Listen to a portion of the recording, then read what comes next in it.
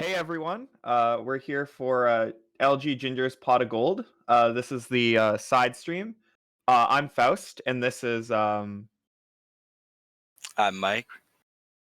yeah. So just before we get to our first match, I'd like to shout out the main stream at LG Loyal. Ginger will be there if you want to go see him commentate. Our first match right now is Joey Donuts versus Gewl. So I don't know who Gewl plays, but Joey Donuts is a Falco main from Minnesota. hmm See if I can find anything about Gewl. Apparently a Fox player. Nice. Okay, cool. So Yeah. fast pace has started off, ideally. Mm-hmm. No, it's that's always a good matchup. Yeah, To get start people off started. with. Yeah, gets us energized for the rest of the block. Do you main either Fox or Falco? Yeah, I used to play Falco for like 3 years, and then a couple months ago I switched to Fox actually. Okay, so I want to know once we're watching them what kind of things you look for Oh yeah, in these I love matchups. talking about this matchup. Yeah, this is great. I really like starting off with these ones. Usually gets people fired up, gets people ready for the rest of the tournament. I think it's a really good jumping off point. Hopefully everyone in the chat's doing well. We're going to be reading chat too. It's going to be, a bit more relaxed vibe here. Like you said, the other stream will be going on too at the same time. Luminosity Gaming. Be sure to check them out, give them a follow, all that jazz. But yeah, you guys feel free to type in chat. We'll be reading it throughout the matches and kind of just hanging out with you guys, enjoying the early parts of the pools, getting you started for the day. Hope everyone's doing real good in the chat. Yeah. Just Joey says he's gonna quad shine every chance he gets. All right, he's being a crowd pleaser. I like that, playing to the crowd. Best of luck, Joey. mm-hmm. I know you're a big grinder. Joey's always practicing. I always see him on his stream doing lessons with Squid, grinding on ranked, doing whatever he needs to do. Working on I'm not sure if he's still working on that project, but he had a project for the Lombardi. I think it's called the Lombardi Project. Basically just a useful, helpful site for Falcos going over situations, trying to see, come up with potential answers and strategies, all that jazz. I'm getting word from Joey he's abandoned it, but stay in tune for their, future Joey projects. I'm sure there'll be more. Okay, so we're in our first game. Or no, it's not the first game yet. I guess they're doing hand warmers. Joey just moving around. So what do we know what region Gewl is from? Doesn't say here, but We'll see if we can check his Smash GG page. Right there, Smash GG page. Rather, let me see. We'll find what pool Joey's in. I got it. They're from Ontario, which is my region. Excellent. Okay. One second, I'm just gonna move this here. Okay, so we've had about a minute of a hand warmer. So the Joey is the player seeded to advance here. I think that Gewl is seeded to go 0-2 here possibly, but and Joey's obviously really good too. I've had trouble with him in the past, so Yeah, definitely gonna be definitely hard here for Gewl, but hoping to do his best, obviously. okay, guys, let's get it started. Y'all have hand warmed enough. Okay, I think they're ready to go. So the first stage in this matchup, typically, I'm surprised it's Battlefield. This is typically considered a good Falco stage. Yeah, definitely. I think the up B angle kind of, I would say, neuters Fox a little bit more than it really does for Falco. And then the rest of it's kind of so-so, but definitely the recovery is the most noticeable thing in my opinion. The top platform is also really useful for Falco. He gets to bail for free in a lot of situations, whereas Fox has a harder time escaping out of the corner. Definitely, yeah. The full hop going right to the top platform is a pretty good get out of jail free card, and also just really hard to threaten his Fox. Really a good ledge grab there. Yeah, so something I'm noticing already is Gewl is having a hard time moving out of lasers. Taking them either with shield or just like outright taking them and then moving really slowly out of them. And that's kind of something, if you're playing against Falco as Fox, you have to have on lock. Yeah, absolutely. I would like to see him attempt to do more take laser options instead of getting stuck in that shield, because that's really where Falco wants you a lot of the time, is to play a mix-up on his ground when you're immobile, basically. So take laser dash back, take laser turn around up tilt, take laser dash forward. I just need to see some of these things, and these are usually the first things I'm looking for in this matchup, is how the Fox wants to go about dealing with those. That was pretty good though. Gewl tried to do that before, the take laser run and up smash, which can be okay. I think it's a little slow. Like take laser dash and shine is probably a little better, but Yeah, if it gets you the reward, that's good enough, you know. right. If you think they're gonna do another laser in place, trying to call up that startup of the laser with up smash can be really juicy. So I can understand that. Nice, good back there, of course. I really liked how Joey repositioned himself to do the back air instead of going for a down air, which possibly could have been teched. Yeah, yep. So on the top platform, comes down with a laser. Drops Oh, his I love punish, that. but Yeah, I like coming down with laser. I think that's a really underrated option. Falcos usually feel like, or it seems like that they like to feel like they have to come down with an aerial every time on a platform. But Joey mixing it up, sometimes coming with dare, sometimes coming down with laser. I really like that. it's lagless too, and if it's really good at a bunch of different ranges, whereas like a fall through platform down air is only really good if you read they're gonna come in right underneath you. So clean Okay. 3 stock from Joey here, which is you know, not unexpected. He's his punishes are a little slow right now, but he's speeding up a little bit. It is the first set of the day. Absolutely, yeah. Yeah, hoping we'll see them start to pick it up a little bit more, and you can definitely tell in the punish game it's a little sluggish, but first games of the day, like you said. So typically good stages for Fox here are Yoshi's probably, yeah, that's the pick. Yeah, definitely Yoshi's, I think, is the strongest pick. Just your options are going to kill a lot. Like almost all your options are just going to kill a bit quicker. And also, it gives Falco a lot less space to work with and to set up laser control and start forcing mix-ups on his ground. So you definitely want that, because Fox really shines in the scramble situations, in my opinion. No, you're totally right. I also think this is true on Fountain as well, but being able to full hop and hit the top platform is really, really good for Fox in pretty much every matchup. But especially I find against Falco and Marth. Yeah, definitely. Yeah, because like we said on Battlefield, it's a bit harder to challenge that top platform because it's a bit higher as Fox. So definitely a big strength on Falco, but on this stage, it's a bit, it's not quite as strong. Ooh, that was Ginger actually made a video about that situation. Shielding right neck on the edge of a platform will get you up aired like that. Okay, so let's see if he gets the edge guard. Oh, he could have just held ledge. That was a really creative recovery by Joey Donuts, though. Joey playing in his shield a little bit. Lasers. Okay, Yeah. That shine is really hard to follow up on. It's kind of, you have to guess like their DI and what side you're gonna hit the shine on. Yeah, absolutely. Ooh. Oh, What a side B. But yeah, good side B. Oh, I like that. He pushes him off to get the shine. Even if he was shielding there, still would have got pushed off and shine, so it's really good. He caught that jump so well there. Okay. Tech chase, yeah. That up tilt's okay, but you should react with an up tilt. You shouldn't just like go for a read. Good edge guard though. Yep, good read on the edge guard for sure. I like that. Laser, you did dash forward JC shine, and then you can start comboing off that. Mango's really good at doing that. He's most notable for that. I love that mix-up. JC shine in general with Falco is so good. Or with both spacies, just being able to threaten that like immediate range as fast as you can with JC shine. It's like a frame 6 option, but it's still really fast. Yeah, definitely. Yeah, Joey kind of playing this field a little bit. He had a couple opportunities there to just dare, and he just blatantly chose not to. I think he's maybe trying to warm up a little bit or just kind of have some fun. But GG's, that is 2-0 for Joey Donuts. No, obviously, you know, Joey was the player that was seeded to win there, but it is what it is. Yeah, Joel had moments, did some good things, and hopefully they have a better luck in the losers run. They got more to play. Yeah. It's also, you know, this tournament's pretty stacked. Like I'm looking at it, and there were some third seeds when I was looking at the seeding, and I was like, "That they're a third seed? Are you serious? That's crazy." Like Panos, for instance. Yeah, no, super stacked tournament. Every time I look at the bracket, I'm like, oh, they're in this. So who do we have next? Take a Looks look. like Slowking versus Delusion. So another Falco. I'm not exactly sure who Delusion plays. If anyone in chat knows, or if Faust, feel free to let us know.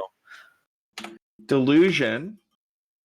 So there's 2 that show up on Smash data. One has no tournaments. And this other one only entered 1 tournament, and it doesn't say who they play, so. Okay. Well, we'll find out. It'll be a surprise for all of us, but we know Slowking, very good Falco. Almost certainly the seed, I would imagine. We're still in the first bits of the bracket, so. Apparently Delusion's a Peach main. Okay, so a little Falco Peach. Okay, more Falco, but a different matchup. That should be fun. This is one of the Falco matchups I feel and I know a decent amount about, because my roommate is a Peach main, and that was always his matchup, like his best matchup, and he gave me a lot of good ideas to talk about. So I'm excited to see how Slowking plays it. Yeah, definitely. Okay. While waiting for that, how's everyone in chat? What are you guys up to? Any sets you're most excited for? Who do you think's gonna win, Slowking or Delusion? What's going on? Slowking's crazy. There is a long period of time. I beat him the last few times, but the first couple times I played against Slowking, I just couldn't beat him. It was impossible. Yeah, he's a player that I'm always like, every time I see him in the bracket, he could just make quite a good run. He's a very consistent player, but I feel like I don't see him enter too much. Like, for instance, I don't remember the last time I saw him play in a tournament. Maybe I'm just not looking out for him enough. But he entered some stuff recently, but he was on break. So he entered Northern Fights earlier this week. Okay. And before that, the last tournament he entered was on Smash Data was Frame Perfect Series 4.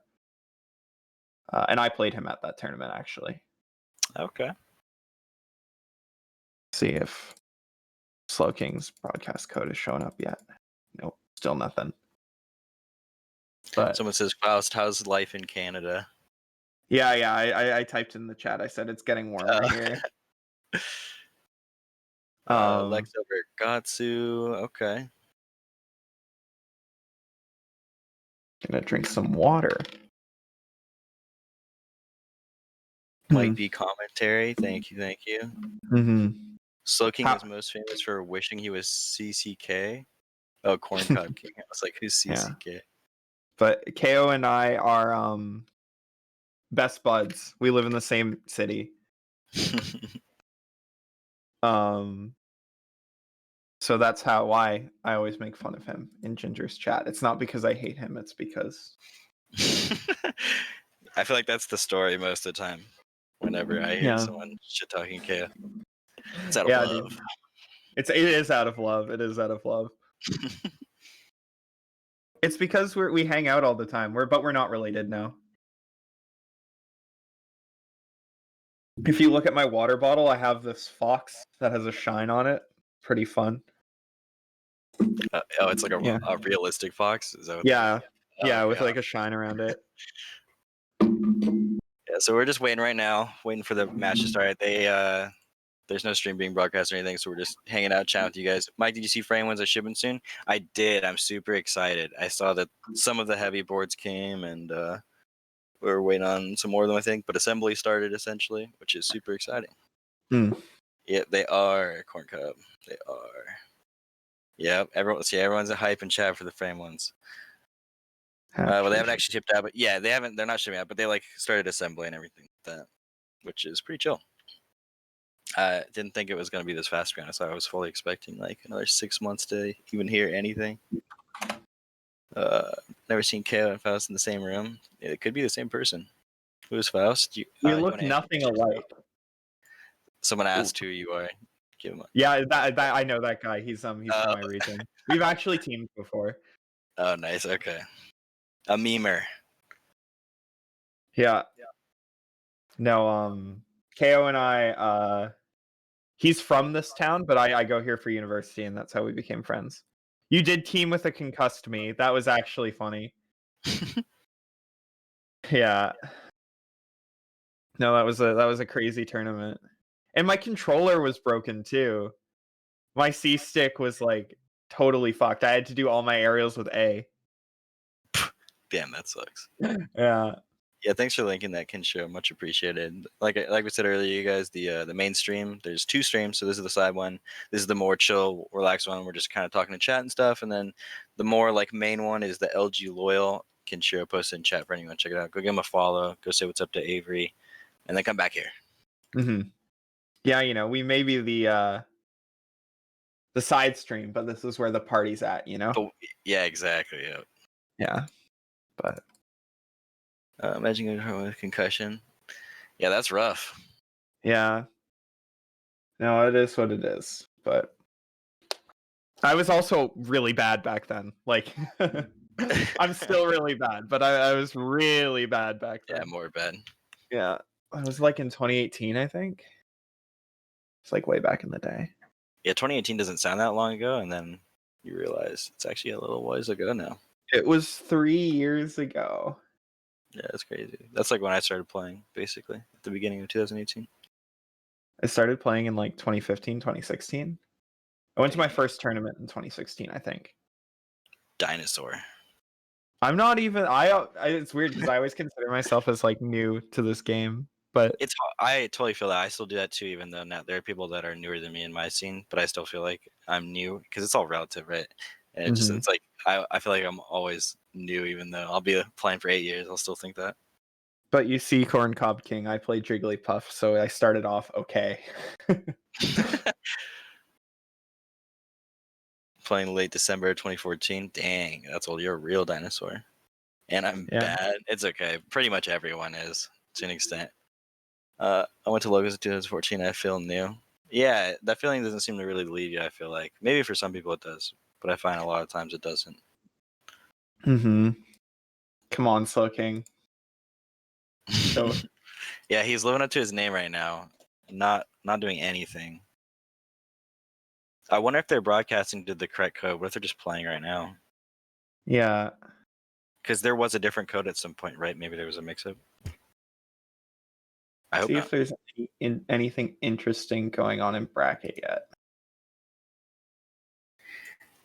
All right, Pablo. Ooh, SDJ. I like SDJ. His puff's kind of cool. You're getting timed out, Pablo. Are you a mod? Yeah. Yeah. Yeah, Pablo, if you were subbed, then I might think about not timing you out, but that's how it goes. It's dog eat dog world. Yeah. No, it's unless you don't travel and just number 1 on locals or something. You always lose to someone. Yeah, I mean, yeah, exactly, yeah. I mean, people, look how, when someone gets second at a major tournament, they're like devastated. It sucks. They're still the second best player in the room that weekend, though, which is crazy. Especially at big tournaments. If you're winning or if you're getting second at like a 500 person tournament, that's crazy. Yeah, definitely. What is going on?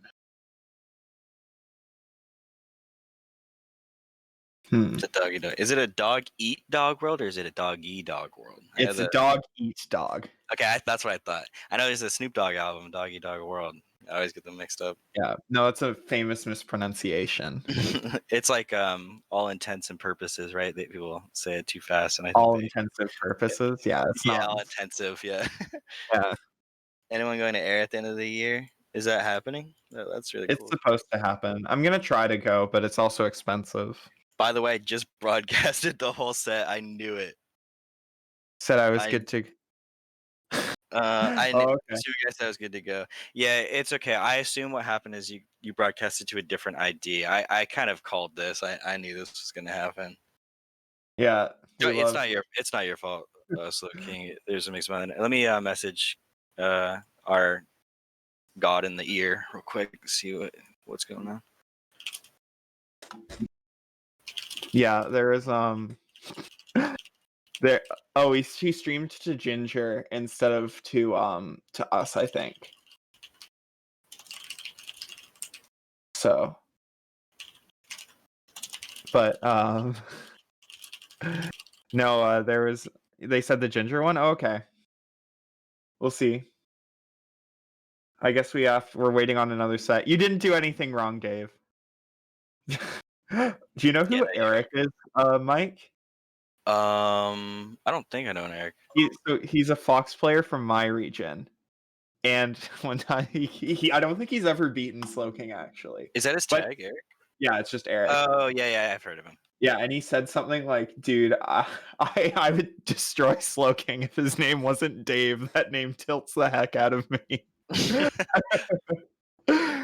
Yeah. This is kryptonite. Yeah, so it looks like the stream was being, or the games were being streamed to the main stream. So we'll probably be getting a game here, or a set rather, and not too long. Mm-hmm.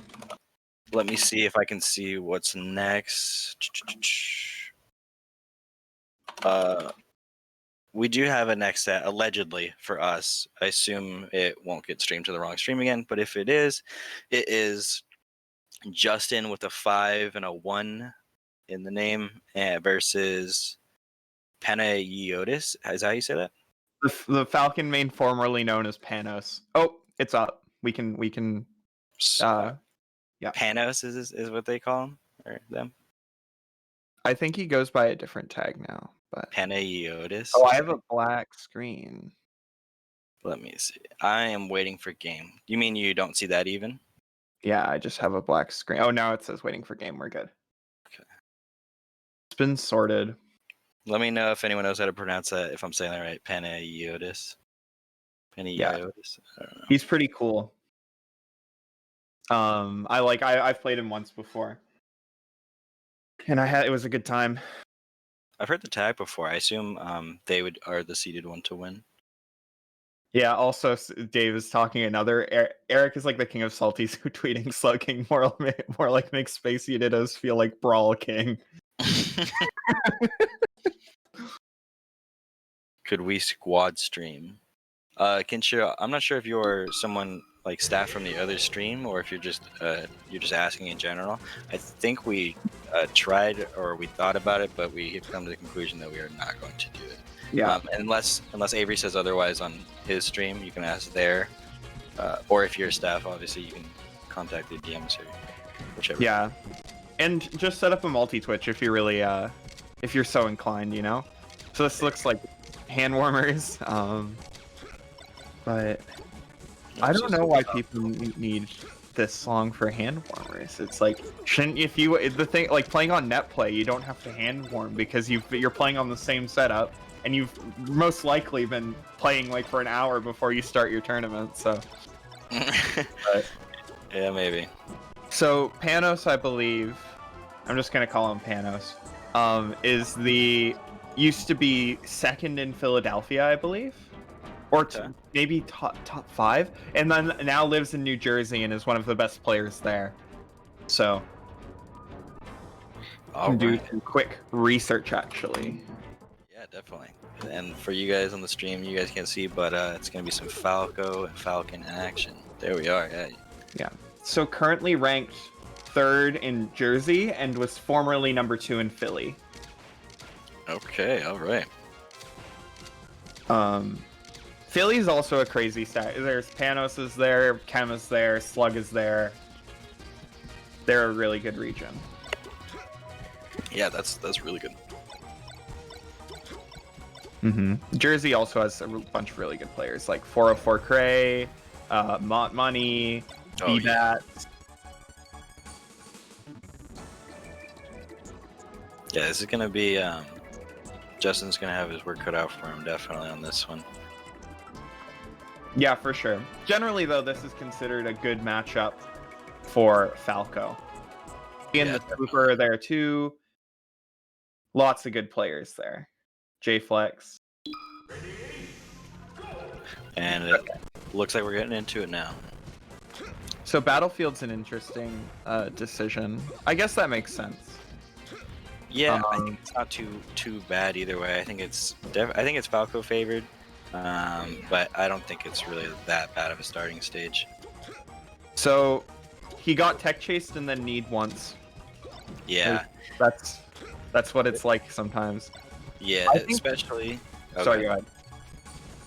Just like with this matchup, definitely it's going to be really important how the Falco mixes up their tech options and making sure they're DIing out on the throws and mixing all that up really well. Because like you just saw, Falcon can kind of just blast Falco really quick if Falco isn't controlling the pace of the game.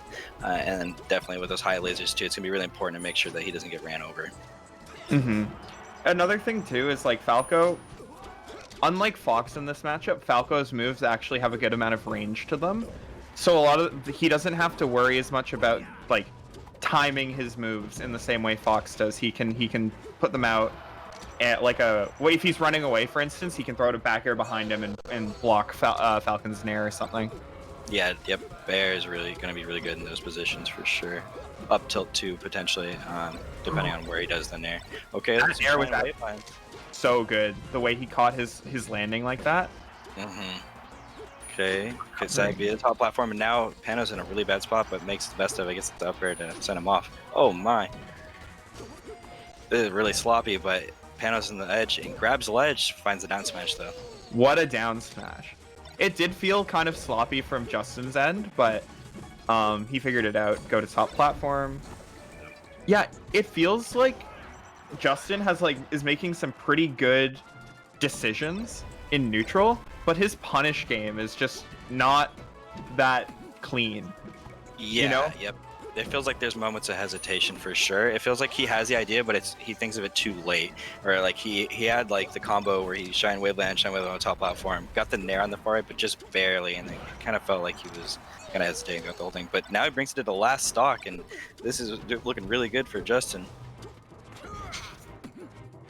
Yeah, also not using that much ASDI down against Falcon, which is interesting. I always think of crouch canceling as pretty good. It certainly can be, yeah, for sure. Okay, Obviously, both players going to do their best to space it out. Oh, finds the stomp and gets the knee. Yeah, it's obviously less good, I think, for Falco because his down tilt isn't like quite as good at comboing as Fox's is, and right. And his shine is smaller too, so even the small, like the close-up crouch cancels sometimes just whiff. Yep, exactly. Yep. Yeah, one time KO told me that he thinks that Falco gets the least out of crouch cancel out of all of the top tiers. And I was like, I don't know about that. Yeah, I'm not sure about that one. I have to think about it more, but I'm not sure off the top of my head on that one. Yeah. But yeah, first game looking really respectable between Justin. Usually this early in the bracket, you feel like the game should be, or the games usually tend to be more one-sided, but off to a really good start and really good for the viewers too. This game's, I imagine, gonna be pretty good too. I think this is a really good pick for Justin. I'm surprised that Panos didn't ban this because Justin's biggest struggle so far has been his punish game and his edge guarding, and both of those things get trivially easy on FD. I agree, yeah.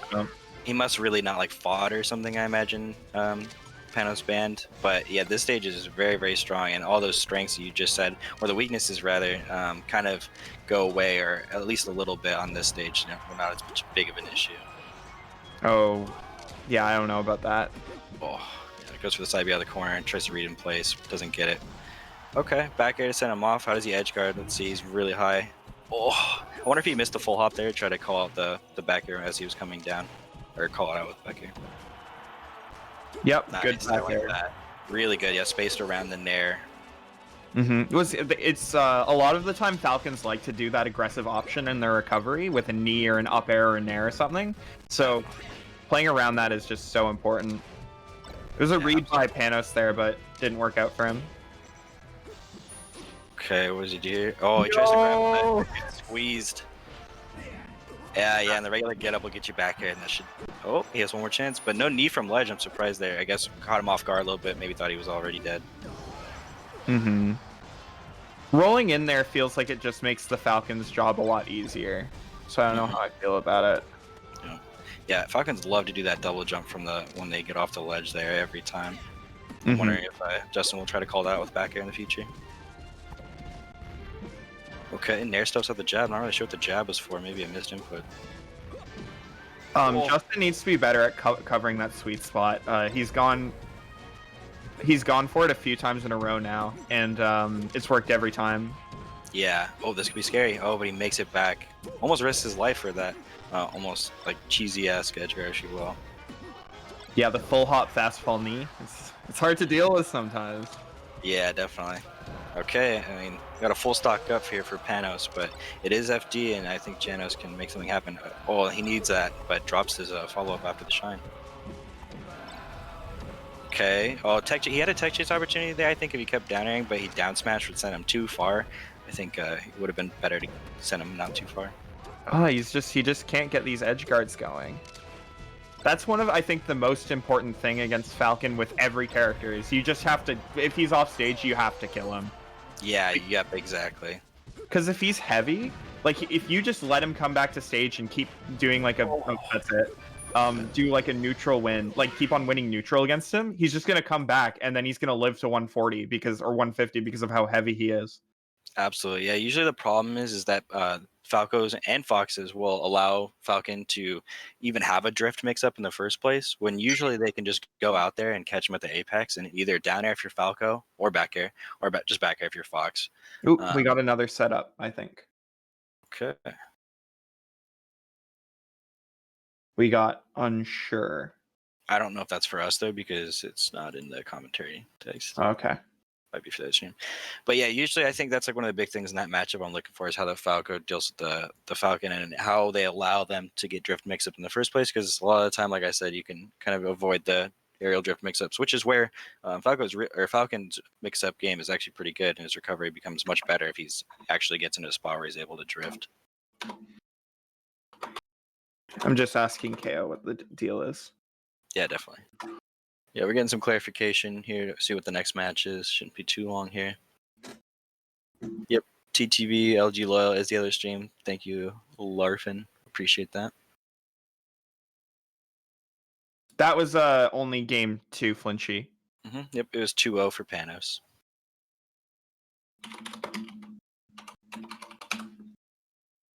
Yep, and Inferno's got the bracket link there. You guys can make sure if you want to see who beats who at any point, you guys can go check out the bracket as well.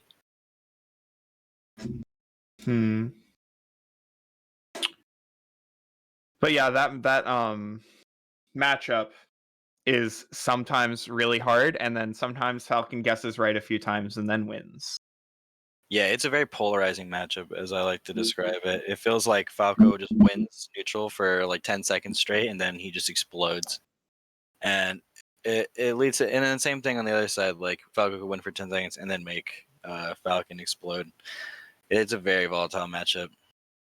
Okay, we got Magi versus Skechers as our next match. All right. They're keeping the Falco rolling. I like it. Yeah, I'm happy to see Magi play because she's DQ'd out of a lot of stuff recently.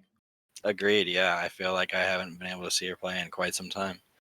Always love watching her play. Yeah, I'm a fan. Skechers, on the other hand, I'm not entirely sure. Do you know, or if anyone in chat knows, feel free to let us know where they're from. Skechers. Skechers does not have a thing, Smash data page, but let's see if I can find it here. Skechers. Magi's up early? I suppose so. Hopefully so I'm confused because it says there's no one named Skechers in this bracket. Oh, he spelt Skechers wrong. That would be why. KO did, or the Smash GG account is spelled it wrong? KO did. Oh, nice. Classic. Oh, I think we got it.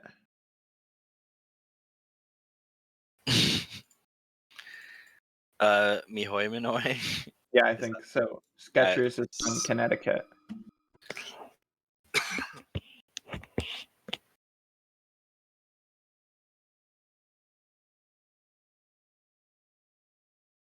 Currently having a black screen. Me as well. Did yours just start like when yours was black before? Did it just like pop up and say waiting for game, or did you have to restart it? It popped up for a second. Oh. Here we are. I see the game. Do you see the game? I don't on my screen, but... Oh. looks like a Puff potentially, Falco Puff. I'm gonna. I'll just close and open this again. Yeah, even though we're getting lots of Falco, it's nice that every matchup's different. Yeah. No, I guess it wouldn't be a Ginger tournament if we didn't see a lot of Falco, but. Very true. So this is a matchup I feel. This is probably my best matchup. Puff Falco. Okay, yeah. Oh, I got it now. We're good. So a lot of the thing that Puff is going to look for in this matchup is you want to avoid laser at all costs, because if Falco hits you with a laser, you just automatically lose. Like, you're going to lose the next neutral interaction unless you can reset. Because if Puff is facing toward Falco, she just auto loses all of Falco's moves. So your kind of goal is to put yourself in a spot where Falco can't laser you, that there's like a certain jump height that's really good for that. And then you want to kill Falco when you hit him and make sure you edge guard well. Yes, the recipe for success. Yeah. Yeah, most definitely. And I think a lot, like Falco, a lot of time is like looking for basically Puff to land. I talk with Avery a lot about this matchup, and he says, you know, somewhat jokingly, he kind of just turns his brain off until the Puff lands. And I think it's for, you know, pretty obvious reasons. Puff is a lot scarier when she's in the air and her back's turned towards you. So obviously Falco is going to be a lot more advantageous when she's not in the air.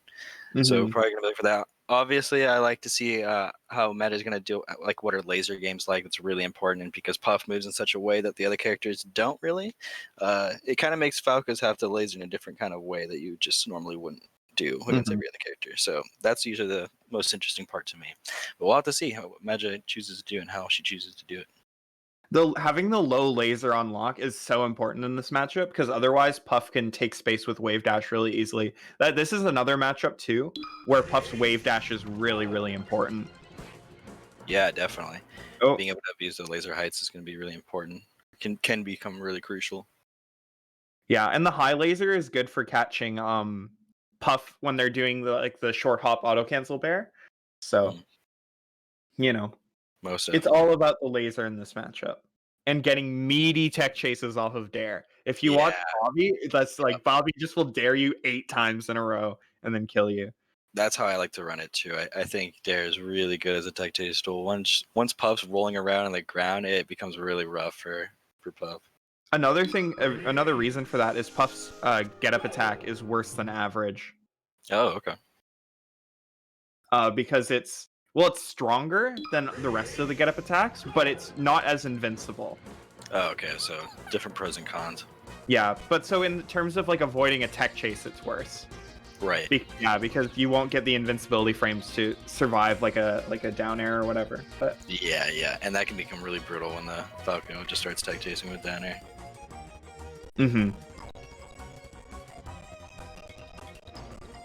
So I don't know what's going on here. Yeah, they're not hand warming. Maybe they were told to wait. I'm not sure, but it should be starting pretty soon here. Dang, LSD is seeded so high. LSD is pretty good. LSD is really good. Wait, they said Magi was first, but this is me, Dawson. Oh, okay. Sorry. Wait, do we have the wrong setup? We definitely do. See, I foresaw all this happening. But that is okay. There we have it now. Well, because even the stream. Wait, were we looking at is it just 2 Falco Puff games? Oh wait, no, this is Falco Fox. Okay, so wait, it is me. Yeah, so we're just waiting for game then. Wait, Slowking said theirs is Miho at Midway. Yeah, so I know. Okay, so the stream is also capturing the wrong one. Yeah. Thank you for letting us know, Slowking. Appreciate that. Yeah, for the people, yeah, okay, excellent. It looks like they're working on fixing it. Okay, they are. Sounds good.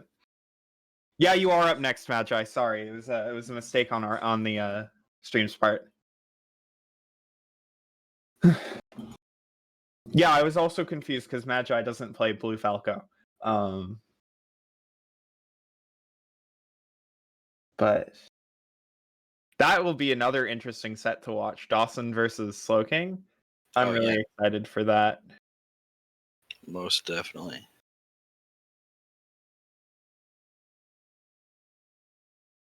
Demo so ready to spend. Well, Magi I think is still going to be playing on this stream, I believe, right? Mm-hmm. So you can get your spam ready. You know, you can hit your Magi shines all day, and your Magi Ws. Mm-hmm. Okay. Huh. Okay, now I see Skechers. Yeah, I have their thing open, but the match hasn't started yet. Okay. So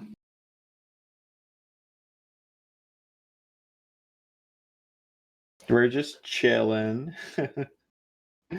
Yeah. How has your day been? What did you get up to? I haven't done anything all day today, actually. I'm Yeah. a little hungover, but feeling pretty good. Ready to watch some good melee and everything. What about you? What have you done today? I woke up late and then also a little hungover and then played or did some homework. Nice. Okay. Yeah. So Yeah. Because, the grind never ends with school.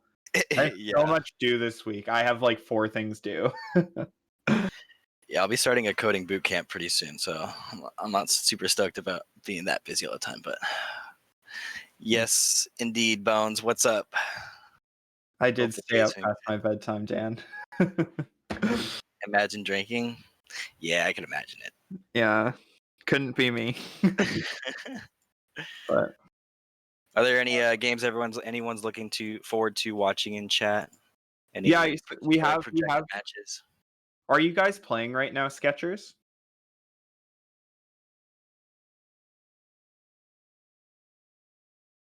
Because we have at least I personally have your broadcast open. I do as well. It's just waiting for game. Yeah.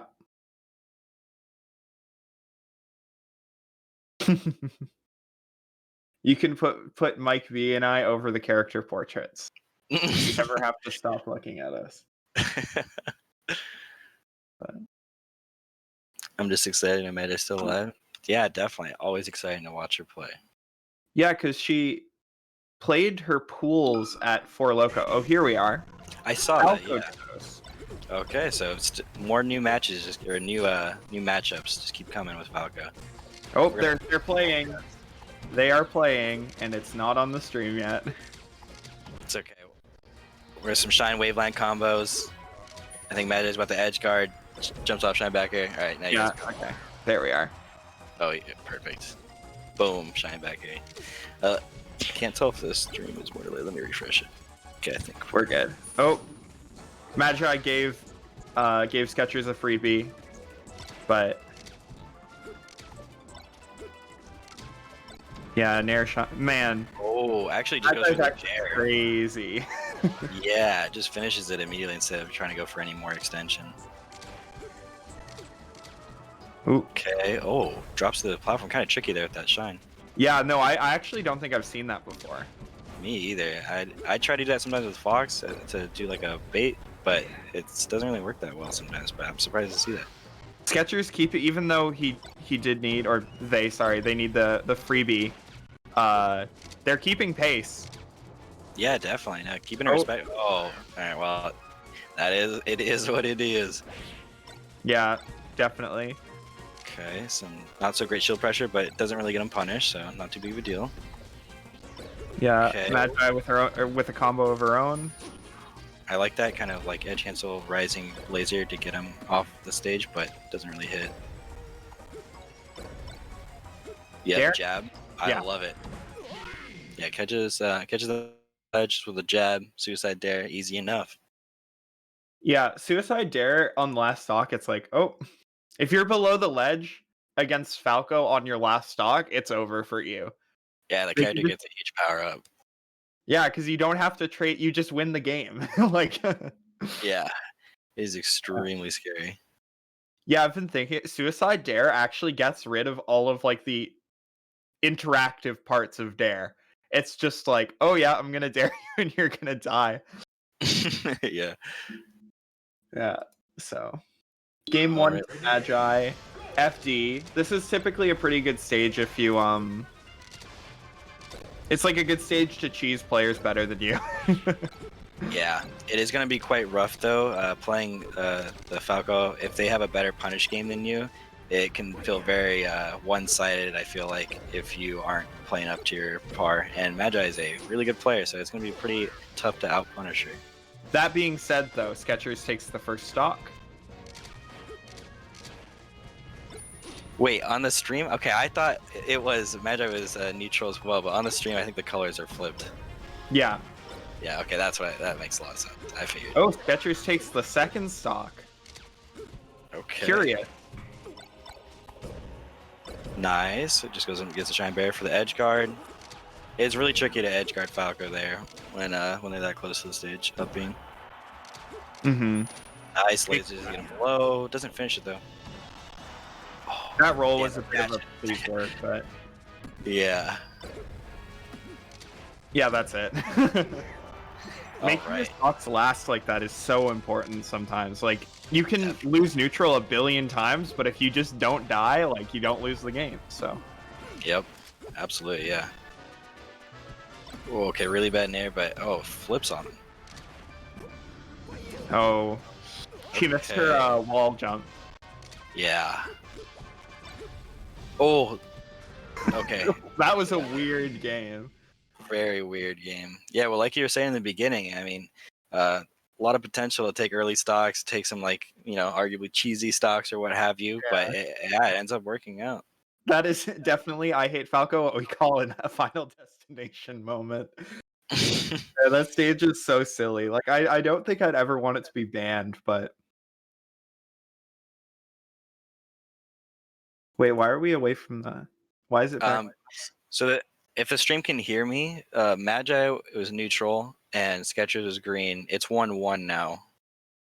And we're going to game 3. On Pokemon Stadium. If the staff above the clouds can hear me. Oh, and Skechers kind of going off. Yep, okay, we're tuning in. Sorry about that, guys. We're back. Ooh, okay. I can't tell if that was really good SD on the backer or just a weird hit. Mm-hmm. Ooh, good. We'll get the roll. Magi's really good at catching those rolls in. Definitely, yeah. And then Magi takes the first stock. 128% though. Any kind of stray hit can send Falco off to an edge guard. Mm-hmm. Really high nair though. Like that's really high. Please trying to shield me. Like please do it. You're gonna get punished big time doing that against a player like Magi for sure. Oh, Magi with the edge, but with the Magi up airs. Okay. A lot of extra credit though on the stock and actually gonna take it. So now 2 stocks. Still high percent though, so not a great spot, but great spot overall. Yeah, this is definitely a good up air. Yep, 100% patented. Magi definitely in the mood to say, yeah, you shouldn't have won that game. Yeah. Like there's levels. Yeah, definitely showing them what she's got. Shoot. Okay. Combo, but and then gets hit by the give attack, unfortunately. But he gets a Shining Shield and gets an actual follow-up. Oh, no grab there, I thought for sure. Goes for an up smash. Maybe meant to do... I'm not really sure. Maybe just meant to try to up tilt, but... Sometimes that happens. Oh, I really like that spacing game that Magi was playing there. Kind of holding center stage. Not setting up kind of like a long wall, preventing him from getting it back into center stage. Oh, yeah, that was Great angle. That's it? That's a back air. Edge guard scenario. Okay, yep, really hard to edge guard Falco there, but gets knocked down, finds the bear, and that does kill. And that'll be 2-1 for Magi. I'm not gonna lie at this because at the start of game 3, Skechers did a crazy combo to start things off. And then didn't seal the stock, but I was like, oh, this could be it. But Magi showing that she is in fact the better player. Yeah, So. definitely. But really good showing all around, and yeah, we'll be getting into the next game here pretty soon. Okay. Okay, now I think we're up. Slowking says. I'll just ask Mr. Streamrunner Man. Yeah. So we're not the ones looking that are really setting anything up. We're kind of getting fed information, but we can kind of check on things. So if you do let us know, we can at least try to get in contact with someone who does know what's going on. Slowking. Yeah, it looks like we got Slowking versus Dawson.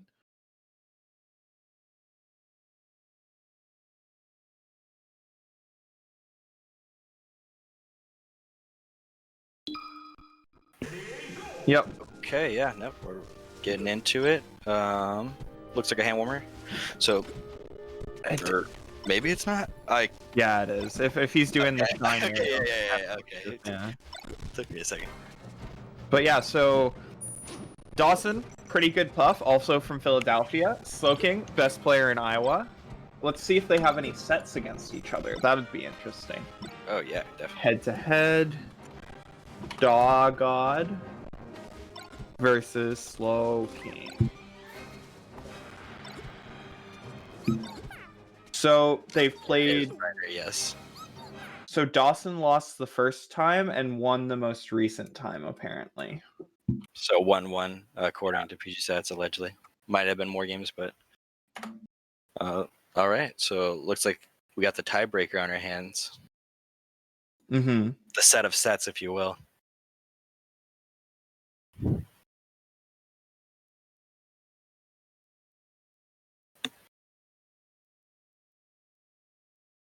Let's run it. How do you? I think this matchup is so even. I'm like any character. Ooh, Battlefield. Interesting. Yeah, no, I think pretty similar. I think Falco does win marginally, but I think, it's a fighting game and the skill ceiling is really high, so pretty much that means even. So I think it's a really interesting matchup to watch. I'm not so great at it personally, getting better at it, but it's a very interesting one to say the least. To challenge Dawson there. Ooh, still doesn't have his jumps, and he's dead. Yeah, I like the not challenging Dawson there. Maybe there's a way to, a lower risk, high reward way to challenge that, but I would not personally challenge that. That's why I like to see them doing the same. Suspect jump there, and also Dawson should have killed him for that dare, but. Oh, goes to the fair. Definitely, I don't think meant to do that, but. I'm always ooh, weird jump. Yeah, I'm always of the opinion that Battlefield kinda is not good for Puff, but I guess that's kind of where you have to start now that Stadium's a starter, so. Yeah, yep. I find with my sets too, they usually ends up starting here. I feel like it's just like a pretty decent middle ground. Mm-hmm. Against Bobby, I won't start here, but every other Falco I will. Sure, yeah. That makes sense. Okay, so kind of just walling out the back areas. Has them in a really bad spot in the corner, but slowly creeping their way towards center, and then back off in the corner. Interesting, down. Oh, kind of lucky fair from Dawson there, but. Oh no, Slowking kind of just like instantly puts himself in the corner there. I don't really like that. Yeah, neither do I. It's just like you're begging to get. Oh, good DI though. Thrown platform follow up. Okay, trying to use the forward tilt to poke Puff off. I like that. Doesn't really find one. Well, gets grabbed. DIs it though. This could be scary. He got the kill anyway, but that could have been an RTC rest. Definitely, yeah. That's exactly what I was expecting there. Let's see how Slowking, hopefully he doesn't just throw himself in the bad spot again in the corner. But Puff is a lot higher percent, so maybe not as worried about it. Any kind of straight AL might just send it too far to do anything. No, that was an ambitious tomahawk from Dawson. Oh, that's it. Yeah, that'll do it. I liked what he was going for there at the end, trying to find just, a bear, just spacing it as well as he could. But ends up getting grabbed and no DI. Mm-hmm. No, that was quite the game. Dawson kind of Slowking started off strong, but it felt like Dawson made a lot of incremental pulled a lot of incremental advantages over the rest of the game. Assuming a Yoshi's ban, this is probably the pick. I'm starting to think this stage might be worse for Puff than Yoshi's. Oh, really? Why do you think that? I think the platforms on Yoshi's are really, really good for reaction tech chase rest. I think that the size of the stage makes it so if we look here, like he couldn't get that because of how far away those platforms are, for instance. Okay, yeah, that's an interesting point. Yeah, definitely. I can see it. Also, hiding underneath the platforms on this stage as Falco and shooting lasers is really threatening because Puff's effective range off the side plat isn't nearly as good as it is on Yoshi's, for instance. Right. Okay. Yeah. Yeah, I could see that. If he had gone for a shine there, it probably would have killed. Yeah, I'm not exactly sure what percent shine off the top will kill on this map, but I imagine it's not too much more than Yoshi's. Sneaks in a good back air there. Yeah, Slowking just decides to corner himself. That was Dawson kind of dropped the ball there. Yeah, I think you just should be expecting the side B there, because any up B, you just grab ledge and Falco dies.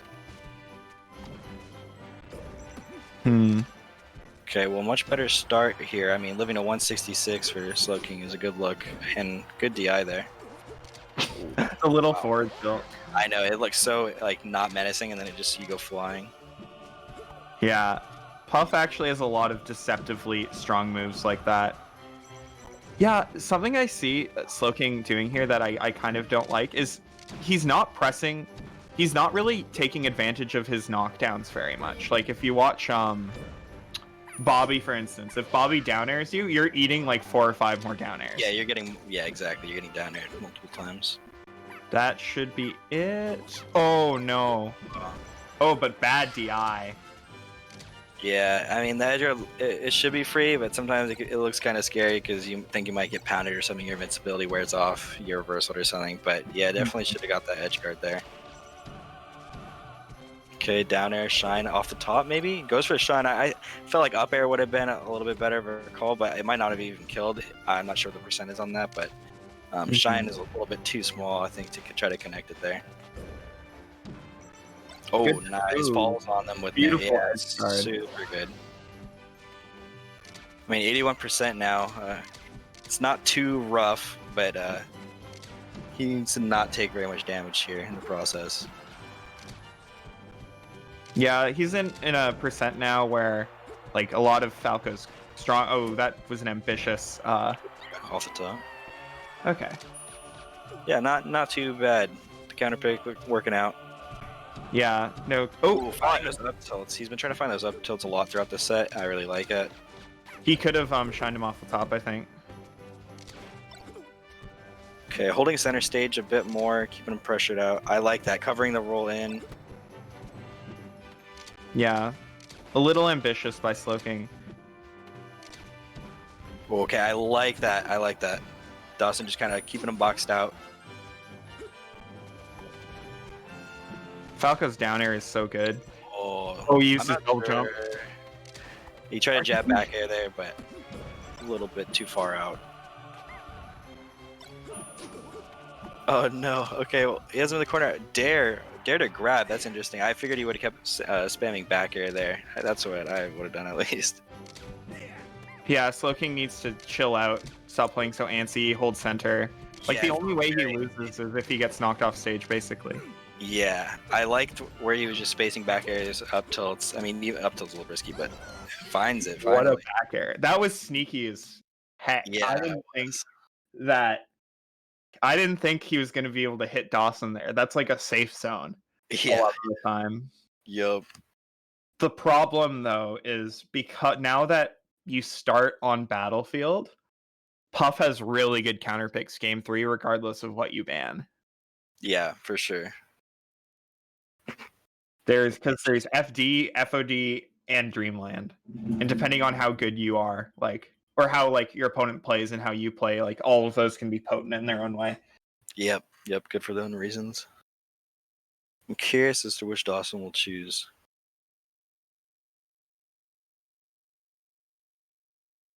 Yeah, I assume Dreamland's the ban, so I think he'll probably go Fountain, but hard to say, I think. Yeah, I think Fountain's a really solid pick. Yep, and it looks like it's Fountain.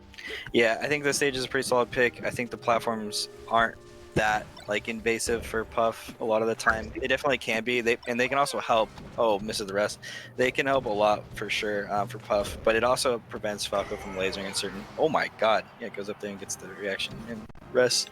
But yeah, it definitely messes up Falco's lasers a lot. And then like depending on the height, because you can't really tell just by looking at it, but your like aerials when you try to short hop aerial in the corner, they'll auto cancel on the side plats depending on the height, and it's pretty much impossible to tell exactly which one will. So it messes up Falco a lot, and it's very hard for Falco to do a lot of stuff in the corner that he wants to, depending on the heights, of course. But Something I will say though is if you are good at good edge guard. Oh, that was so good by Dawson. If the platforms are at like this height where Falco can still short hop laser underneath them,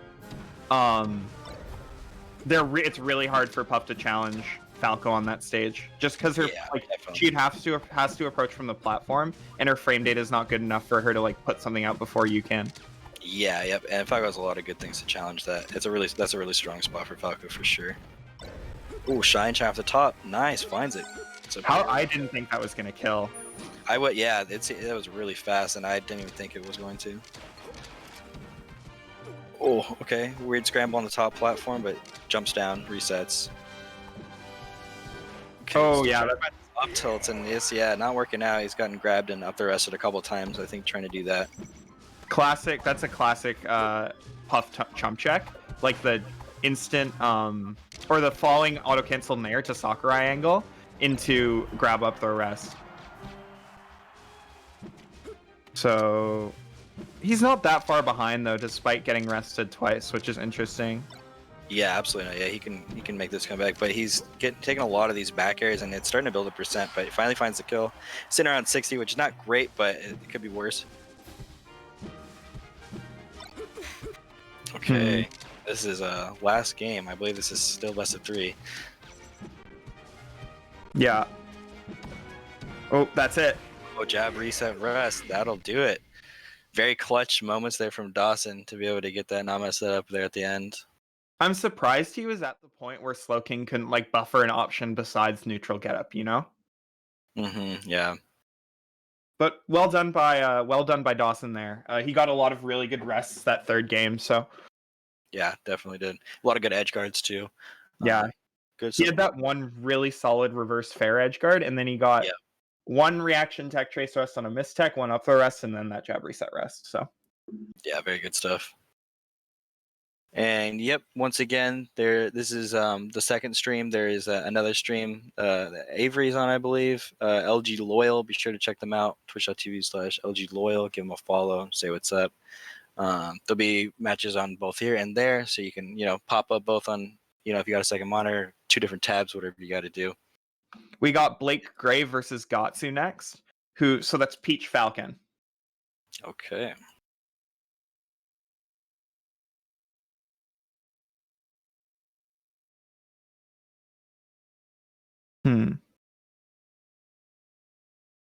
Yeah, it'd be like that sometimes, Slowking.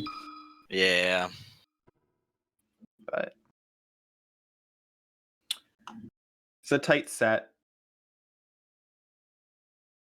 It's a hard one too, but because if you're waiting, like you want to spend that time practicing instead of just sitting on your hands or whatever. But I see a match here for Guts, but I don't think that's for us. No, it is for us. Okay, I said so. Sweet. At least I don't get clowned on by LSD. Yeah, I wonder what happened. I am a big fan. Guts. Oh yeah, true, because this was the side of the bracket that was the opposite side of their pool as LSD, and the winner of this has to play LSD. Oh, okay.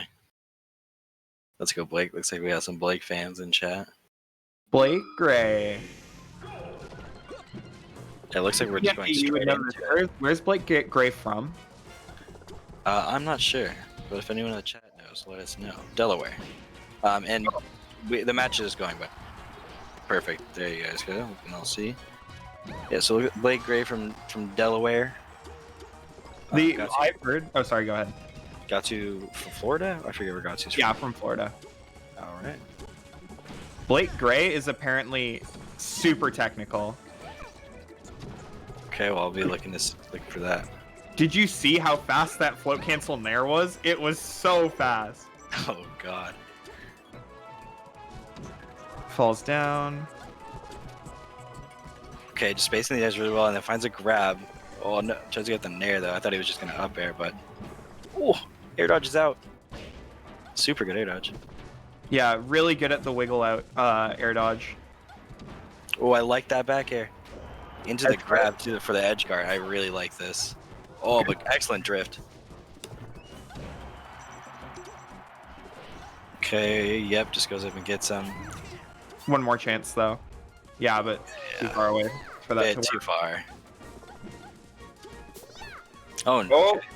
Okay, kind of spooky for a second, but not too big a deal. That down smash doesn't really get punished for too much, and then comes down with a knee. Yeah, that'll do it. Okay, nair to nair to nair. Oh, up air. I like this, building tons of damage right now. Yeah, DIN. Oh, and almost finds the knee too off of it. That would have been a really early clean stock for Gahtzu. But yeah, still in a great spot right now. Something I learned is people have this impression that Peach's air dodge is really good. Apparently it has less invincibility frames than every other air dodge in the game. Maybe people just think that because she can't get like Fox up air really, or up throw up air or something. Yeah. I'm not sure why people think that. So Blake is down a lot right now, but currently like building a lot of momentum this stock. It's slowing down a little bit because Gahtzu's like building some tension with walling aerials, but yeah, I like that too, being able to switch from the really aggressive nair at you style to just being able to wall out. Yeah, and this is not like undoable. No, definitely not. Ooh. Oh. So fast. So fast. Really quick. Oh. Yeah, and Gahtzu just all over, covering the air dodge, getting the follow-up he needs to.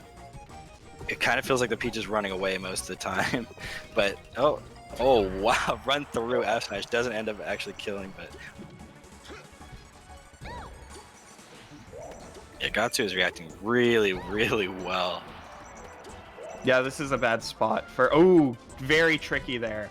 Very tricky. Yeah, Gahtzu was covering so much and still able to get back. Super good recovery. Yeah, Blake Gray did... Oh, the Toad mix-up didn't work this time. But,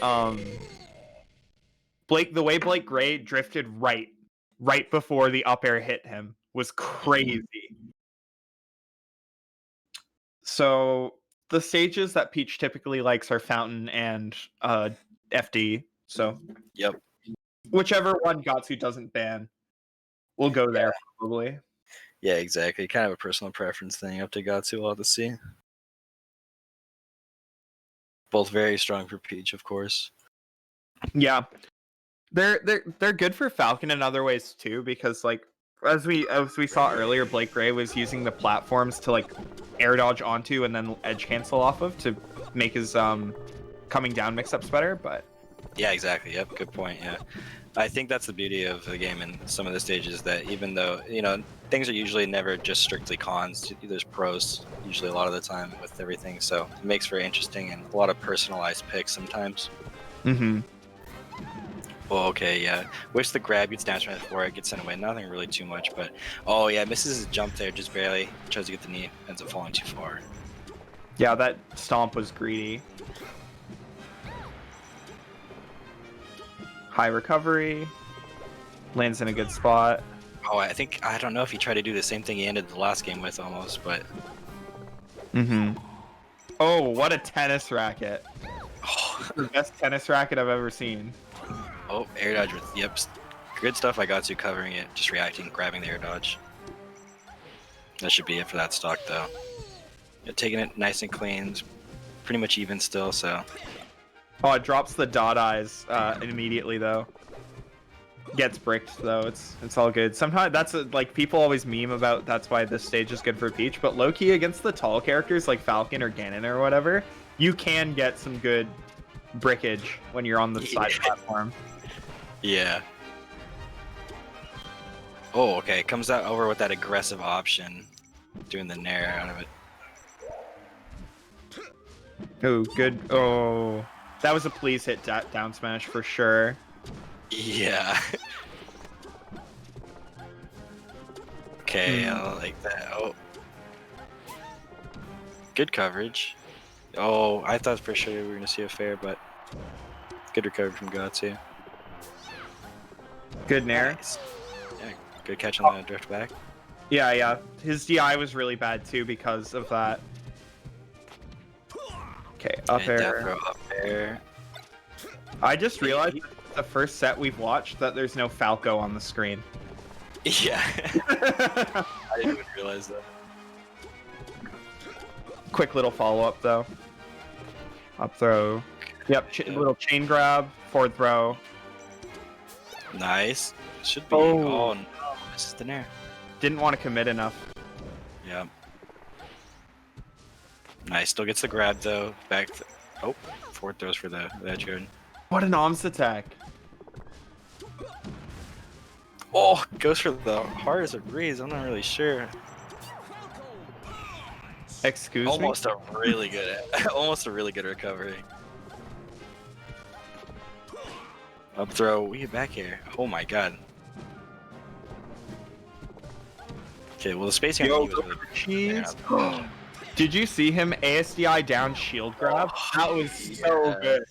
That was amazing. Ends up killing off.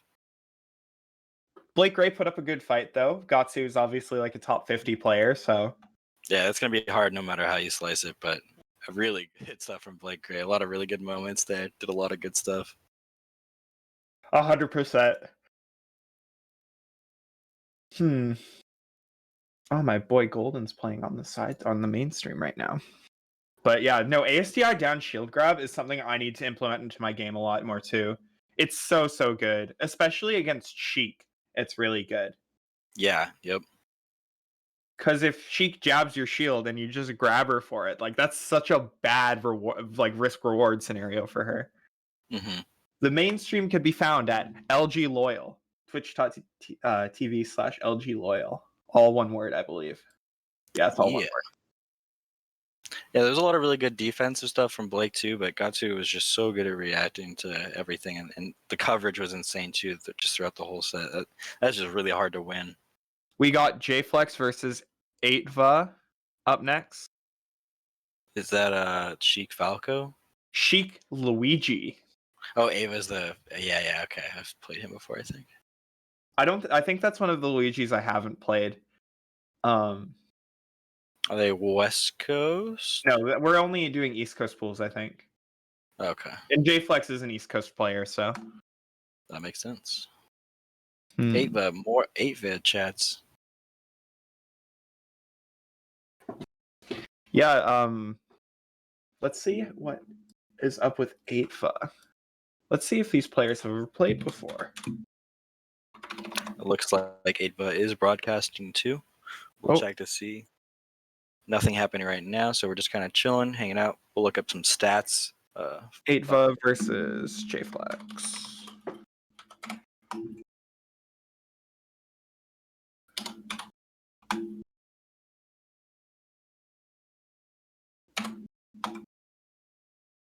They have never played, apparently. Ooh. Oh, no, they have played, actually. And it was 1-2 for Jflex. So Jflex, 8va took a game. Okay. So 8va looking to get the run back potentially here. Nope. Looks like the broadcast is having an issue there, but it looks like it's fine. I think they're just doing a hand warmer now. So everything I know about this matchup tells me that Sheik kind of destroys Luigi. He can't recover. He can't... Like, Sheik is heavy enough where she can't just die from a random Luigi move. Luigi's good at dealing with Sheik's up B, though, which is good. Okay, yeah. I don't really know too much about this matchup. It seems pretty rough for Luigi, naturally. It feels hard. I'm interested to see how Luigi's going to get in. Yeah, Sheik has good moves to like. I'm not sure if you're playing like Falco or Fox, for instance, if Luigi's approaching with a wave dash, you can like down tilt his wave dash approach or whatever. She can do that too with her like forward tilt, for instance. Right. Okay. Mm-hmm. Yeah, I feel like she could be pretty good at like boxing Luigi out from getting in on her. But Yeah, and also Sheik's arguably the second best character at edgeguarding Luigi, if I had to guess. oh Maybe yeah, I could imagine. Yeah, back air is probably a big killer. and needles. Yeah. Yeah, needles. Yeah, I didn't even think of that. Needles are probably so brutal. Yeah, Luigi tries so hard, he side Bs and just gets needled every time. All of the down smashes. And Sheik's edge guarding is so good versus so many characters. Mm-hmm. Sheik is probably the best character at edgeguarding in the game. Just like across the board. Yeah, I could definitely see that. Okay, well this is exactly where you want Sheik if you're Luigi, in the corner. So we'll have to see how the Luigi boxes him out, how Ava decides to do that. Oh, Jflex missed an input there, but it worked out for him. Yep, and if you're Luigi, you're just dead there, unfortunately. Well, I don't know about the down B, but the grab, no follow-up, so maybe it wasn't that bad. I think 8vo is doing that so he could get like his down B juice for when he recovers. Yeah. Yeah, I usually figure that's the case with Luigi's because it's like sometimes they just do it in such a way where it's like it doesn't seem so great, but they kind of need it. So this is a bad spot for 8vo. He's gonna get down throw fared. yeah, the worst spot arguably. Yeah. Ooh, low Okay, profile like that cheek grab. Yeah, gets the correct hit of fair to send him off stage, but Luigi recovers and ends up making it back to center stage, which is really good for Ava. Did that ASDI down out of shield. Okay, barely not killing there. Tries to go up and call out the drift back to the ledge. That kills. I always forget how strong Luigi's down smash is. Because at like low percents, it sets up for combos, and at high percents, it kills. Yeah, yep, exactly. Grab ledge. Oh, a little slow there. It feels like Jflex is a little afraid to like just commit to the recovery, like to the edge guard. Sorry. Yeah, I 100% agree with that. It feels like Luigi is like having an easier time than he should. Yeah, well, like that was that situation right there was such a good like example of what I was trying to articulate, where Jflex just stayed on the stage and did needles instead of like going out and fairing a Luigi who is close to the ledge. Yeah, yep. Because even if you miss and if you're holding that position still, you still have the position, like if all else fails. But if you try to go out and get something, and then Luigi ends up getting in center, or you're in the corner, then the situation's kind of flipped. Edge guard scenario catches 8vo trying to like force his way in. Yep. This up air not going to lead to anything. So a lot of stray hits now. Get him off for the edge guard, and then edge guard. Oh, that'll be death. And a Yeah, misfire to seal the deal. Yeah, getting him right back into center stage ASAP for the invincibility. Okay, I like the needles a lot. That should. Oh, another misfire, but doesn't really help him. Mm-hmm. Grab. Grab. What's the follow-up? Okay. Something I also like at Jflex, it seems like their punish tree against Luigi is actually pretty good. They're not doing things that'll get them nared, which I appreciate. Like the up throw nair, for instance, is really good because if you up tilt there, which is common with Sheik against a lot of floaties, you're just gonna get nared for it. Yep. Get hit out. Potentially reversaled or put off stage, or depending on the percent, put in a bad spot for sure.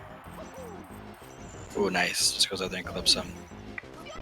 See the needles come out. Yeah, that'll be another misfire, but again, doesn't really matter. Yeah. The edge guarding definitely got better there towards the end. It felt like he was kind of remembering. It seemed like Jflex was forcing Luigi to recover in spots where Jflex could just throw needles. And then Luigi would be below the ledge without a jump, and it's just over at that point. Yep. I actually don't know what Luigi can do. Yeah, I'm not too sure. That's just a rough spot, I think, no matter how you put it. Okay. All right, and getting back to it on Stadium, it looks like. I think the side platforms being as low as they are is going to be pretty okay for Luigi getting some follow-ups on the side plats, ideally. Yo, have you heard of Mad Tyro? Yeah.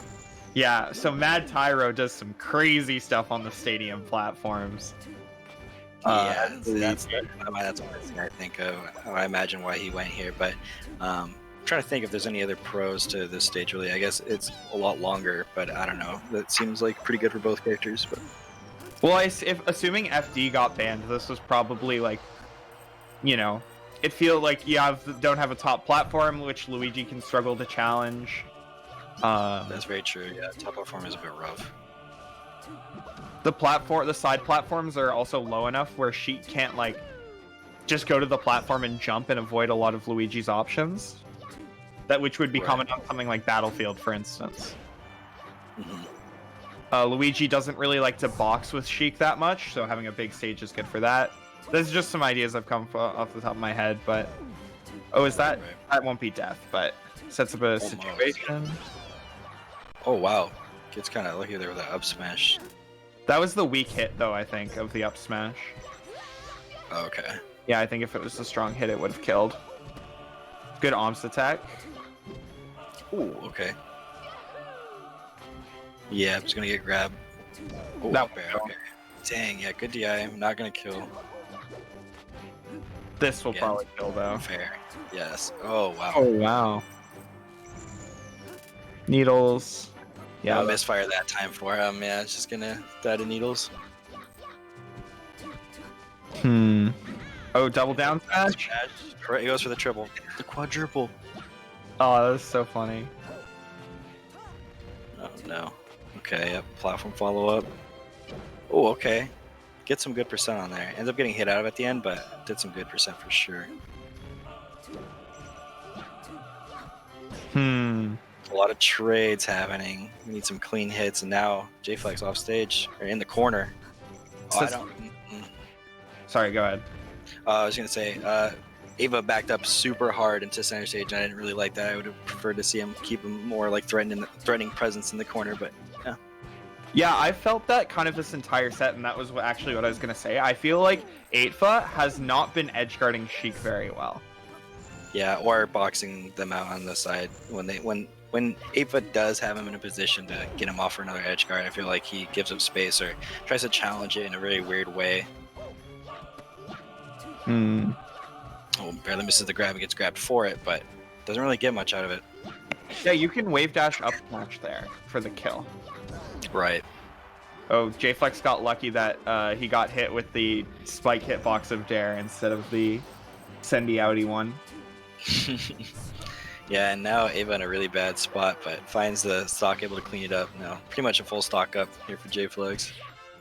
Oh, yeah, no jump. Okay, yeah. Down smash, jab, and it goes for another down smash, but that did not look like that was going to follow up at all. Grab, yeah. Tech chase on the platform. Oh, didn't even get there. Yeah, Jflex just seeming he's pretty okay with just getting a couple hits and then backing off and resetting, and it's getting him a lot of mileage. Yeah. Nice. Yep, gets him off for the edge guard. Okay, forward air. He really needs a misfire or something here. Fair. Still alive, but still has an opportunity, but it's rough. Oh wow. But that should be it. No, it's failed now. Okay. Nice near center back up. There's the misfire, but actually it didn't want it that time. And yeah, that was unfortunate. Solid work by Jflex though. He held his own. It was just he needed to clean up a lot of his throw punishes. And he needed to apply more pressure in the corner when he had advantages. But yeah, yep, 100% agree with that. That was the big thing I think is just that Your character seems the biggest advantage is when you have Sheik in the corner and you're in the process of boxing him out for another edge guard. And he didn't really capitalize on that. At least it felt like sometimes he did okay there, but it felt like he would either try to challenge the Sheik in a weird way that usually ended up not paying off or ended up trading or what have you. No, totally. I wonder who we have next. Oh, apparently we're on West Coast pools now. East Coast pools are over. Oh, okay, that went a lot faster than I thought. Yeah, it was like an hour and a half. That makes sense. It actually went longer than I think was originally planned, but okay, yeah, time went by. I didn't even realize. Yeah, we've been chilling here for an hour and a half, dude. Very cool. It's been fun. No, it has been. Matt Tyro as Tass. Yeah, I played him once. He's pretty good. He's crazy. Like I watched his combo video. It's actually the craziest thing. But I didn't even know you had one. I'll have to peep that. I just see like clips of him sometimes on any of those daily upload videos, YouTube channels. Oh yeah. He seems pretty cool. No, he is definitely Tass. See how. Correct. We are switching to West Coast pools. Very cool. Yeah. Are we taking an intermission before, in between, or are we just going right into it?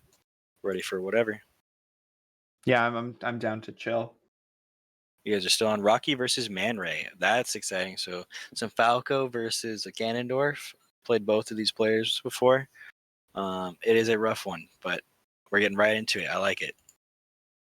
Looks like we have DRW here. I'm gonna assume this is the one. I'm gonna ask Colin if that's the case.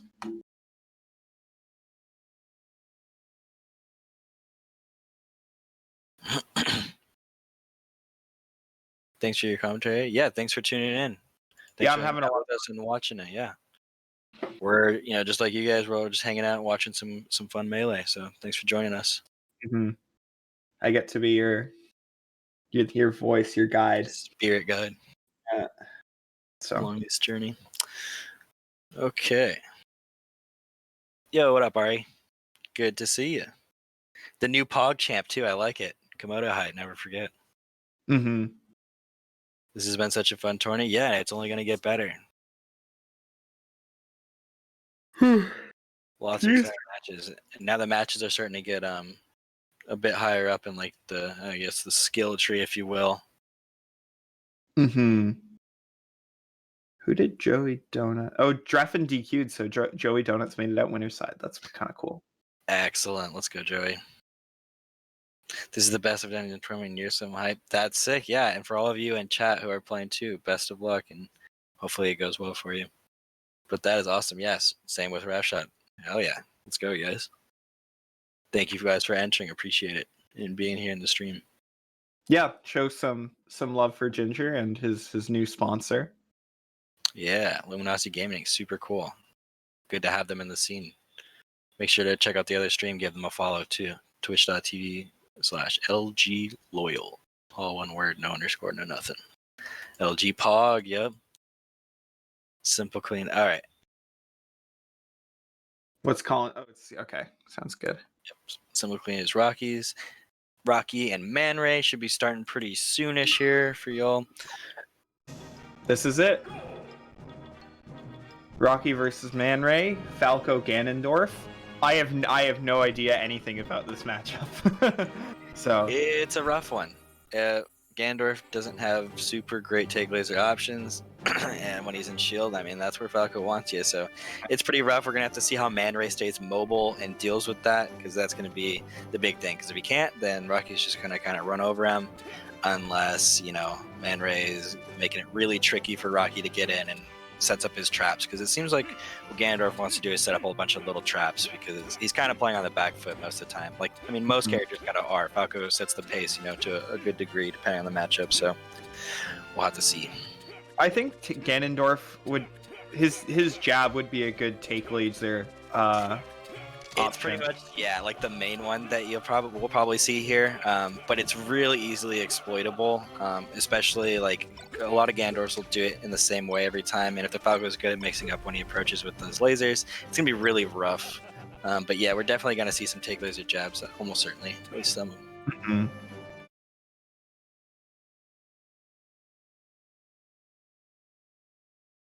Falco Okay. dominates neutral, but Gan has some tricks. Yeah, definitely. Yep.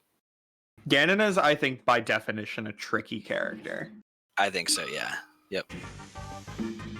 Definitely would agree with Dreamland. that. ManRay is so good. Yeah, we'll have to see. Well, hopefully he gives Rocky a good fight. So we're definitely getting into it, starting on Dreamland. It's pretty good, but for both characters, honestly, again, like we were talking about earlier, just pros and cons for everything.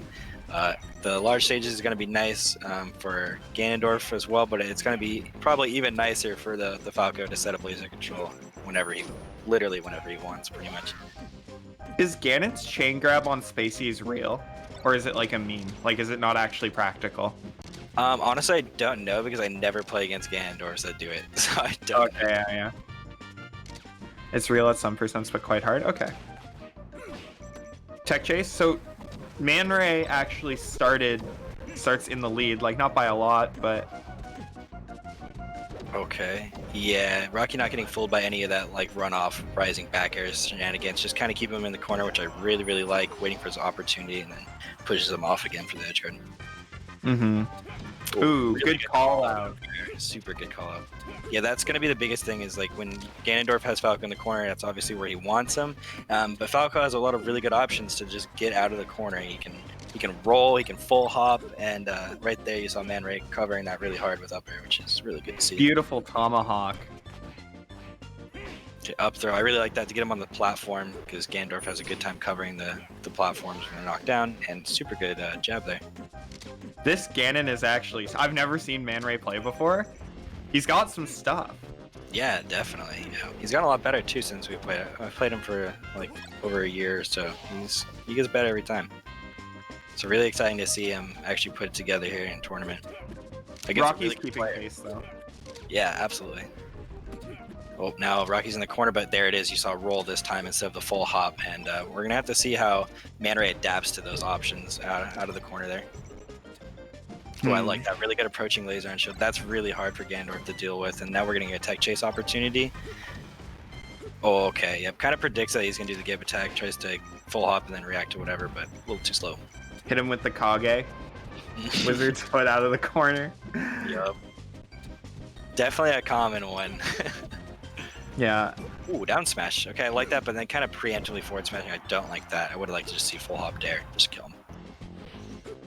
Is that death? Yeah. Okay, yeah. Up pretty much a full stock, but a couple hits from Ganondorf does a lot of damage. Goes a long way. Yeah, that full hop dare, really not great, but hard for Ganondorf to even punish that, so.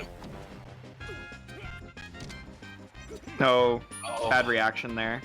Yeah. Definitely wasn't as prepared as he should be. Good back airs, though. Just keep chaining together and go out and dare. Yeah, excellent. That's what I was talking about earlier, too, with the Captain Falcon says that, like, don't even give them opportunities to do any kind of drift mix-up. If you can go out there and get them at the apex of their jump, just cut out all that shenanigans and just kill them. Yeah, for real. Just cut it off. Like, you know, the fewer mix-ups, the better, I guess. Yeah, that there's they have. no reason for you to give them extra chances. Just not in your favor to do so. Yeah. No, for sure. Yeah, that was a me jab call. Yeah, the one on the side view was really good. I like that. That's great reactions, and it's good to see because you kind of need that too. It's a good part of your kit to be able to help react to like side B and stuff like that. So if you're using it, that's a good sign usually. Mm-hmm. Looks like we have some Rocky fans in the chat. Gotta love Rocky. Been in the scene. Yeah, he's a cool guy. All right, we're going to the next game here. There we are. Smooth transition. I'm Battlefield, so pretty neutral. Yeah, I know a lot of Ganon mains like that. Oh, the 4 up tilt combo. Classic. Rolls out. Okay. Yeah, when Ganon's in shield, he really can't do anything, eh? Yeah, it's really rough. It's a lot like Falcon, except Falcons will still try to like stomp out of shield and stuff. But for Ganondorf, he just doesn't really have much. It's a rough start for ManRay this game. Yeah, usually the answer is to not get put in your shield and to try to stay mobile by using like your jump, your double jump, fade back, fair, stuff like that. Like basically your traps to try to help you like avoid sitting in shield the whole time, and using your double jump for back air and just all that jazz, which he's doing okay. There are times when he does it really well, and there's other times where, you know, it's hard to be consistent the whole set against a really good Falco. I think another thing too is it feels like there are situations where ManRay has like the advantage. He'll knock Rocky into the corner, and then he kind of expects Rocky to like do a panic option, and then Rocky just never bites. He just Yeah. chills in shield or something, and then ends up reacting to ManRay's thing. Yeah, 100%. Yeah, I even in, like right from the get-go, I noticed that when he was in the corner and like Ganondorf would try to do the rising back air from the ledge thing, and Rocky would literally just stand in place and react. And it was from the get-go. It was a really, really good showing. Nope. Side B from ledge. Wow. Okay, ends up still making it work though with the tomahawk grab. Pretty tricky. Yeah, what are you supposed to do there if you get the grab so you can kill? I actually don't know. Like as Ganondorf, like what do you do off? Yeah. Honestly, I think down throw is what I see like 90% of the time, but I don't even know. I'm not even sure like what the best punish there is. Ooh, good ASTI down. Gets nothing off of it though. Okay. He's just kind of throwing out grabs and they're not working. Yep. Okay, how does he get out of the corner? Rocky kind of backs up there. I don't like that. When Gandorf goes to the side plat there, I would like to see Rocky challenge that a little bit, but and keep that pressure on the corner. Like going to the top plat, I don't think that was on purpose though, but nice. Good spacing, get around the get up attack. Oh, it gets squeezed. The grab box on Ganon's up B is deceptively big. It's bigger than Falcon's, I think. Yeah, I could see it because I always get squeezed and I think I'm not going to get squeezed. And I really like that wave land off rising back air. Super good to catch them trying to give up sweet spot to the ledge. Okay, I was expecting to see like run off, run back, with double laser from ledge, but kind of it's a back air. I like that. Oh, that up tilt. Oh, laser game is so immaculate there with the shield drop laser. I think it was Isaiah drop laser, but. Okay, keeping the pressure on the corner. This is what I like. Not the Rocky that was backing off and giving him space in the corner. That's it. You know, the first game, it started off pretty good for ManRay, but, you know, as Rocky found his groove a bit, it became more and more difficult for him. Yep. The better and better players people start facing, the more adaptations get made. And there was a good example, I think, of Rocky adapting to like the tricks that ManRay had set up in the beginning. It's hard. Ganondorf, I mean, you can only do so much. I mean, you can do a lot. The engine's really good at this game, but it's hard to stay so unpredictable the whole time. No, for sure, especially with such a limited character. Right. You know, you can only be tricky for so long. Yeah, yep. And usually it's most people don't have like such a big plethora of like tricks to even mix up between. Usually it's only like a handful, if that. So mixing it up between like fewer options is even harder. Who do we have next? Yo, King Kumar, thank you for the sub, yo. Avery's not here, but he appreciates it, I'm sure. I think Kumar's helping TO this tournament. Oh, right on. I could be wrong, but let's go Kumar. Also the king of he's also one of Leffen's mods too. I see him in there all the time. Oh yeah. I've seen him before, definitely. He's a mod here too, but yeah. Very dope. 3 years. Let's see. Darrel versus Eggs. Egg money sign. I believe that's the Yoshi, and I'm not fully sure who Darrel is. If anyone knows, always feel free to let us know in chat where they're from, what character they play, all that jazz. Yeah, I think Eggs. There's a Peach main whose tag is Eggy. It's really silly. So that's Samus Yoshi. Samus Yoshi. Okay, a matchup I'm so well versed in. Yeah, you know the. Oh man. Darrel Samus. Darrel. Well, we're getting not that Darrel Mickey, but appreciate it. Yeah, the Darrel, the NorCal Samus. Yeah, I'm showing these ropes. Very cool. We'll appreciate it. Always looks like The game's going. All right.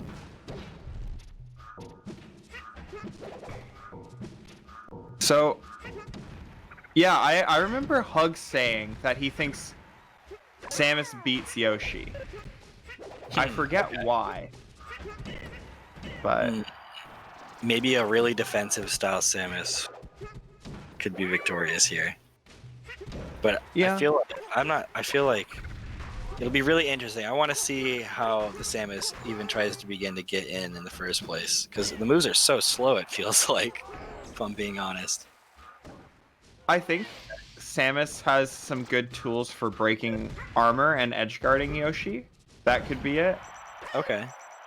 You know, it's hard to say though. Yeah. I'll ask Bees. I'll send a DM to Bees him. He'll tell me what to think. Perfect. Yeah. Yeah. Because this other matchup, I'm sure most people are not super common with, unless you probably play one of these characters, and even then, I mean, the other one is not played that often. So, yeah, it'll be interesting. That was a really sick edge guard, though. Good lord.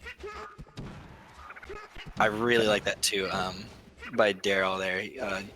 Eggs was trying to do the little waveland on the side plat, come down and be tricky, but I believe. Oh, sorry. Go ahead. Oh, that was it. Oh, I was just saying. I believe his tag is Egg Money, actually. Egg Money. Okay. Yeah.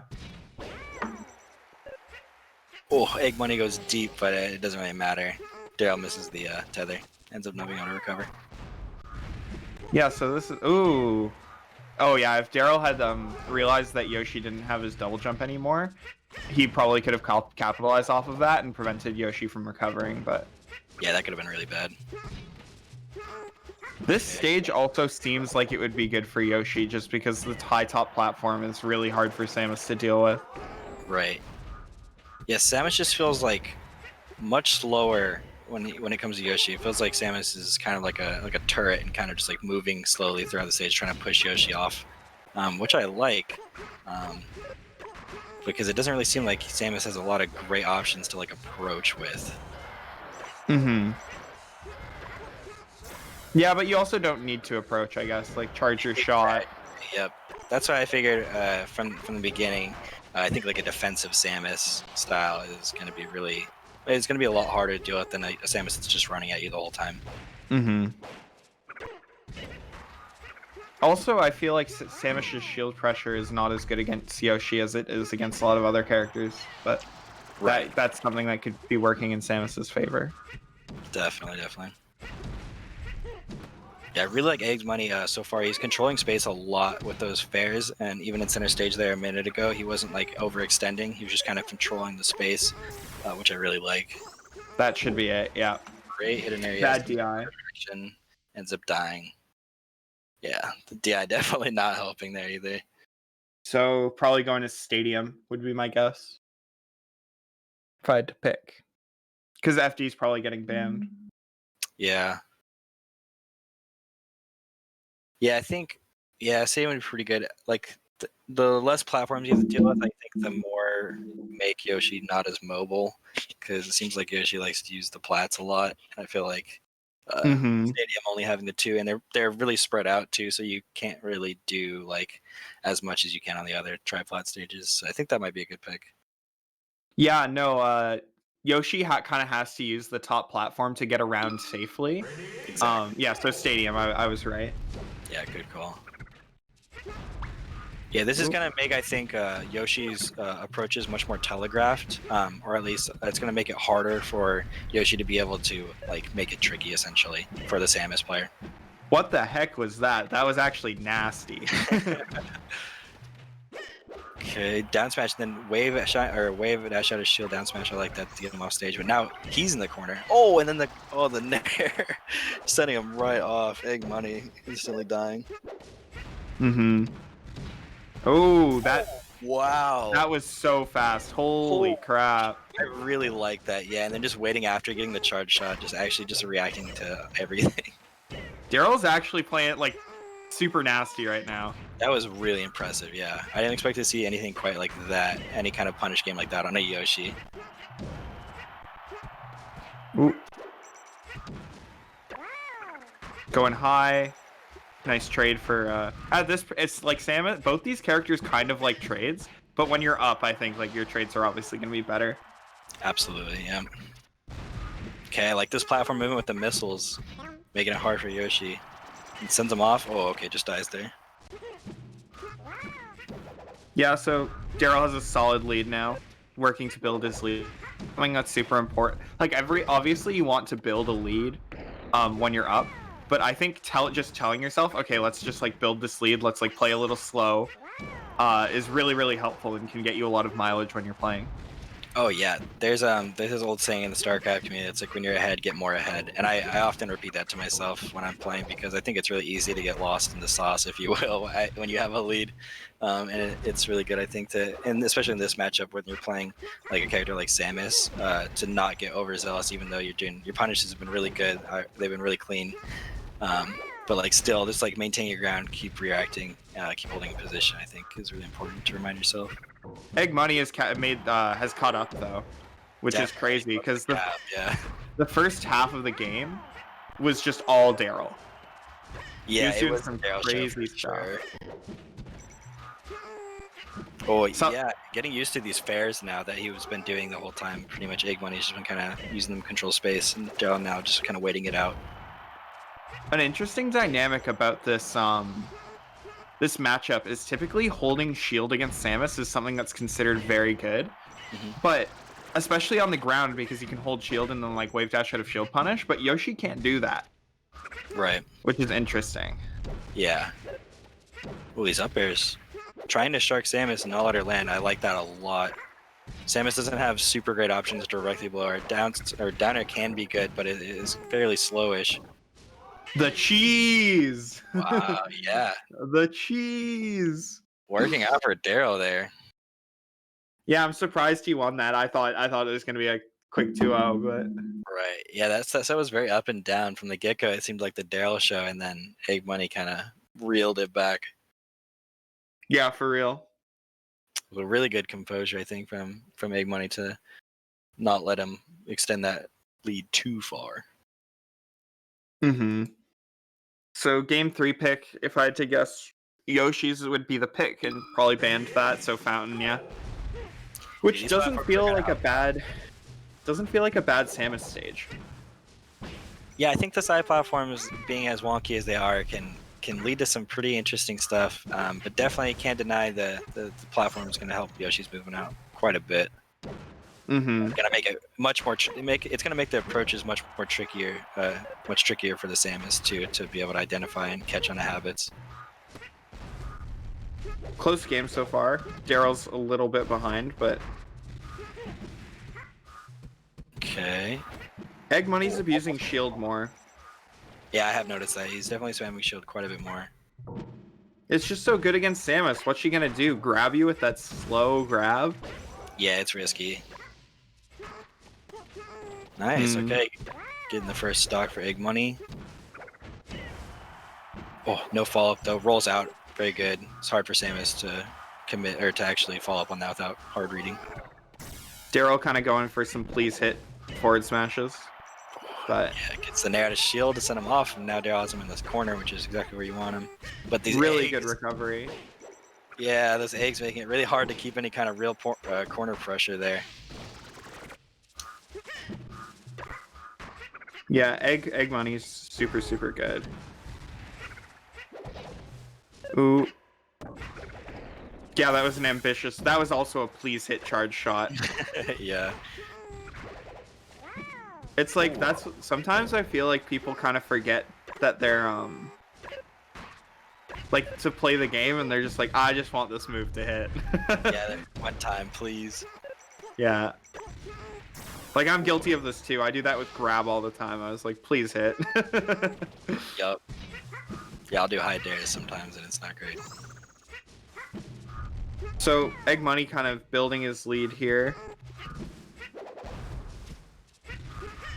Okay, not overcommitting. I really like that, controlling space and then ends up getting the upper on the side plat, but they're really just trying to find. Oh, yeah, finds a down smash. Ooh, what a down air! Wow. Really good down air. I thought the Samus would still live there for a second. It was close. Yeah, for sure. a good shield poke with the down tilt. I see Fox mains do that with their down tilt, so it makes sense that Yoshi would be able to do it with his. Oh, just nares the missile. Okay, really good. Now in the corner. Oh, but okay. Double jumps to the top plat. I like that. I don't think he's done that too much, so this is pretty good. Good mix-up. I'm noticing that Darrel like never up Bs out of shield. Yeah, I don't think it's happened at all, has it? Maybe. Yeah, I don't think so. Which, like, there's a lot of situations where I feel like it would make sense for him to. Yeah, definitely could. I'm not a Samus main, but I definitely figured I would have seen some a couple times already. Yeah, some Spamuses spam the heck out of that move because it's so good. Right. Yeah, it's very, very fast. The hitbox is crazy too. Mm-hmm. Invincible on frame 2, I think. Oh, excellent egg. Still has him in a good spot though, and charge off from the ledge, but it's still in the corner. So, oh wow, unfortunate. Not again! Not again! Not again! No way. Why? You gotta. I'm sure everyone's asking. So what? No. No way. I bet Egg Money is freaking mad. He is so mad. Yeah, you gotta be mad at yourself for nothing else there. I'm not sure that. Oh. Okay, we got our next match. Stilts versus Yingling. But still, that was crazy. Yeah. Darrel should have lost that. Yeah, that almost seemed like scripted, like someone paid to throw or something. That was Literally crazy. just got down aired at 60, missed his tech, then died at 0. Yeah, that's a sad moment for sure. All right, so looks like we got another match. Yoshi only needs 1 frame to armor out of Samus Uppy, though. That's interesting. Yes, Darrel won. It was freaking bizarre. But yeah, I guess GG's to Darrel. GG's. So he plays Gahtzu next, it looks like. And then we have Yingling versus STLTS. STLTS? STLTS? Never know how to pronounce that. Okay.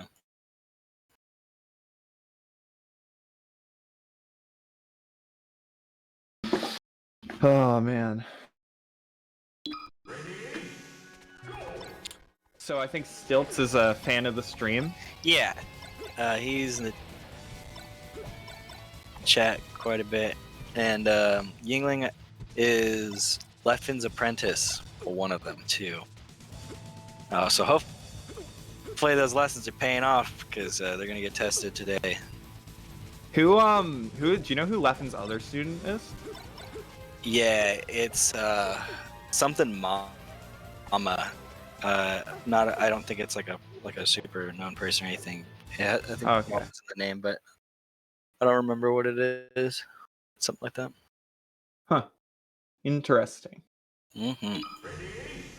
So this will be an interesting set. Falco Dittos on Battlefield. Yeah, I don't think did we have a Falco Ditto? I don't think so, right? We had the Magi set. Right, okay. Yep. Oh my god. Shine down. Oh, what the heck? Starting off really strong for Yingling. Okay, getting shield, like to roll out of that. Oh, got caught in their shine of the shield there. Oh, really good shine grab to cover the spot dodge. Yep, shine, waveland, back air, yup. Yo, Yingling is nasty. What the heck? Yeah, he's got some moves. Oh, I thought he was gonna laser F tilt there at the ledge, because he definitely caught him out of the air at the laser. I think that was. Yeah. Ooh. Shine. Okay, there he goes. He finally finds something out, but then drops his punish. Yeah, it's gonna be really brutal. If the other Falco is just out punishing you straight up, it's gonna be really, really rough. You gotta pick it up. I'm surprised they made it back there. Good shine out of shield. Yeah, really good stuff. You can't be doing high dare like that out of back throw. Nope, shine back air. Right back at you. Yep. Gotta watch them dares. Yeah, I need to see more lasers here from Silts. He clearly doesn't have control, and you need to get control to say the least. Yeah, this is kind of rough. Yeah, he's also not very comfortable when he's getting lasered, it seems like. A couple of times he's been at shield and then just opted to roll, which isn't like bad necessarily, but being able to say like mobile out of lasers, doing take laser options is going to get him a lot of mileage, I think, if he can do those. Still showing some signs of life, though. I like this kind of, was keeping a really good wall there, but then kind of dropped it. Good China to shield from Yingling. No Shine Waveland follow-up from Yingling, I thought. Jumped over the low laser. That was great. Yeah, like right there, I feel like take laser around up tilt would have been really good. Yingling's been approaching in a similar way a good portion. That's it. Yeah. What a back air. Yeah, I think at this point, if you're ever the Blue Falcon in this situation, you gotta slow the game down. I think because clearly at the pace it's working at is not working, and you gotta slow it down. I think and start from there. Totally.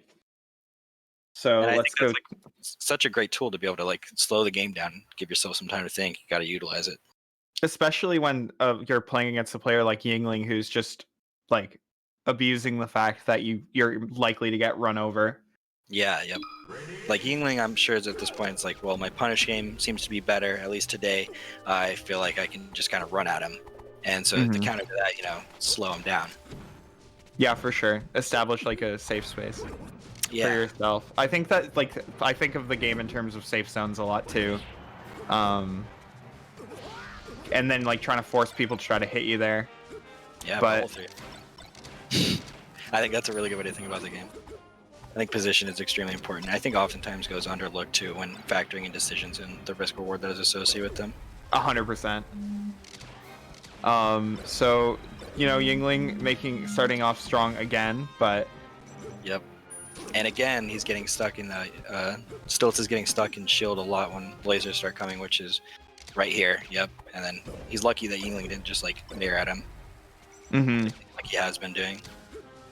It also feels like STLTS is like a little afraid to apply pressure like in edgeguard scenarios too, like not taking their advantages very, very far, like backing off every chance they get. Definitely. Maybe lacking some confidence, maybe some nerves, I'm not sure what it is, but I definitely have noticed that.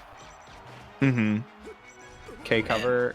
Yeah, this can spiral very quickly, like we're seeing here. That's why, again, I need to see him shoot those lasers, hold center more. Center is going to be really important. Because the thing is about if you're not holding center and you're finding yourself in the corner, your take laser options get more and more restricted the less stage you have. So it's like you're going to lose take laser dash back if you're all the way in the corner, stuff like that. So even if he's not going to shoot as many lasers, I would heavily emphasize just focusing on staying in center stage as much as you can. Now that I'm surprised no back air. Okay. Yeah, the side platform making things weird. Yeah, he doesn't want to throw out back air because he knows it's going to auto cancel on the platform. So I really like that though. Still just ran up and grabbed him, which is really nice actually. Oh. Maybe that's just what Yingling needs. It's a sign of life. He's got to get off that side plat, yeah.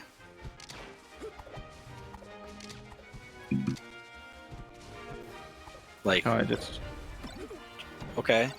Yeah, just a little too slow on these reactions. Okay, back throw. Yeah, it makes it tricky because he just lands on the platform.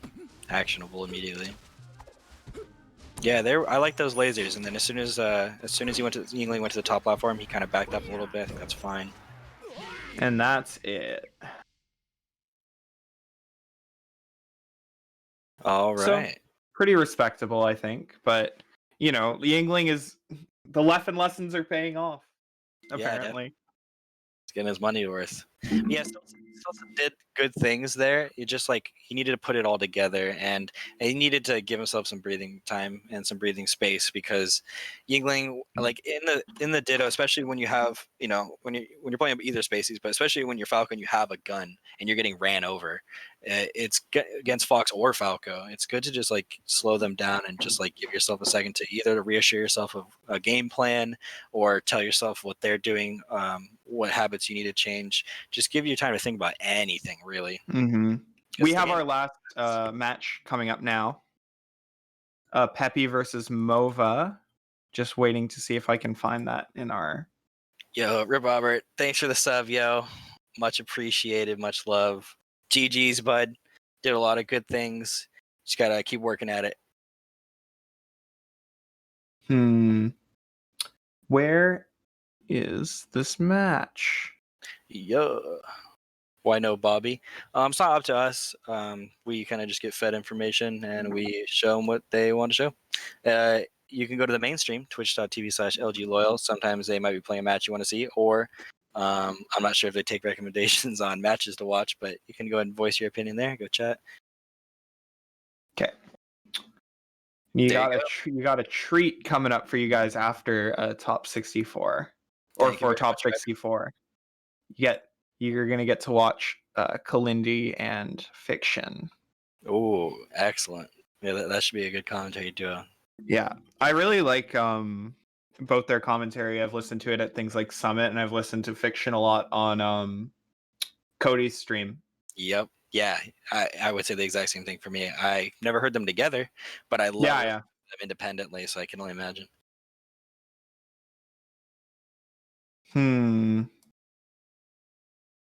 You guys are way too kind in the chat. Yeah, lots of love. Oh, Poppy's stream is up now. And it's not letting me watch it. Oh, yes, it is. Pappi. I think it's Pappi, because Pappi is up. I think Colin just can't type. That makes sense. Checks out. Cool. Yeah, this should be a good set. It's either going to be a Falco Ditto or a Falco Fox, unless Mova is playing Fox now, but I'm pretty sure Mova still plays Falco. Yeah, it's a Falco Ditto. Yeah, both these players quite good, so this should be really fun to watch. I'm interested. The main thing when I ever see a Space U dual mains on the screen is, are they going to switch, and if so, when? So I'm curious. It depends kind of on the day. Seems like Pappi switches around whenever he feels like it. Yeah, I actually lost to Pappi in a doubles tournament last night for Justice's birthday. Did he swap around or did he stay all Falco? No, they play Fox Falco always. Very cool. Yeah, it was pretty fun. Who did you team with? King Quiggles. Do you know Quiggles? The Samus? No, he mains Fox. Oh, okay, yeah. No, I did know. Yep. So we did pretty good. We barely lost to them though. That was really frustrating. Oh, but they also, that was our first time teaming, and they've teamed like so many times. So like, not a bad look then. It wasn't a bad look. No. They're also both cracked. Like I think they're probably both better than me. They're definitely sick, yeah. And they enter a lot of stuff too. I always see them play both of them. Justice a little bit more, not as much these days, but I think that might change soon. So we've got game 1 on Fountain of Dreams, probably. Y'all better stream Luigi Shorts Game Winner stuff before.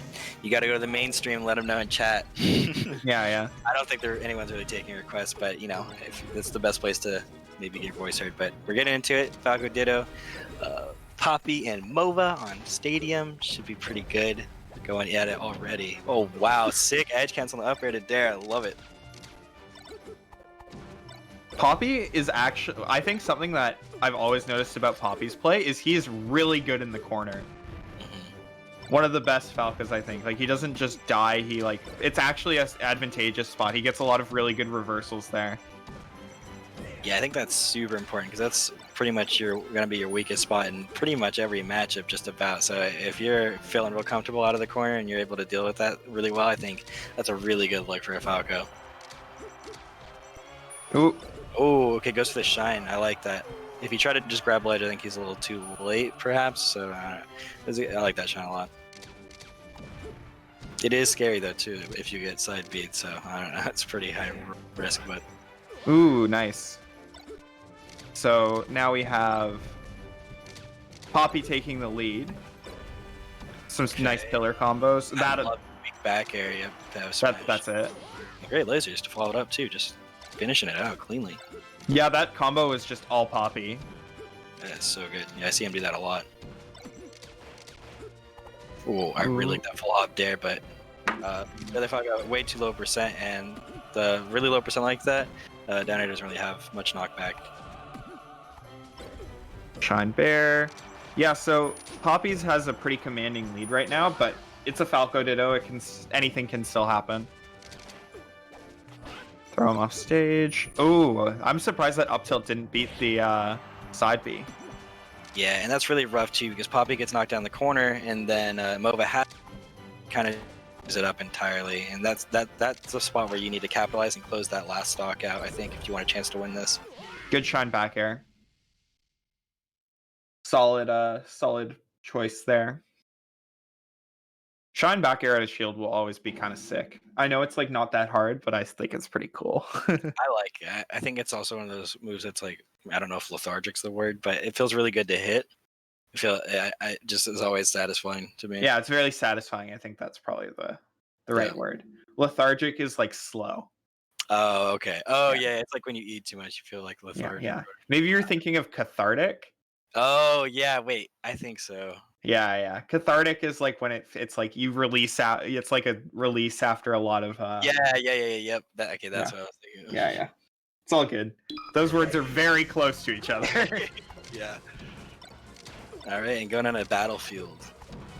So far, Mova applying good pressure with lasers. Okay. Has him off stage. Misses his lasers though. Oh, that's back there. That's scary, but I feel like a lot of Falco players do like the lasers, like the edge guard lasers without intent, but like that's something I've noticed about Pappi in that last game is all of his offstage lasers worked. Yeah, they were all so good.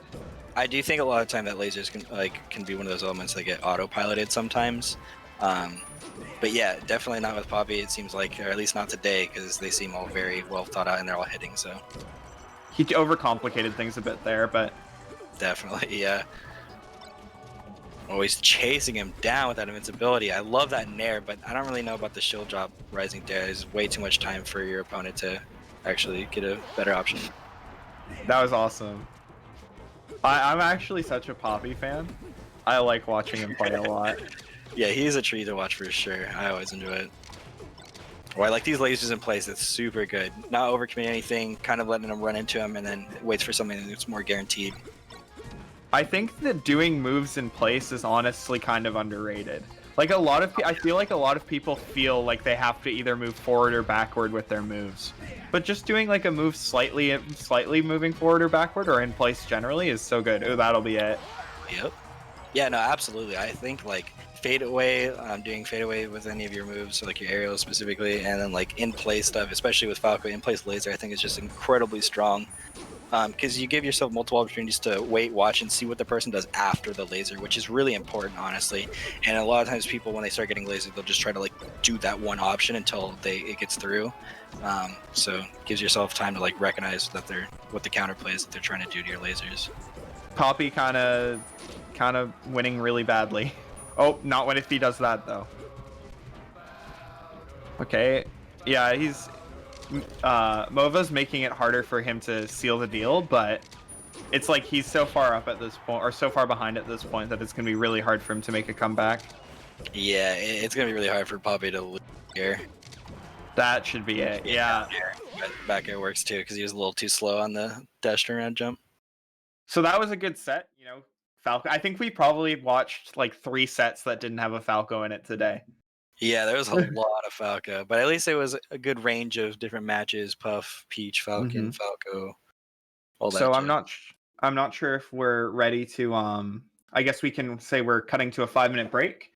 Yeah, and yeah, so I'm Faust. You can follow me on Twitter right here at FaustSSBM, and I stream on Twitch at FaustSSBM as well. We do kind of melee and philosophy mostly. So Oh yeah, that's sweet. And I'm Mike. You can just say what's up to me. I'm in Twitch chats all the time. So yeah, thank you guys so much for joining us. Hope you enjoyed it. Let us know. Go follow him. And thanks for commentating with me. It's been a lot of fun. Yep. Peace out, everyone. Yeah, enjoy the tournament. Peace, guys.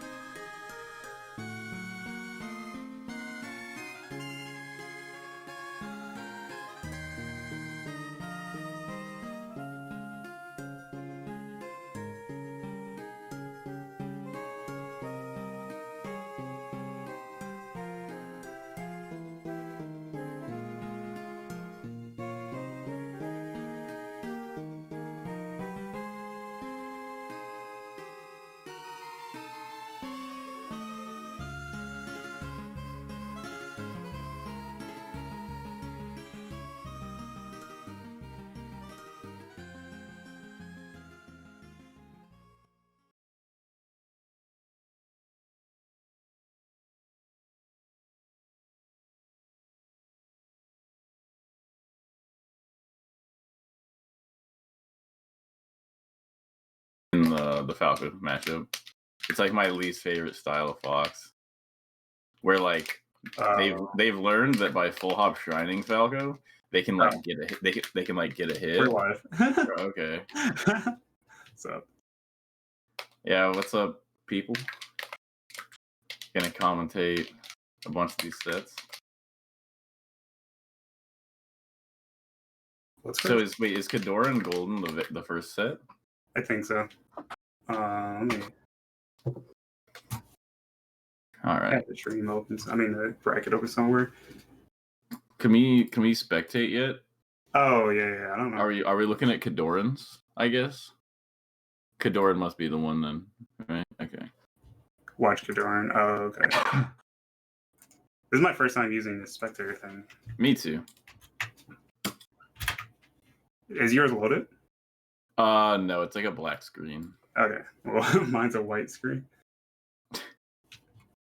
It's a black. No, yeah, it's just a white screen.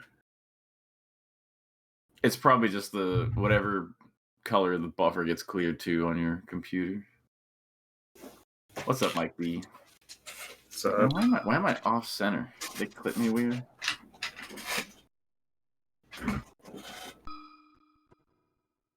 Oh well. Okay, it's working now. Oh, okay.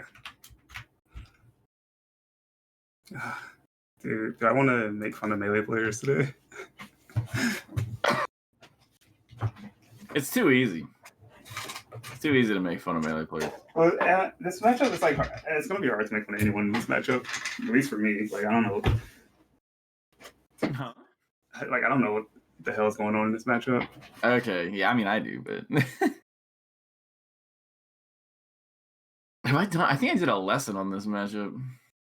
Right? Did I? I think I did. Pretty sure I did. Yeah, what's up, Faust? I've only seen like 2 marked puff games in the last 2 years. Or sets. Yeah. The one where H-Fox like fucking fucked Zane and wait, did they start? No, okay. No. Sorry. It like came up on the stream, like the actual stream. And then I thought maybe they had started playing. I was like, whoa. Yeah, this is bracket, man. Okay, so Wait, this puff ledge dashes, that's kinda cool. I haven't seen that yet. I guarantee you when the match starts. You don't think so? I think it's real. No, he'll probably ledge dash. He's doing like the slow ones though. He's not doing the actual good ones. What's the max? Like, 13. Wow.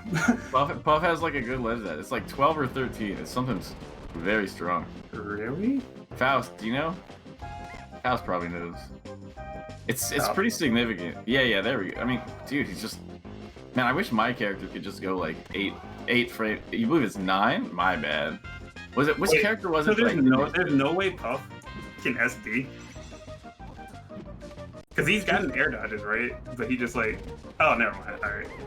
No, you can... Basically, you can SD... You can SD if you can... Yeah. Not meaning to spread misinformation, guys. I think the character that I thought didn't have a good ledge dash, but did, was Ness. I think Ness has something like 12, and I was like, what? I thought he didn't even have a ledge dash. So, yeah, so Puff has 9 then. That's pretty good. She can just... It's really easy for her to do, like... ledge dash shield type stuff. Like, she can do ledge dash shield without being in any danger of SDing. How does Ness have a ledge dash? I don't know, man. You'd be surprised. He gets up there. Doesn't Peach have some invincibility shit too? No. It's like TAS. The super task thing. She has like the weird air dodge thing that like every character has. Yeah. Okay. But Ness like has like an actual ledge dash. Okay.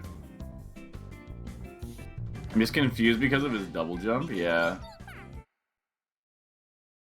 It's just something with his ECB. Don't even ask me. I don't even know. I was arguing with a Ness player, and I was like, Ness can't even ledge dash. And he's like, I'll have you know, Ness's ledge dash is above average. Like, okay, buddy. But I believe him because he's sounded pretty nerdy. So. Okay, I think they're starting. Yeah. Okay, so yeah, KoDiRiN is known to be pretty decent at this matchup. You're gonna see a lot of fair wall, like for days. And then I don't actually know a lot about how Golden plays, but I assume he's fairly degenerate because he plays Jigglypuff. I think what he did was pretty good. Like CC under the grab and then triple up air. Okay, yeah, no, I mean, solid so far. Yeah. I haven't seen anything super degenerate. KoDiRiN has like basically literally only fared, which is kind of what you're supposed to do. Faust says Golden's really fast. I mean, considering he's practicing ledge dashing as a puff, I believe it. So maybe we'll have a somewhat interesting set, but like this matchup is just all about Puff's journey to the center of the Marth. She just starts out super far away, and she just has to try every trick in the book to possibly get in. Because otherwise she's just, yeah, like, there's just gonna be, like, a lot of mix-ups with, like, her, like, landing kind of close to Marth, or, like, close-ish, and then trying to get in. Oh, that was sick. He, like Marth is supposed to do the non-jump cancel grab, right? Against Puff? To beat the crouch. But, like, Puff had wave dash back, and it got under it. Like, because the start of her wave dash is, like, the lowest she can go. It's just kind of sick. Spot dodge rest, yeah. It's been too long since I've played this with Marth. Nice. Are you watching the broadcast or the stream? I'm watching the broadcast. Okay. Just making sure we're both. I think I just accidentally looked at the stream. Because I'll look at chat, and then my brain will like see what's on the stream. Yeah. I paused the stream, and now I have the... Oh, that makes sense. I was just gonna pop out chat, but pausing the stream also makes sense. Wait, you got another rest? Fuck. I was pausing. How do you get a rest? Up tilt rest. Oh, okay. Yeah, because basically once Puff actually gets close to Marth, she has a lot of mix-ups that can give her kills. That's true for Puff for a lot of characters. So yeah, it's just kind of like she's just sort of journeying at Marth.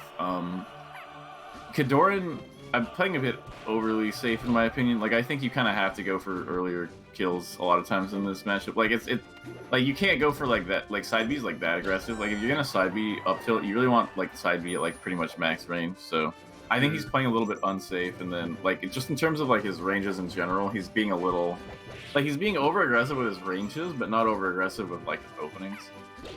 Like look at that, like dude, like come on, KoDiRiN. Like you see how far in he went with that fair, like getting like, grab, like dude, and then like it's like you're supposed to be preventing Puff from getting in that range. So jumping and aerialings like into that range gives Puff an advantage, and that's just like a clear win. That 3 for 3 for rest. Yeah, that's pretty sick.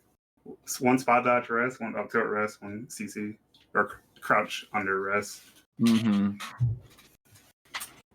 Yeah, like I guess that's pretty easy, but like still just having the knowledge to like be ready for it, I guess. Yeah, no, I think Golden is playing solid. This is my first time ever seeing him play, so like I've seen him play. It's more than what I expected for sure. Mm-hmm. No, I've seen him play before, and I remember being like, oh, yeah, this guy's pretty decent, but like I haven't seen him play the Marth matchup. I don't know why KoDiRiN keeps going for jump cancel grabs. Like, unless something has changed. Okay, there it is. Okay. I was about to say, I'm pretty sure you're not supposed to do that. I'm assuming this is best of 3, right? Is FD the best age, or is it yours? It's best of 3. Okay. I can see it on the stream.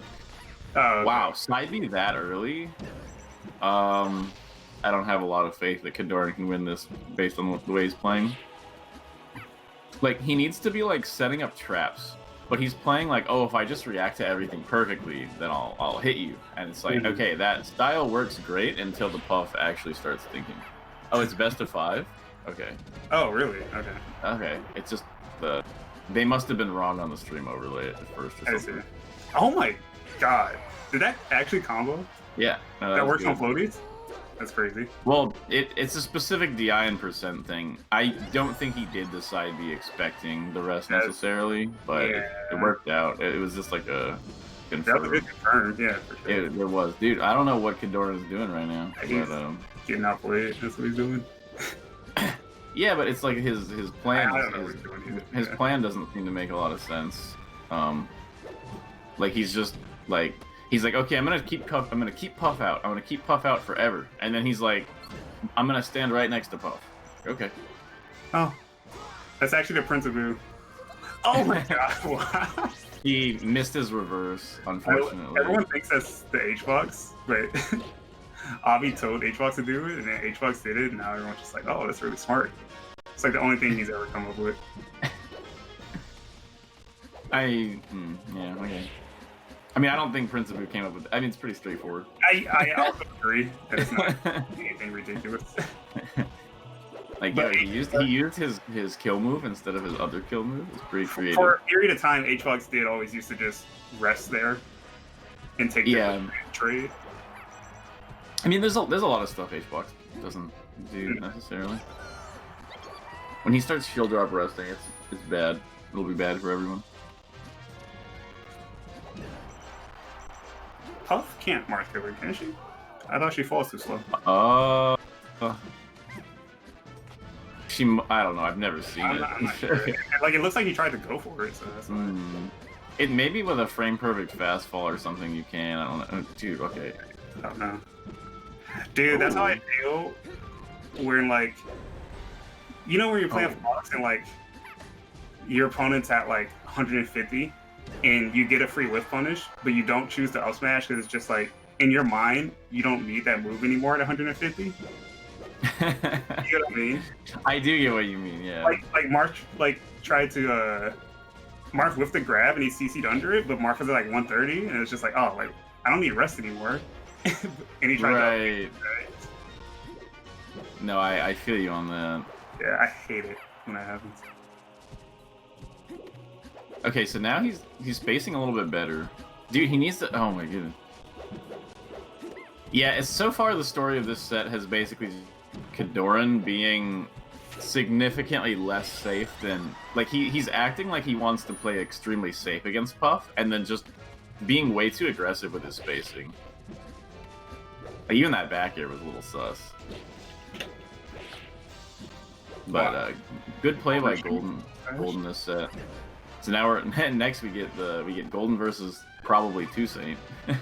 Not next on the thing, but next in bracket for this. Game's not over. We'll see. Oh, he went my God. really far. He's fine. He's fine. Okay, Golden getting a little antsy, but yeah, a little bit antsy there. He needs to calm down.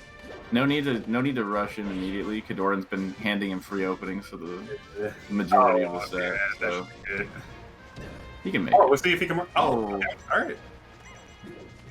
I did not know that. Well, it's the best of 5, so I don't know why I kept thinking it was still best of 3.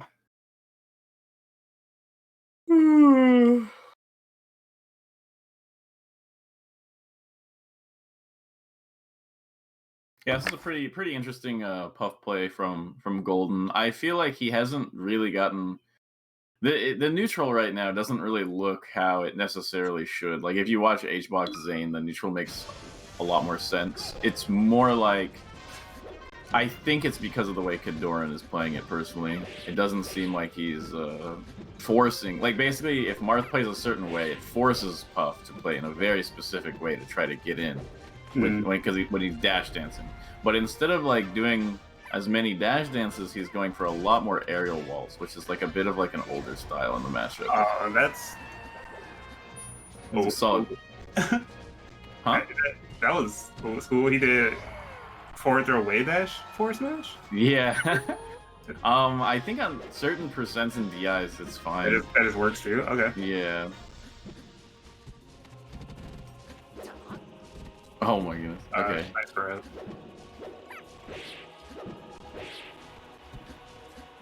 I actually don't like the way like Golden's like landing when he's like really high up. You don't like his what? Like when he's like landing when he's really high up. I feel like that's when KoDiRiN's getting like all his like like poorly spaced aerials, but they're working out. No, I get what you're saying. Yeah, like right there. Like here. Wow. Yeah. No. When seems like he's like when he's right above him, he doesn't really have very. He's being like too aggressive when he lands. Like trying to reset. Also, I'm a little jealous of how many times Puff has gotten Kin comboed and just like lived. Yeah.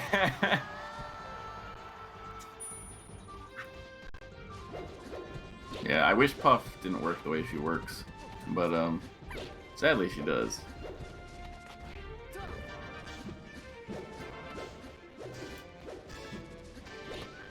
Okay.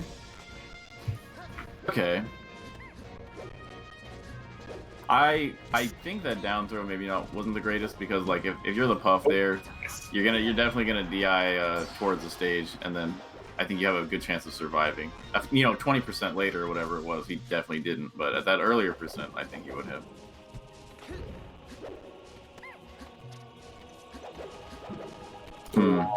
Well, yeah, KoDiRiN seems to be getting an advantage this game. I think the only difference is he hasn't really gotten rested as much, and he's been landing his forward smashes instead of building the percent to, like, 170. That seems to be the biggest difference. His aerials and that, like, I personally think there's, like, a lot of situations where he should continue dash dancing, that he's not. That's what... You're saying situations where he's like, he'll throw out an air. Yeah, he'll throw out like an aerial or like a wall, and like there's like he could just dash dance there, like maybe like there, like he could just continue dash dancing there and like kind of, you know, like that's what Zane would do there, and I think it works really well because like basically you want to feel like you know you're like Puff is trying to set up these approach tricks, and then Martha's trying to stop her, and so if Puff puts all this effort into setting up an approach trick, and you just sort of dash out of the way and don't even interact with it, it can throw the Puff off because, you know, she doesn't really have time to come up with another trick before you maybe, you know, then come in and then decide, now we're gonna play. That's what it seems like to me. I see. Okay, good game by KoDiRiN. Dreamland. So I think like Marth, the best thing for Marth to do against Puff is just, you want to play as forcing as possible in terms of you're trying your best to make Puff play according to a certain set of rules. You don't, because like the more rules you force Puff to play to, then the more structured her tricks to get in on you have to be. And that's why I really actually enjoy like watching HBox versus Zane in the more recent years, is because Zane forces HBox to play like this very structured style where HBox is forced to come up with creative mix-ups on his aerial approaches, which yeah, he's a little bit late on his jump. That one is not super easy to hit. Wow, just a grab there, huh? Crazy, yeah. That grab was psychopathic. Hey, it did not surprise me at all. Yeah, like it's also kind of interesting. I haven't seen any like up airs. Like it's mostly just like fair, and like yeah, fair is better at like playing neutral and stuff like that. But you know, a lot of times with a combo ender, you'll go for like an up air or something like that.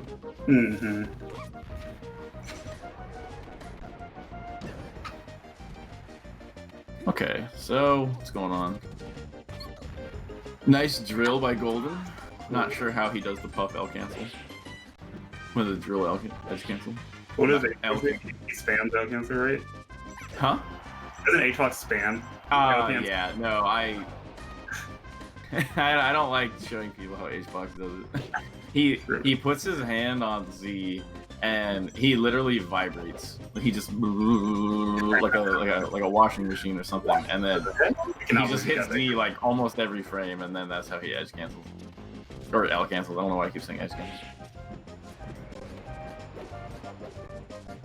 And HBox also aerials with Z, so he presses up on the stick, and then he presses Z to aerial, and then he mashes Z.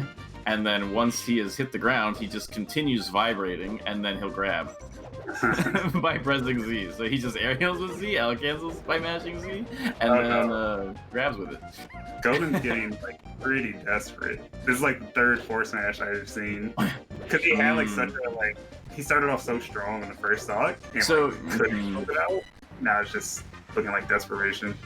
So I actually think that part of it is probably that KoDiRiN is becoming more comfortable with his defense the more of a lead he has. I think he was sort of overcommitting a lot earlier in the set.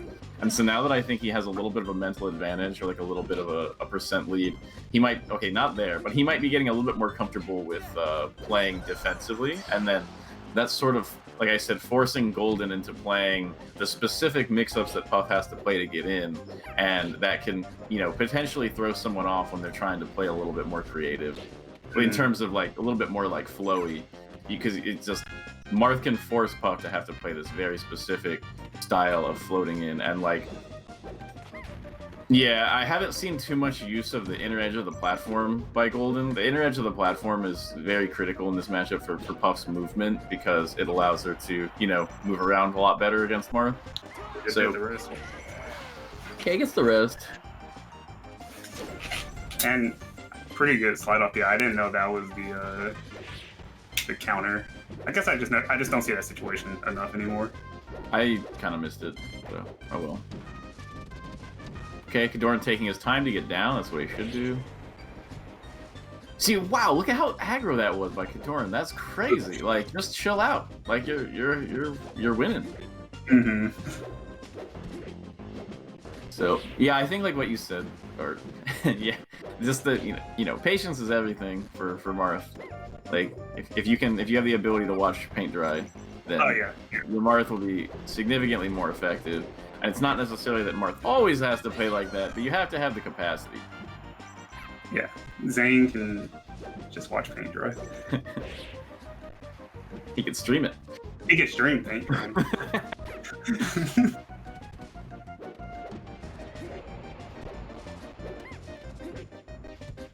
Wait, is that Drug Fox or KGH? Yes, this is KGH.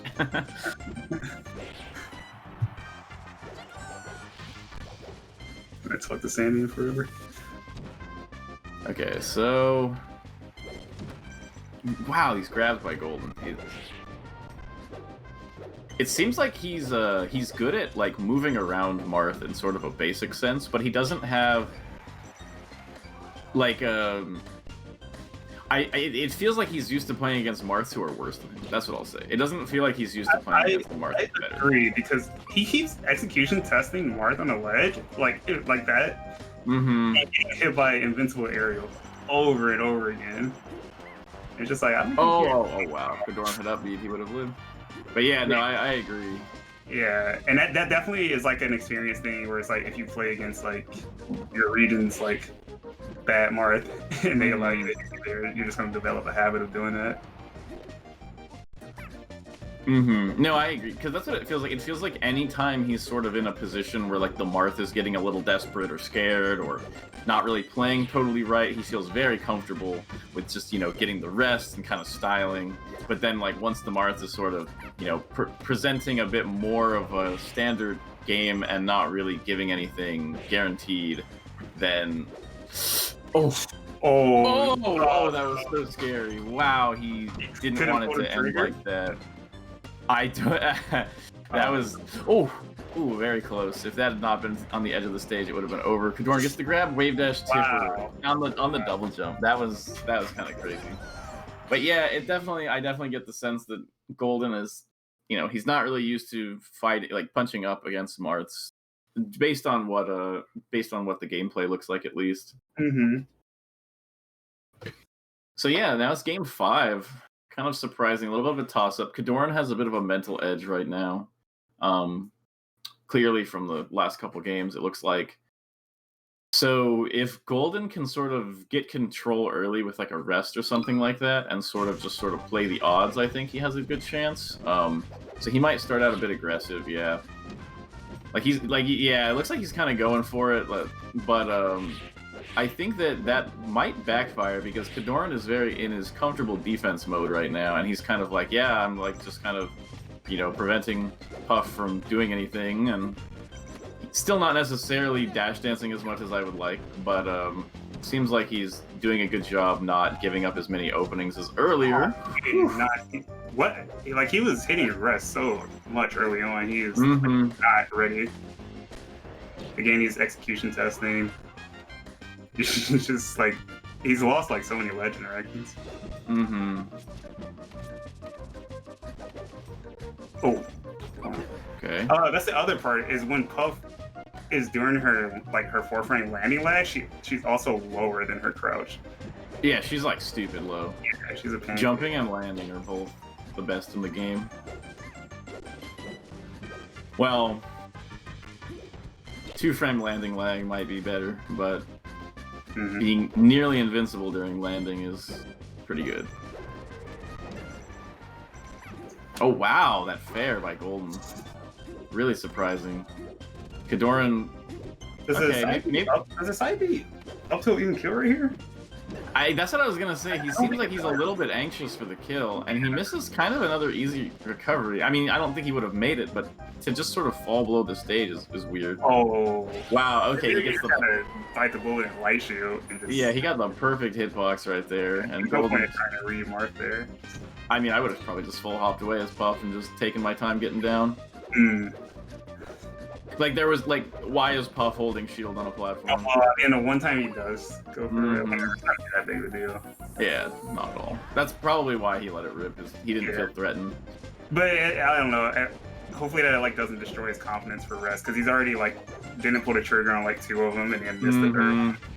That's true, yeah. I mean, it is definitely mental damage to a Puff to miss the rest, even if nothing happens out of it. What's more mentally damaging, missing your rest or like not going for it? I don't know. Probably missing. I don't know. Not going for it is just like... But like not going for it, you feel like you have a missed potential, but then like missing it, you get like several seconds where your opponent has like control over you, and I think that can be upsetting. Like you get to let them charge their best move and stuff, but it depends on sort of the mentality of the Puff, I guess. Another really good drill grab. Oh, wow, KoDiRiN just flies out of the corner right there. That was... Wow, he just really... Whoa, KoDiRiN, calm down. Up smash? Okay.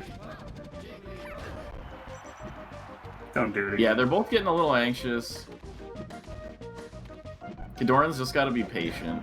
The more patient he is here, the better. He just needs to not try to force it.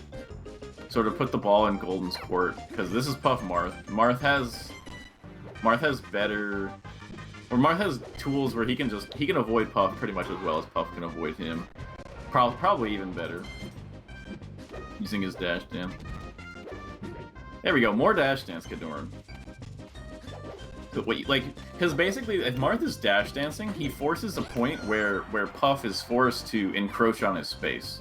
Because, like, especially if he's like ahead. Although right now, oh, that should kill. Yeah, he's not necessarily ahead. Okay, so now Golden has the lead. This will be kind of the pivotal. This is a potentially pivotal situation. Whether KoDiRiN can get. Oh, wow. Yeah, not quite. Maybe 170. He's gonna go for like an up tilt rest or something probably. If he gets, that he should definitely take a gamble like that for sure. Like that's what I'd be doing. I'd be going for wave dash under up tilt or something. See, like right there, did you see that up air? Like after the fair miss, that was like a clear up air, and the tipper up air would have killed after that for Mark. Okay, so we're back in an even game. Potential timeout with the way that like the game's going. I don't think it will. The reason why I don't think there's a potential timeout is because both players seem to be a little antsy. I see. That's my guess. But they're having so much trouble killing each other. Well, it's Dreamland's fault, I think. Yeah, maybe.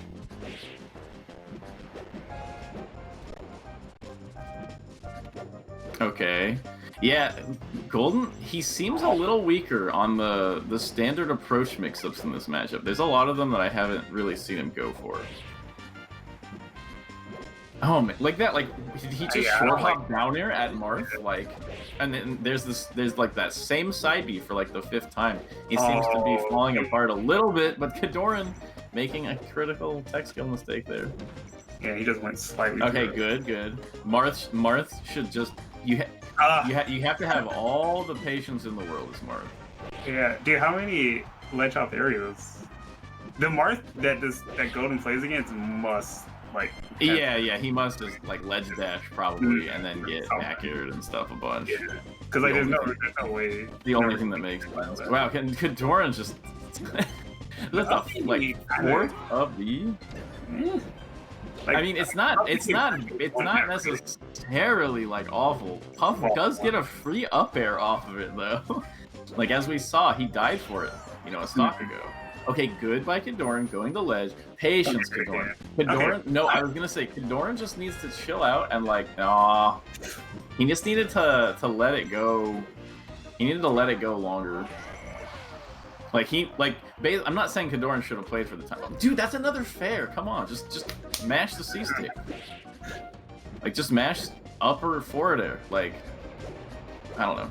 Is he gonna get the reverse? Dude, there's that same pound. That is every does that. But I'm saying he did it like. Did you see? He just did it again. He's done it like 5 times in the last stock. Like, I think the desperation's coming up. It's the desperation. Yeah, he's trying to get the. What's happening is the side B rest from earlier in the set is like echoing in his head, and he's definitely. Oh, do you see that? Man, dude. Okay. KoDiRiN's been a little impatient on the edge of this set, so if I was KoDiRiN, I would time out. I just sit on the edge like, yeah, I hate Jigglypuff. So scary. Oh my goodness. Yeah, 53 is a bit of an awkward percent to find rest as Puff here. Up air rest can't really work anymore. The up tilt rest is very awkward to do. No. No. Oh, never mind. All right. No, come on. All right. I said it wasn't going to time out. It's not going to time out. Damn, that's a pretty good set. Yeah. Ryan Ford mentions in the chat you could get back at you can get back air 3 times at 50 and lose. Right? Yeah, that's a good percent to get back air combo, but not really a good percent to get That's why I think Mars should go for more dash dances. When you're going for more dash dances, you have potential to ASDI down on any of the back airs, and you're never going to get comboed out of it. And Marth can just dash dance and get back aired until he's at like 100 and something, I think, and just literally tech all of them. So that's why you want to jump as little as possible. Like, you want to jump, but you want to jump when you like know it's safe. You don't want to just jump as like normal. You just, part of my neutral, I'm just going to jump, because then you get caught in the air, bad things happen. Mm-hmm. Okay. All right, so Magi beat Elliot game 5. Jesus. Who's Elliot? Falco. Rocky beat Cam. Toussaint beat Smash. Oh, Rocky beat Cam. So yeah, Cam has a. Oh my God, it's Rocky Magi. You called it, Rocky Magi. So our next match is Joey Donuts versus Albert. So that should be fun. Who does Joey Donuts play? Oh, Falco. Okay. Falco. He's another Falco player. Okay.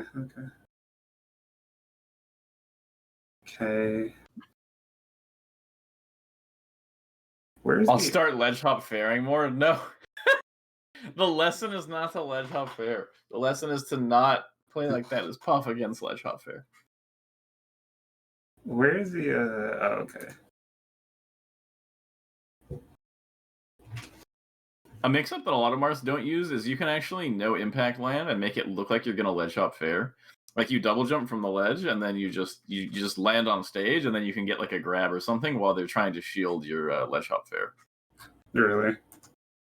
I mean, it's not totally ambiguous, but it's good. Okay. Like, it's not like a true mix-up necessarily, but like it's very difficult for them to react to that. Like, they just see like drop from ledge double jump, and you're expecting an aerial because of the way it's spaced, and then they can just land on stage.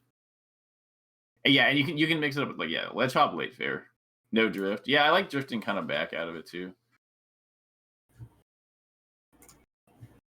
Yo, what's up, Joe? Jon Snow is the broadcaster. Okay. Oh! I didn't even close my. Okay. There it is. Jon Snow. Okay. You don't get me started on how bad Game of Thrones turned out. What a joke. But who's talking about Game of Thrones? Isn't that where Jon Snow is from? Oh, I've never seen Game of Thrones. Oh, okay. I thought someone in chat brought up Game of Thrones. No.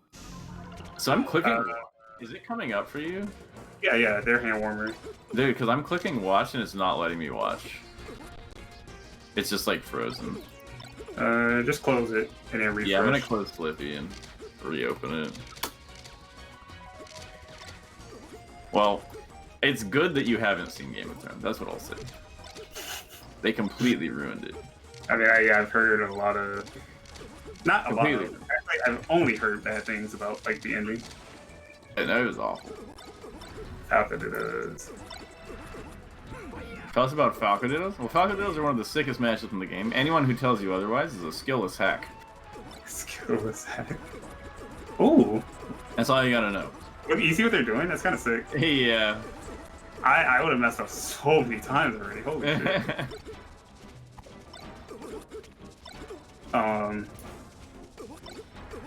Falco Dittos are cool. Whenever I explain Falco Dittos, or like I always explain it like I'm explaining it to a 3-year-old, where it's just like, yeah, if a laser connects, then like move forward. If it does not connect, then keep lasering or something. But like the second you see that laser smack them, like not their shield, but actually them, like control stick forward and do something. I don't know. Pretty good advice. I mean, obviously it's so much more complicated than that, but like, yeah, this is probably you do have advantage once that laser connects. So this is possibly the most complicated top tier matchup. Not sure. Could be though. Fox Falco is. I was about to say, I think Fox Falco has a bit more. It's possible. It's like, because I think Fox Falcos were complicated because they have like a lot of defensive mix-ups. I feel like the defensive mix-ups like in this matchup aren't as like deep because Falco just sucks out of shield. Very true. Yeah, it's a lot more, but I feel like it's like the neutral might be deeper, maybe. The neutral is extremely just precise, and there's so many different directions you can go. Wow, really nice connection on that down air. Did not expect that at all. Wait, who's red? I'm pretty sure Albert's red. That makes sense. Yeah, it makes sense. Albert's red. Okay, I just like, I don't know. I always want to make sure. Yeah, quick combo by Albert. He's got way better at this game just because he played friendlies with me last night. But I do think he's definitely in the zone for the Falco Ditto. He's been playing me and Magi the last few days pretty consistently. So, wow, surprising that that Joey Donuts was ready to DI that back air mix-up. Albert definitely still has some work to do on edge guarding. I still think that's his weakest. Probably, yeah. This game. His combo game is questionable sometimes too on the longer combos. Yeah. But he makes it work more often than his edge guards. Back throw. Interesting. It's weird that he went for a back throw there, considering there's been Joey Donuts hasn't shown yet that he has okay, yeah, he hasn't shown yet that he can SDI the up air. If somebody hasn't shown yet they can SDI the up air, you should pretty much always just go for it. Yeah, like, look at that DI. That's a free shine. You know? Yeah. Like if somebody's not gonna DI up air, up throw right, Falco's up throw is like broken. This is a hard combo to follow up on. This is just awkward. Wow, that he down aired there? Okay. That's what I'm talking about. It's a little bit questionable. A lot of times Albert will go for sort of like... the worst DI imaginable. He DI'd that down there so yeah, I saw that. Okay, so pretty close here. Yeah, a down smash isn't bad on this stage, but it is just an execution test on the shorten. Albert really likes those nair edge guards. Like, he'll stand at the edge and... nice. Albert will stand at the edge and just nair in place over and over, and... it's surprisingly good. Falco's nair is pretty good. It works versus more recoveries than you'd think. I'm a big fan of what Joey Donuts is doing, where he connects laser, he does running shine. It's to start his shield pressure. I think that's just like so underrated as Falco. It's running shine. I gotta use that more. Yeah. It looks like he tried to go for it there. He just ran across the whole stage and tried to shine. Because like. You're a lot of times you're expecting like a high aerial from the other Falco.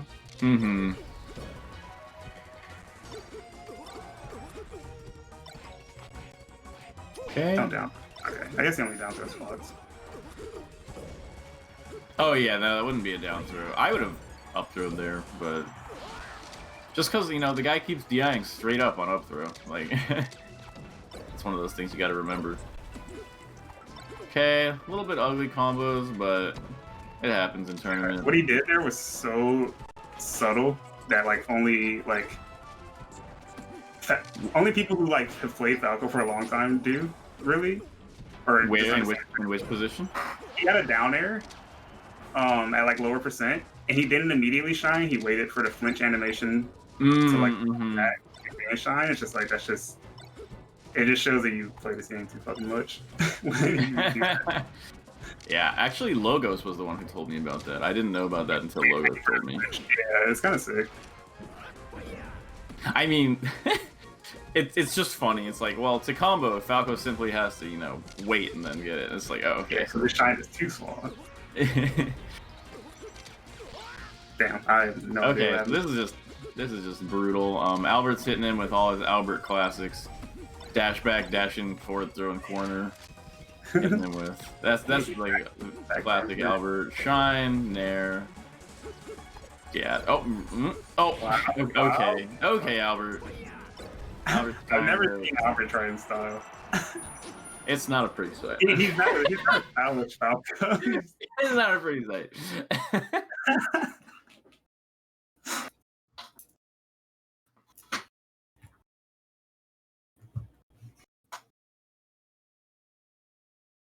Yeah, Doctor, it's not really the knockback animation. It's not something you really look at the percent and think about. It's something you can just kind of react to when you hit people. I don't think it's something that you necessarily have to say, oh, he's at 12% and I'm staled 3 times, so It's something you just literally get from playing too much. Yeah, like you can just hit it every time. It's good. Yeah. Okay. Decent positional play by Joey Donuts. I personally really like to cover ledge in this matchup until people stop going to ledge, because like most people sort of have in their autopilot that they should just immediately rush side B to edge as like their first recovery to see if you'll cover it. So. Okay, nice laser.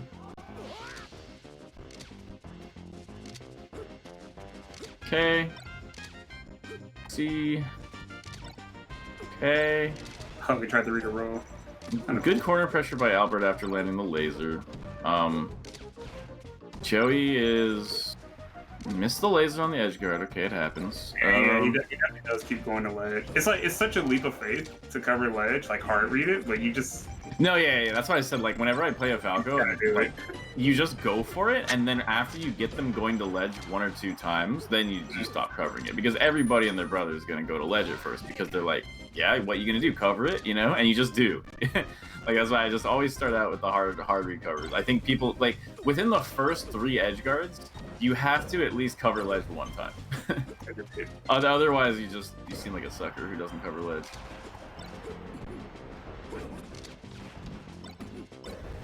Oh, hitting him with the up high down smash. Yeah, I would have died there too. Yeah, there's that running shine you were saying, but I feel like that situation, it's like he was a little bit too far away to go for the running shine, and he still tried to kind of force it. This is a. Yeah, I think the way Joey plays the positional game once he has the advantage isn't too bad, but his actual neutral interactions in the matchup are. He doesn't seem like he really knows how to get that control, and he's not covering ledge on the edge guards at all. And once your opponent in the Ditto says they're not going to cover ledge at all, you simply have free recoveries for life. Like you won a game show or something. Going to ledge, yep. Yeah. Yeah, I mean, I love it when my opponents don't cover ledge. I guess. Personally. Sometimes. Like a Christmas present. Okay, down there. Albert expects the tech in there because Albert will always. Even though he expected the tech in, I loved his like reaction. Even though it was late to like pivot for the tech. Still. I agree. Yeah, that's good. Okay, Albert going for a bit of a disrespectful nair a couple times. That definitely felt disrespectful. He's like trying to. He does those to me too. It's just see, there's that nair he does. I don't really like that nair because all it does is execution test shorten. I see. I feel like people don't want to do like a decisive edge guard because Albert's going to ledge. They don't want to do a decisive edge guard because they feel like, you know, they have too big of a risk of missing. So they would rather do like an option coverage that's guaranteed to miss every time. It's just kind of funny. Like they'll be like, well, this is like my safe edge guard and I have no danger. I'm in no danger of being reversaled. And so I've got to go for my safe my safe edge guard, and then it's like, yeah, well, you have a 0% chance of hitting an opponent who knows which edge guard you're going to do. Sven says, "Did I get a Christmas present?" He's really into Christmas. Magi Rocky is 2-1. Magi's up. It's not Okay. You want to stream bracket now. So are we on for the full 2.5 hours straight? I believe so. Is this just match after match? I probably should have eaten first. I'll get a banana in a bit or something. I should have woken up earlier. Yeah. Let's see. Bobby beat Pappi 3-2. Yeah, what's her next set? Zamu Jflex? Okay, that should be good. Oh, Zamu beat Steven. Jflex beat JSSN. Who's the Falco, apparently. I've never heard of him. Yeah. Yeah. What's your name, Jason? So Fat Goku's in losers because of Zamu. Let's see. What the losers looking like? Smash Daddy's in this bracket. I didn't know that. Who did he lose to? He T-Sync. Oh, that makes sense, actually. Mm-hmm. Smash Daddy can't beat any Puff, so.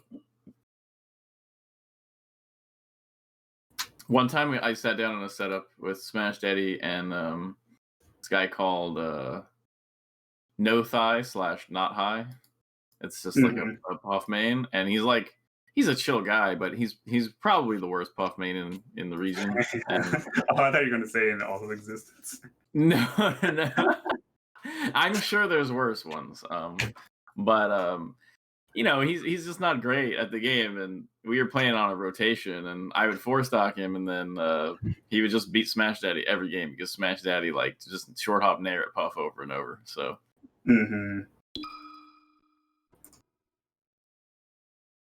I do kind of miss that guy.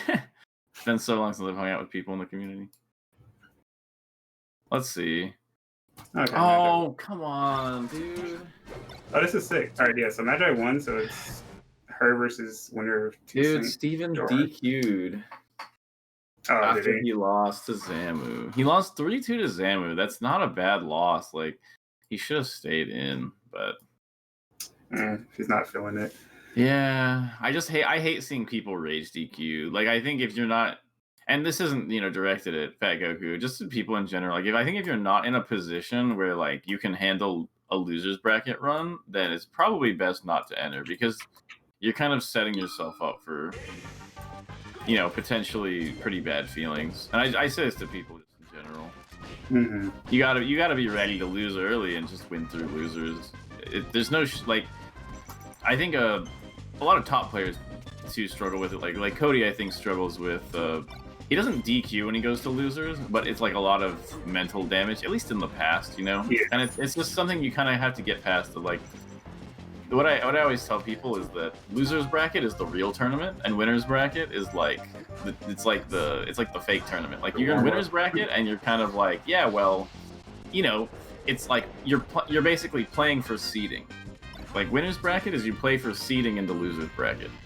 And that's kind of how I look at it, is like, and if you just kind of win the whole tournament without losing through winners, great. But like, you can't go into the tournament just assuming you're going to, you know, beat who you're supposed to beat and lose who you're supposed to lose to in winners bracket. So, who's next? Zamu, right? Zamu. Jflex Zamu. Yeah, are we supposed to watch? Yeah. Zamu, but better, I'm assuming? I guess. Wait. Who was the Jon... No, the Jon Snow one was the Joey Donut set. Okay, I was like... Oh, dude, are you... Oh my god, are they already playing? Oh, they just started. Okay. Okay, Jesus Christ. Sorry, people. I need to like reset my Slippy again. That's pretty dumb. It just says waiting. Okay, yeah. My first time using it, so bear with us.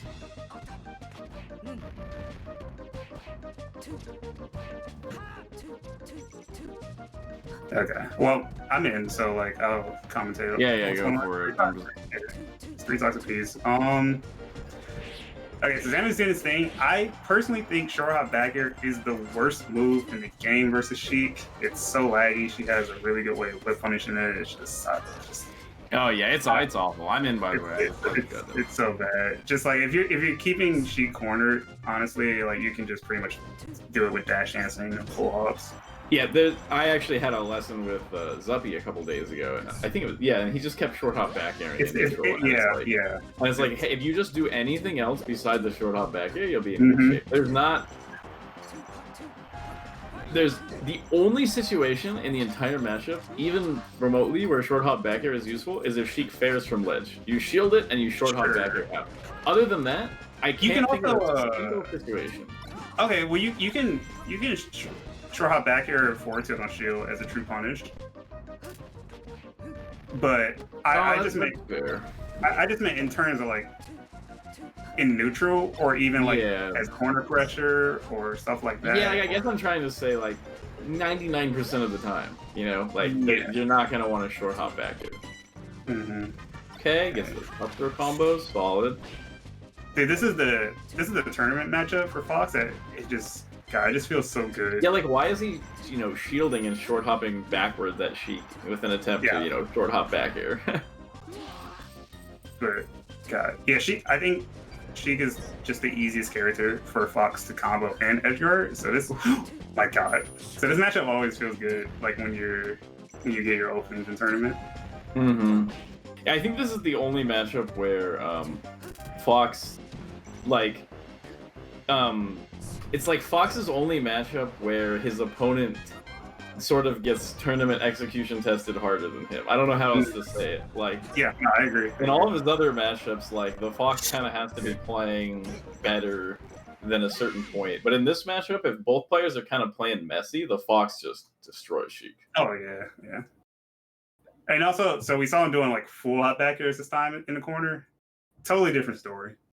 You have time to react and not back air if you decide that the situation's not worth. Full hop back air is just so much better for sure. Have so many more mix-ups. So that was a quick game. All right, game 2. Love the running shine at low percent. Because I like at low percent, like it's pretty much you almost never want to shield at low percent against Sheik. You either want to like ram your face into her moves, or just like do your own moves with like running shines and shit. Shield is like just not an option. Right. I just tell people pick a move that'll beat Sheik at 0 and then just like go for it. Yeah.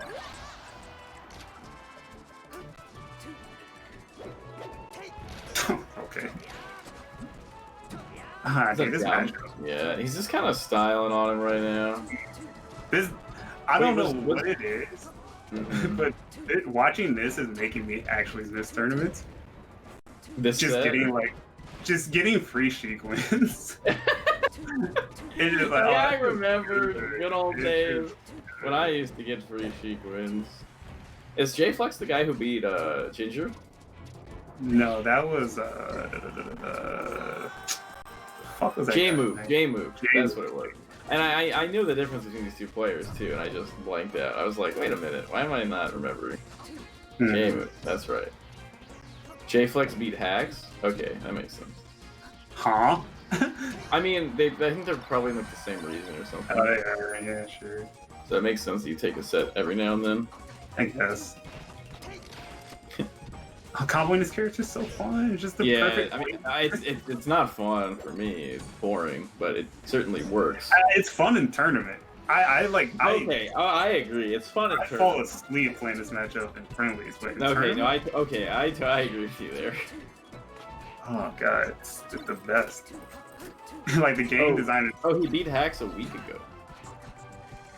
The game designers have no love for Sheik. They're like, all right, let's give her the weight of like a Spacey, but like you can also wave shine her. just so bad. Well, they made up for it for giving her broken moves. I guess, yeah.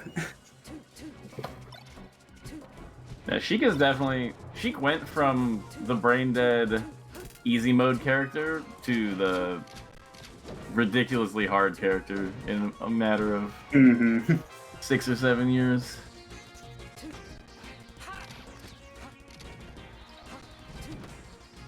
Any predictions? Yeah, I predict that Fox will win. Fox will win, yeah.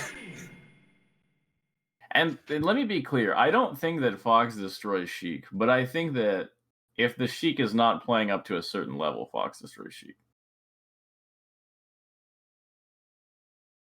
Is Sheik harder than Falcon? Yeah, Is Sheik harder than Falcon? Yes, of course. Falcon is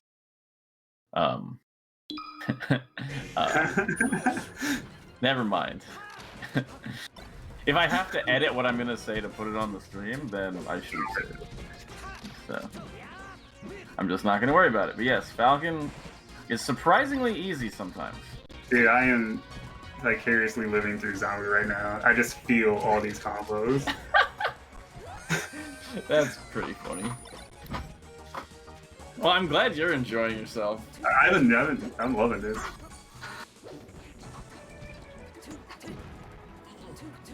For me, beating Sheik feels like clocking in, even in tournament. I just like, Unless it's face roll, then it's fun. Just cause it's face roll. Oh, I didn't do that. Just cause I like comboing that guy in particular.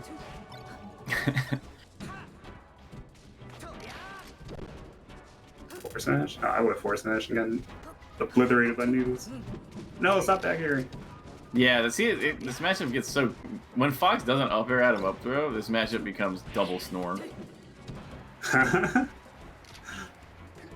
This is... I didn't like that. Yeah, that was bad edge guard. The timing was... Yeah, he deserves to die for it. Yeah, she like almost can't let you back from that. Yeah. Just as dropper controller. Oh, that was really interesting movement by Jflex. I don't know if you saw. It was like he like teeter canceled and then dashed out of it. I see. And he like walked into a teeter and dashed back. It was just like a weird movement. It didn't really. It wasn't. I'm not used to it. Okay, I mean. Oh man, dude, Sheik's tech roll is so bad on platforms. I love it. Okay. I think Jflex could do significantly better if he faced backwards more of the match.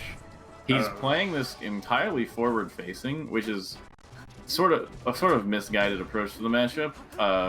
Sheik does not do well facing forward against Fox. Her back air is her best move in this matchup by a huge margin. Like her back air is like, if you aren't back airing right, like it's kind of the opposite of Fox, where Fox doesn't want a short hop back air, and the only thing Sheik wants to actually do is short hop back air. So like what we should be seeing is mix-ups between short hop back air and boost grab, and we're not actually seeing. I don't think we saw a single one of those mix-ups. Instead, he's doing a lot of like facing forward and like wave dash back and trying to get grabs and stuff like that. Those are that type of thing works versus Falco. It does not. It's not something that works versus Fox. Is that the set? That is the set. Okay. I'm gonna remember to close out this time. Same.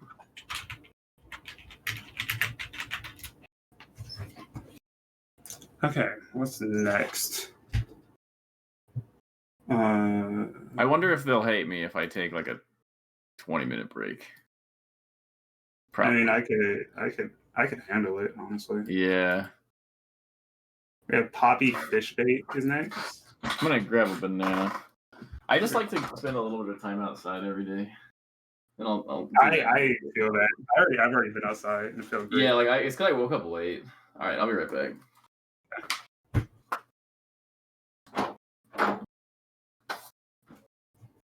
Pretty sure chat can hear me right. I guess now we can do Q&A in between games if you guys have any questions. What's up, Sippy Cup? Hi, people.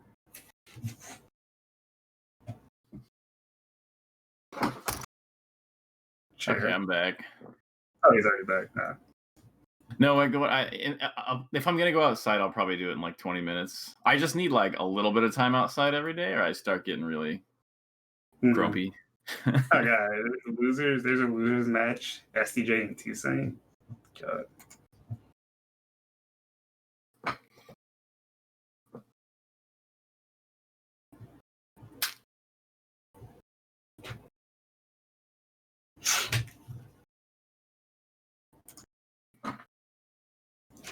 Bobby's up 2-0 on Gahtzu. Wow. Are you just seeing this? Surprising. Are you just seeing this in the bracket? No, it's Bobby? on the other stream. Oh, okay. Bobby's good against Falcon. Is he? Okay. Yeah. No, he's beaten S2J like 5 times or something.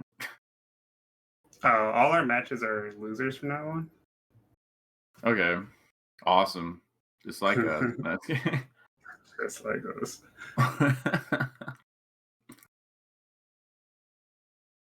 Who's commentating? I'm assuming Avery's solo commentating the other channel. That'd be my guess. Probably. And I think Bobby just won. So he gets this edge guard. He literally chose not to get the edge guard, and he's about to die for it. Yeah. Did he just? Are you seeing his stream? Yeah. I mean, I'm watching the LG stream. Like he literally chose not. But did you see his camera?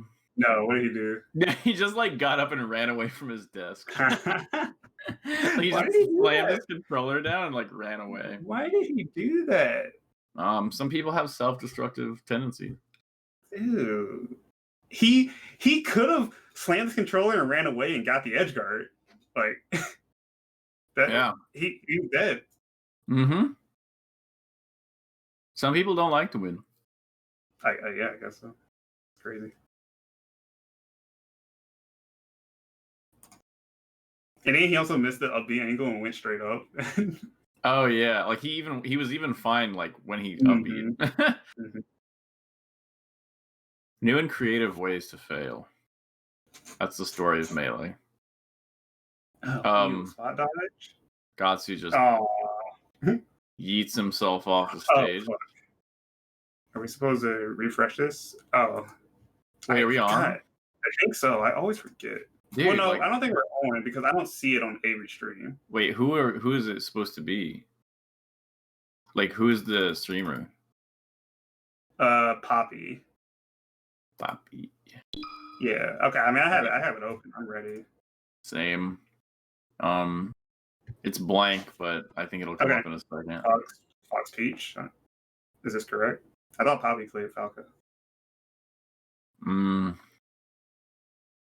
Is he a Falco that refuses to play against police?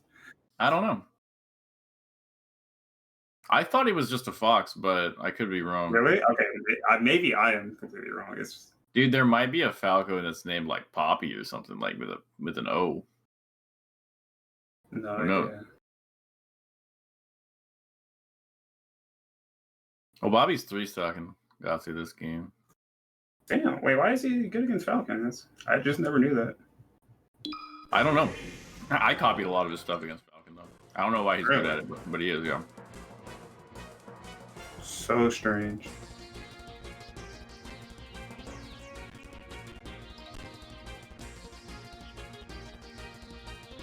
Falcon might be his best matchup, actually. Or Puff. Maybe, I don't know.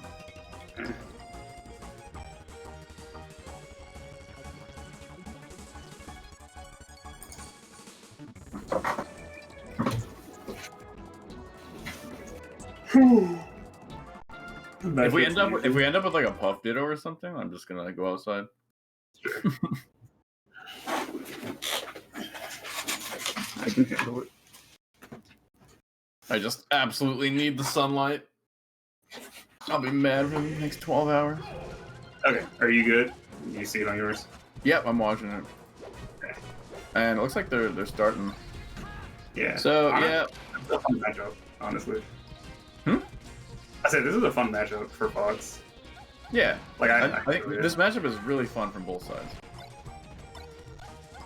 I've played a lot. It doesn't look fun from Peach's side, but I've never played it. Oh my god, wait. Yeah, that was a really impressive up air combo. Yeah.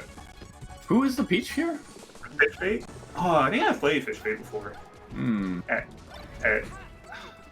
I don't know, Flat Iron, I think. Hmm. Ledge. Ooh. Okay. I feel like that was a misnotch. Pretty solid looking Peach so far. Yeah, honestly. Yeah, no, this matchup is super sick on both sides.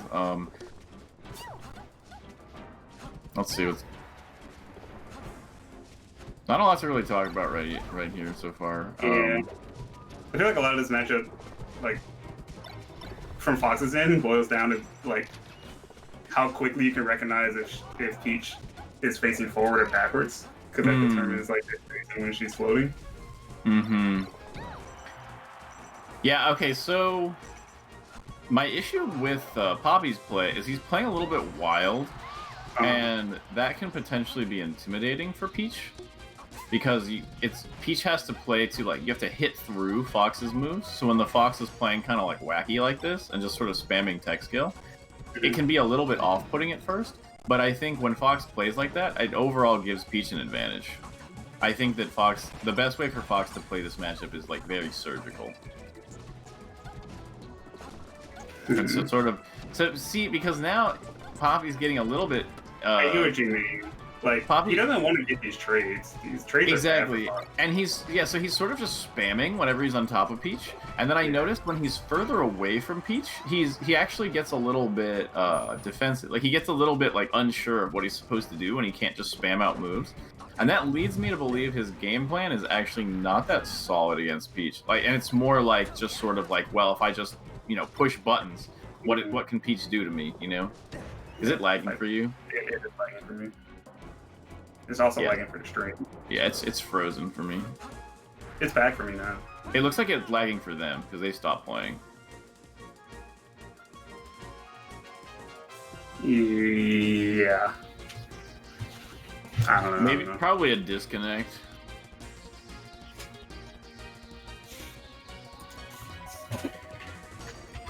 Oh, Albert versus Ben is on the main stream right now.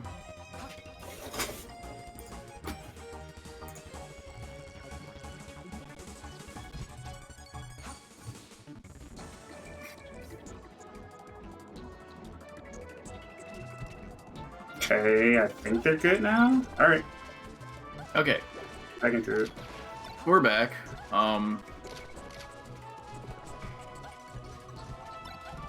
Weird movement by Fishbait. I need to see more dash dances. It's the only way to threaten Fox.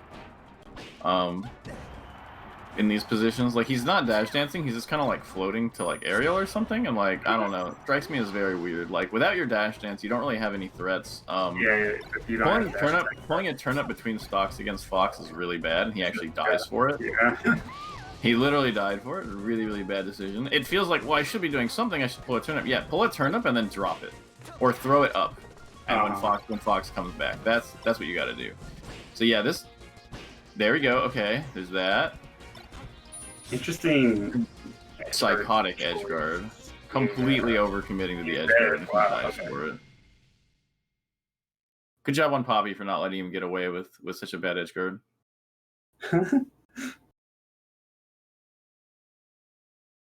Psychotic edgeguard, yeah, definitely. I'm not liking how Pappi's playing it, but he's playing it solidly enough in terms of like basic punishes and stuff like that that he's winning out. I just don't think Wild Fox does very well against Peach. I agree. It's like the wildest Fox can like get against Peach is like Mangoes, but even then it's still like controlled. Mm-hmm. Exactly. Even then he's not like on top of them just like mashing a bunch of aerials and stuff like that. It just doesn't really work. Like that's as Peach, the timing of Fox's aerial is the thing you have to watch out for. So when the Fox is sort of like shown you that they're just gonna like right there, that nair that he just did, like as the Peach, you can be so confident that Fox is gonna throw out that nair because he's already shown you that he's trying to be like, I'm a crazy Fox, I'll really do it, and then it just makes your life really easy to know that he's gonna for sure actually come in. Why is he pulling a turnip there? Oh my god, dude, he got lucky twice, and that would just infuriate me. He like, I think the forward smash was an accident. But he got the pan, with a chain grab, and just, oh my god. There was no SDI in the shrine at all. He just literally sat there. I literally do not understand when, like, people don't, like, smash the eye wave shine. Yeah, if someone's not gonna SDI my wave shine, I literally will infinite them. Like, I'm not gonna even bother. Like, you gotta SDI at some point, man. Yeah, and it's like,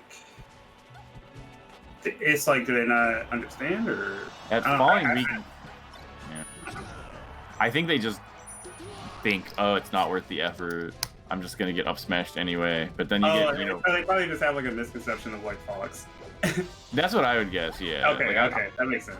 They probably just think, wow, I get up smashed anyway afterwards, so why even bother? Whereas like they don't realize how much harder it makes it. Okay. Yeah. Okay. That's perfect, man. Like, dude, like I didn't like when I was competing, I was like, you know, like when Mark players will DI up throw around 90% away, you get like the free single. Oh yeah, you get this free up throw. I didn't tell a single Mark player. I'm like, why would I tell you guys? They still don't know.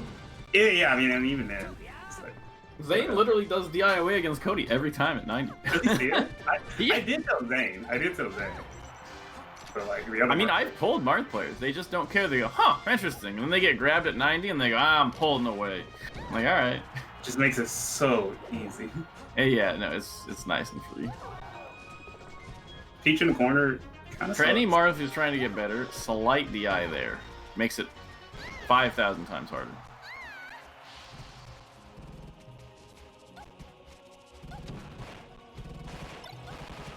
I like drill into drill because most Peaches will, if they see the drill face, they will just like mash something. So yeah, what I like to do wave shines until I have an idea on like where they like to SDI, and then I'll mix in a drill. Dude, like, okay, wow. if you're not gonna put in any effort to get out of wave shine combos, you simply just deserve to lose. That's it. Like, it's like if I held down on every Peach down smash. You know?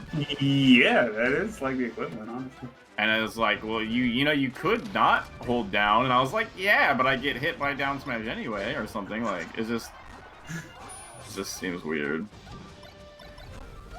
And so, like, to have that.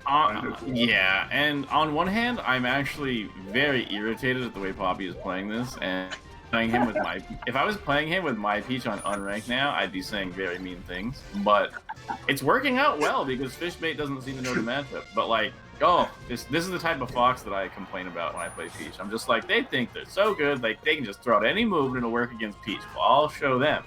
But like, I feel the desire right now to show him. I'm like, I'm in a money match Pappi with my Peach right now and body the guy, but I can't because he's playing in tournament. I'm just commentating.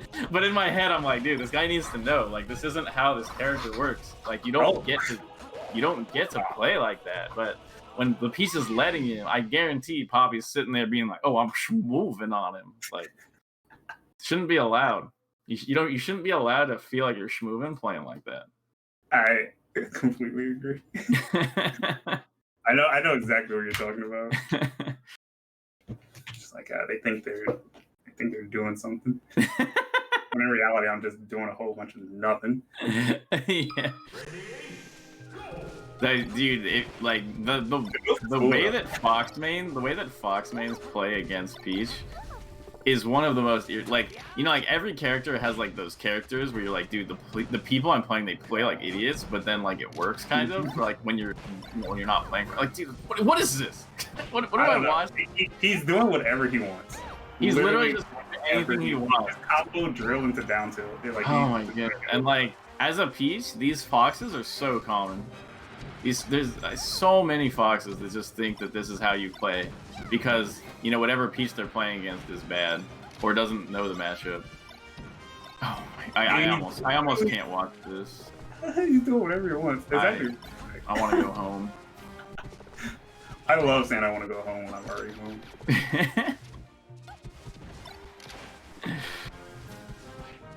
I don't know what I'm watching either. Holy shit! No, this is painful. And it's funny because there's been times where I've definitely like done this to Peach too, which is like, I'm playing good enough, and I think I'm better than this person to where I can do whatever I want. Dude, the thing is like, there's like, that's like the first thing you're supposed to learn how to beat as Peach. Like, when you play Peach, the thing that all the foxes try, like, every rando fox in the world will try to mash tech skill on you. He's intentionally mashing, like, dude, like, the Peach part of me is so angry right now. The Peach part of me is furious. Yeah, I was saying, this honestly, it's not the fox's fault. No, it's absolutely not. It's not the fox's fault. The thing, this is like the most tempting way to play as Fox. When the Peach doesn't do anything about it. Like, you're just like, what if I just totally just did whatever I wanted and pressed buttons? And when the Peach says, please don't, then you're like, ah, ha ha ha. And it's like, so it's just like, you know, it's not the Fox's fault. Like, I'm not blaming Pappi for playing like this, but the Peach part of me is like screaming that this must be punished swiftly and brutally. Also, the lack of, like, Smash DI on, like, literally everything. No, like, literally everything. Like, even drills. It's just like, this is just like it's too easy to build percent. I think I don't like it because it's like a misrepresentation of Fox, where people will watch this and they'll feel like Fox can actually do this against Peach, which he can't. You can't actually play like this. But it's kind of funny to watch.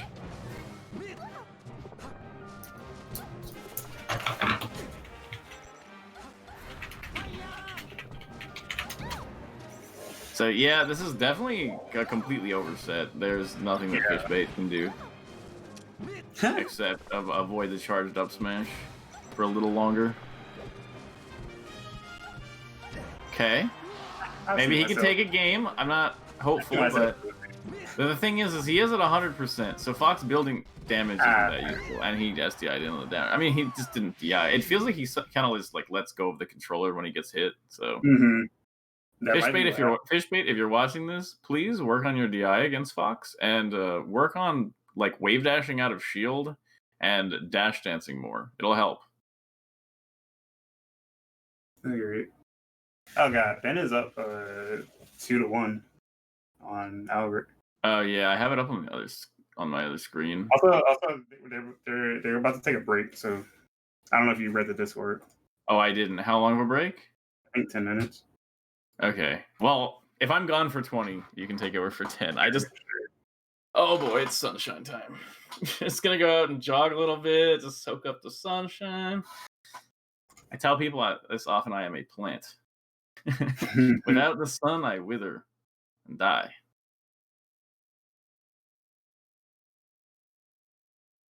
So wait, are we on a break like right now?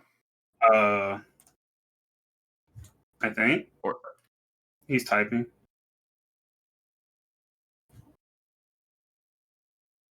After this match, just say we'll have more matches soon. Okay, we'll have more matches soon. Okay, we're cutting to a break right now. Hope you guys are enjoying the show. We'll be back in a bit.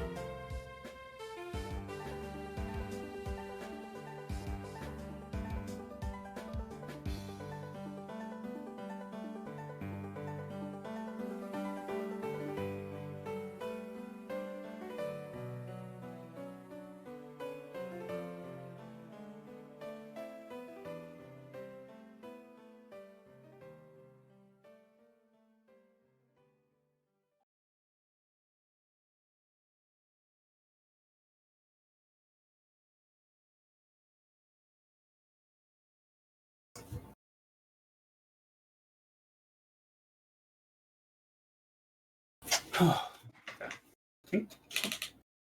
I'm back.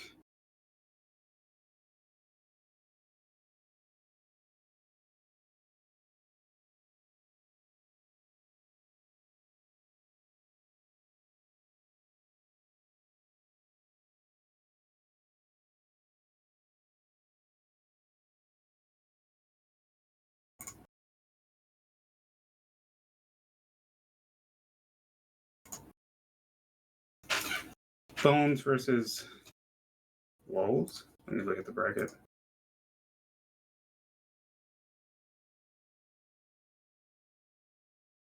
Oh, LSD.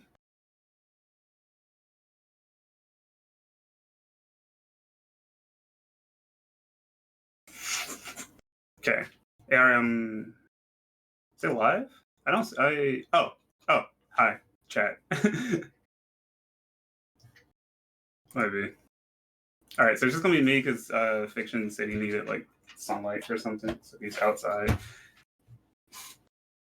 just doing whatever. But Falco Marth, I know a decent amount of Falco Marth. This should be interesting or disgusting. I don't know.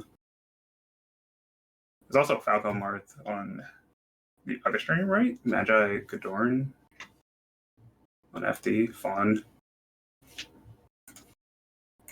I need 3 monitors.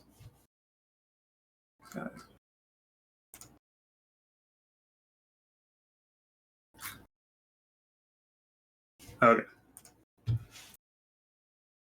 So it doesn't look like they're ready. Don't know what's going on, but whatever.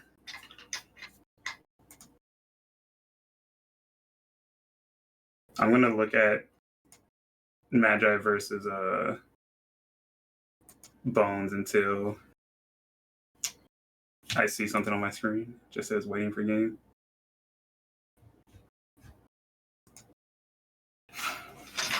Wendy and Fiction commentary? Yeah.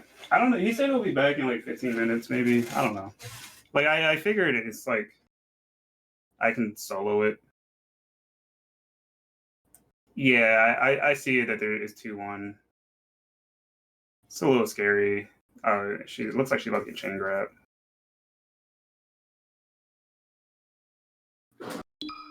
Wow.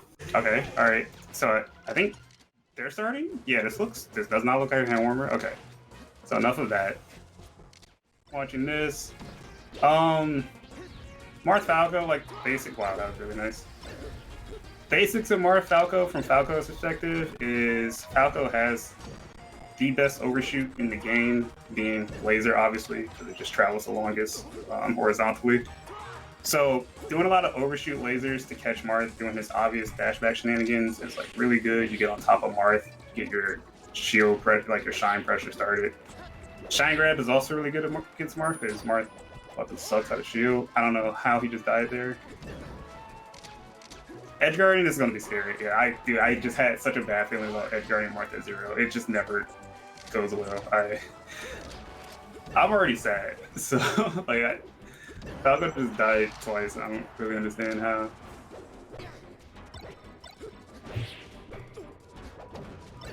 Like Bones started off so well. Oh, I don't know if I agree with this combo choice. I feel like ideally you want to end your combos to where you can set them in a position where you can hit them off the stage. And there he just chose to like hit them back into the stage. That's scary.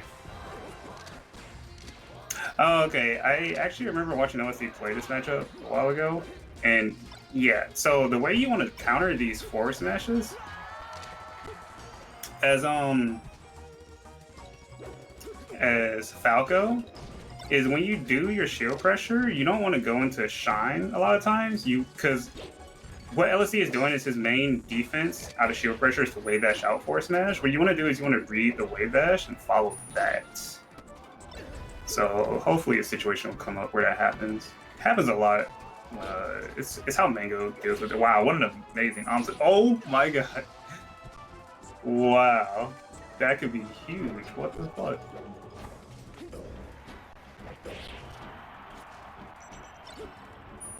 Such a good shorten. Ducked under the jab. Should he's dead though now. Okay, this is scary. Wow, he ran out of stage. If you ever see Marth players run off the stage and do double jump back air, it's not them like making light of a situation and like reacting and doing a back air when they run off. No, it's literally they like aren't looking at the screen and then see that they ran out of stage and they input turn around grab, and that's just what happens. They're back airing with Z. Don't be fooled. Oh, sadness. All right.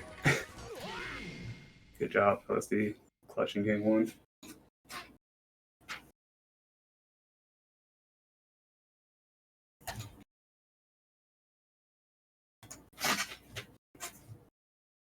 That would have been huge if Bones won that game off the reversal, the Amsa Tech into reversal side B. That would have been freaking crazy.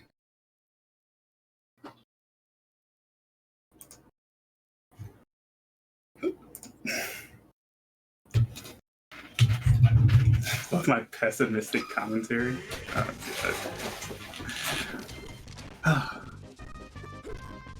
I'm trying my best. Nice. Love getting laser and then being plus with shine. Okay. I don't like the grab. I think he could have got up tilted out, honestly. Still going? Are we back? Yeah, you've only missed one game. Okay. Yeah. Oh, LSD bone. Well, I still haven't had a protein shake or anything, so I was just checking to make sure I didn't miss too much. Nah. Magi lost to KoDiRiN.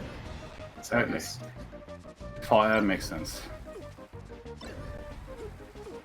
I think I'll watch till the end of this set, and then I'm gonna grab a protein shake.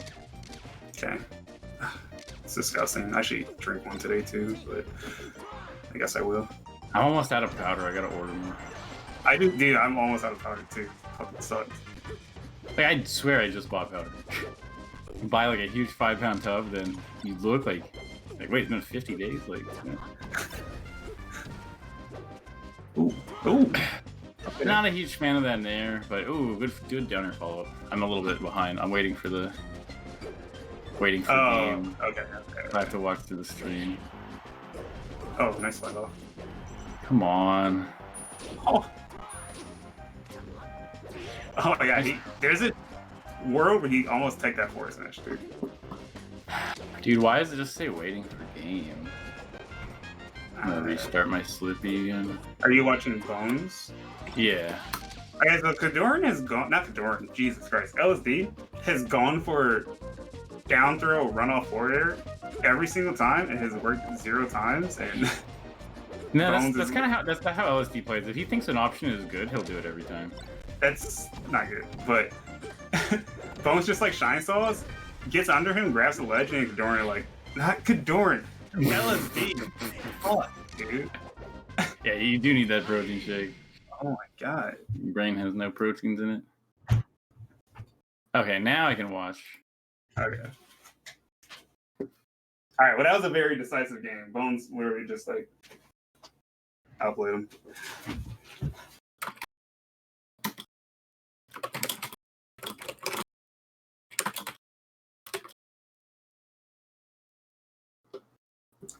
Okay. Well, let's see. I'm curious to see if he still goes for those like low percent down throw kills. Attempts. I can't even call them kills. They're just attempts. Mm-hmm. Yeah, honestly, guys, being outside was amazing. I did like a bunch of like ring push-ups, and then I jogged a lot, and then I petted my cat, and then I smelled the plants in the air and appreciated life, and now I'm back. Nice. Alright, FD. Again, overshoot. Falco laser is the best overshoot move in the entire game. Yep. It just has to be. Okay, classic LSD tech chase. Gets the jab. Did it freeze for you? Yep. Okay. Did it freeze for stream? Yep. Well, I mean, if it's freezing for us as spectators, it's probably frozen for the stream. Mm-hmm. Nature's pretty cool. Yes, nature I love is nature. the best. So sick. If I could turn into a spirit and fly around nature with Oh absolutely my no God, body, that's so I would do it sick. for. I would do it for the rest of. You'd be able to experience Yeah. everything without the danger of getting like eaten alive. Yeah, exactly. God, And then you so like sick. enter into a bear and like look from its perspective. You like can't control the bear. You just like see life from a bear's perspective. You get to smell the forest No, like you're a making bear. me so sad that I'm a human. Instead, capitalism. And instead, we're watching Fox Mars. I mean, Falco Mars Falco Mars, yeah. on FB. Frozen. I'm sad. Yep, that's me. You're probably wondering how I got in this situation. Emperor's New Groove. Hilarious movie. You've seen it, right? Yeah. I haven't seen it in so long, but I've seen it like a bunch. Very, very good movie. I might throw it on next time we're doing something. Do you think bears are intelligent enough to appreciate nature, though? Of course. Like, how is that even a question? Yeah.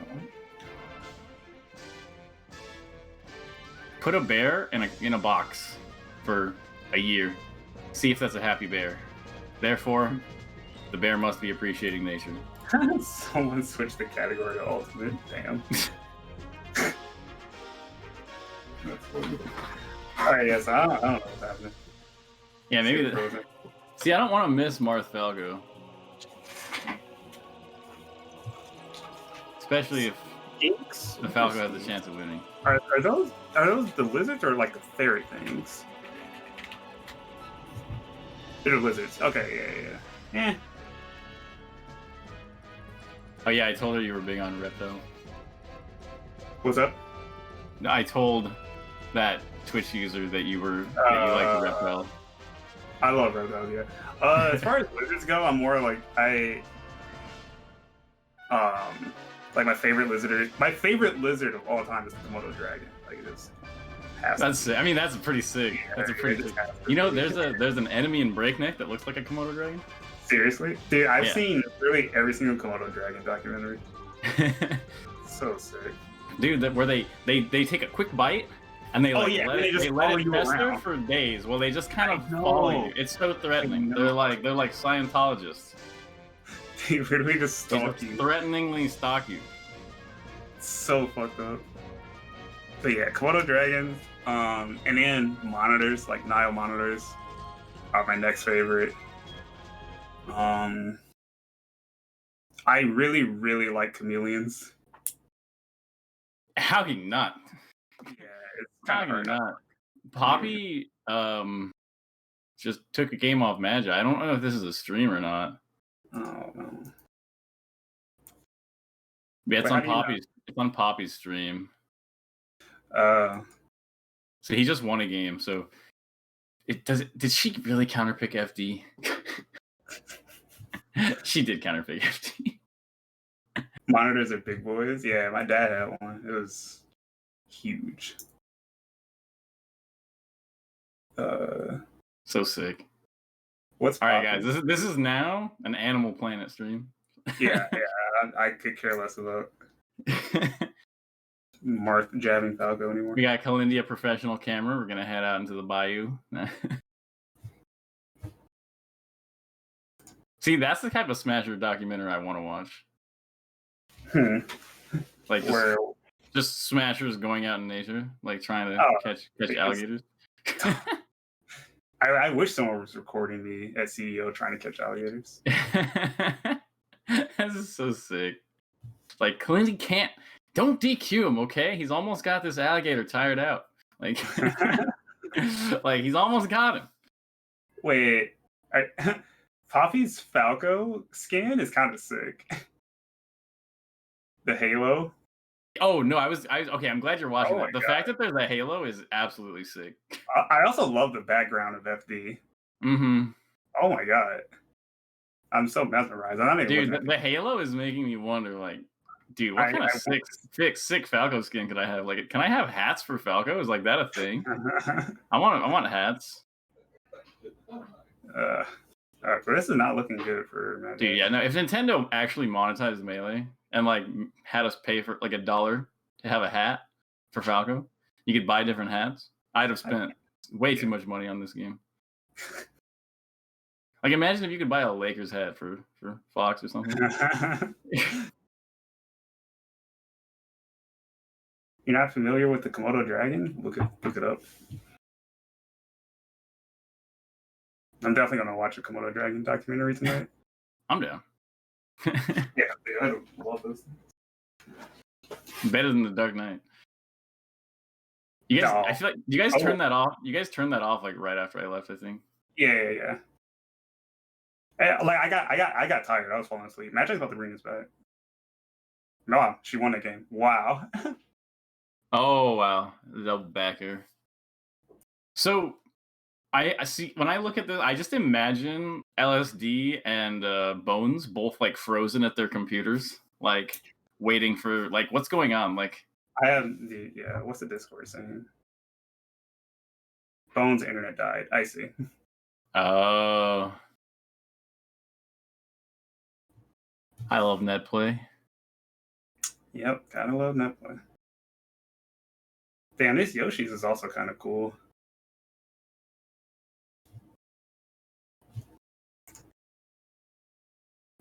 Bones internet going in and out. All right. So did he DQ then, or you know? Wait, I'm gonna take this. I'm gonna eat I'm gonna drink my protein shake right now. Yeah, go ahead.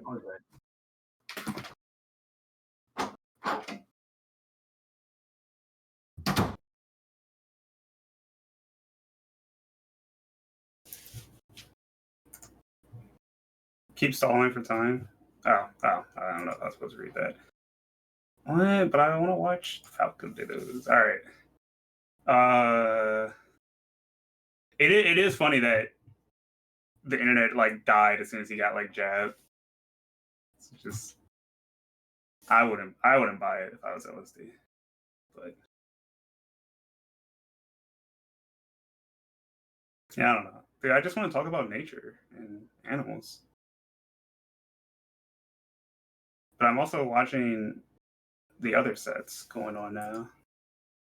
So my favorite animal, God, this changes so much.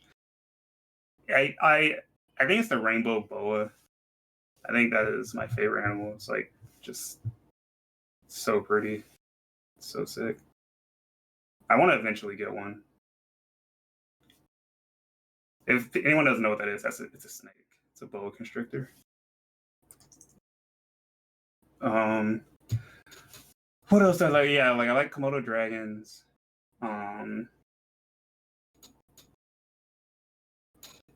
What else? Really like leopards too. Okay. This is LSD and wait, no, this is not LSD and Bones. This is who? Zach and Zamu, I'm assuming. Yeah, it has to be.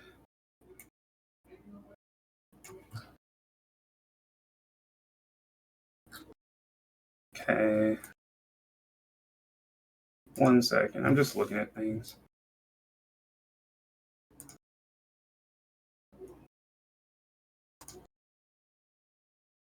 Really into leopards, even wearing a lot of print. Really?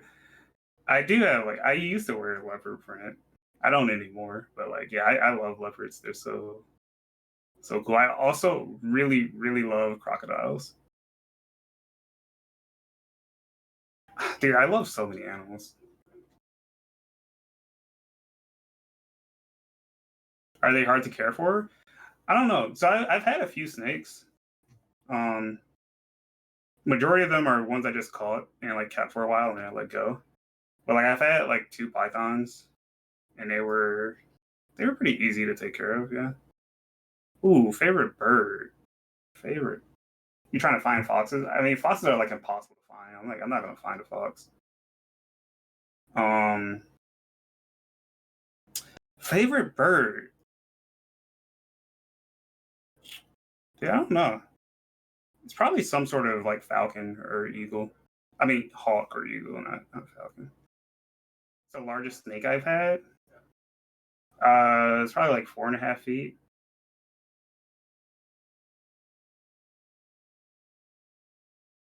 Da, da, da, da, da.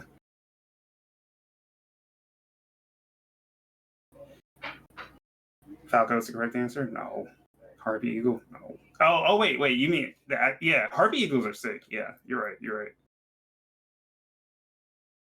I thought you were making some Yu-Gi-Oh joke, but we're going back into the game. Okay. Yeah, I'm ready. Oh. I didn't like turn it off. So who am I clicking on? All I see is Guts, Pappi, and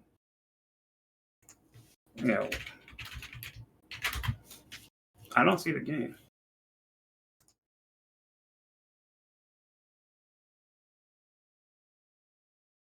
How much of a worry is having your snake bite you? Well, I've never been bitten. I don't have a snake right now, but I've never been bitten, so I don't know.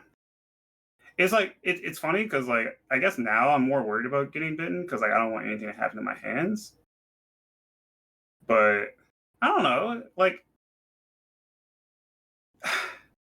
you just don't be dumb with snakes.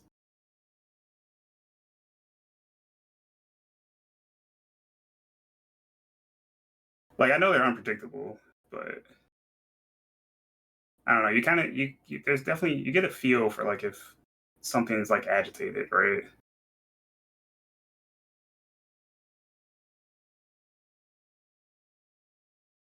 Okay, let me refresh again. Yeah, it's still not up for me. What would dumb behavior with snakes be? I mean, like putting your hand in front of its face and stuff like that, or like just fucking with his face. Like, I think there's a bunch of different ways to be dumb with snakes.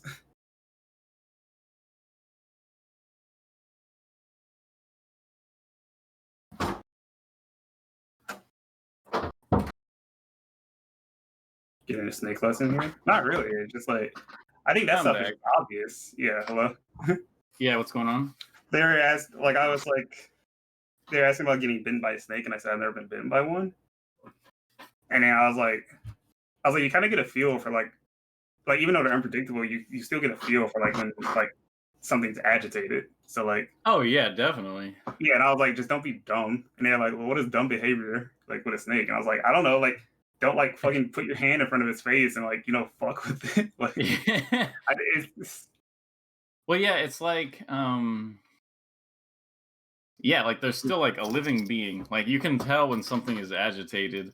I think the thing is just that people haven't interacted a lot with snakes. Like I haven't necessarily, it's not like I've held a lot of snakes or anything. I've held one before, but I haven't spent a lot of time with them. But like, like you can tell like when a dog is mad at you because it like growls, and so it's like easy for people. But maybe for a snake, with a snake, it's not quite as simple. But like if somebody has experience with snakes, they're definitely going to be able to tell if a snake is mad. Oh, wait. So we're jumping to Gahtzu Rocky. Okay. So open. Okay. I just opened it up. Okay. Me too. Also, did Magi win? Magi won, yeah. Okay. 3-1. Unsure beat Golden. Unsure is he's pretty good at that matchup. Yeah. Oh, LSD 3-1 to Bones. Oh, we have just played, off stream. Yeah, I guess so. Or maybe he like DQ'd it, Oh, Albert. Yeah, Albert LSD. After this, that's sick. That is pretty sick. You're ready? It just says waiting for game for me. Mm-hmm. It says that for you too? Okay. Yeah. But yeah, like I'm here. Yep, we're ready. Oh, Rocky 3-1 2 Saint, I see. 2 Saint 3-1 to SDJ. Glad I didn't have to watch that. Puff Dittos are fun to play, but not fun to watch. Wait, Magi's next set is going to be on this stream. Oh, nice. Versus SFAT? Oh. Did SFAT lose to Zamu? Oh my god. He did. Yeah. He just lost. Let's go Zamu. Zamu KoDiRiN should be interesting. Bobby versus Ben Snore. They played so many times. Someone in chat said Bones forfeited the FD game, and they played a game 4 and LSD won. Why is it saying? It's saying Bobby versus Ben is on Ginger Stream too. Someone said, "Is that a Matisse painting, Cody?" I don't know how to pronounce that. Yeah, it is.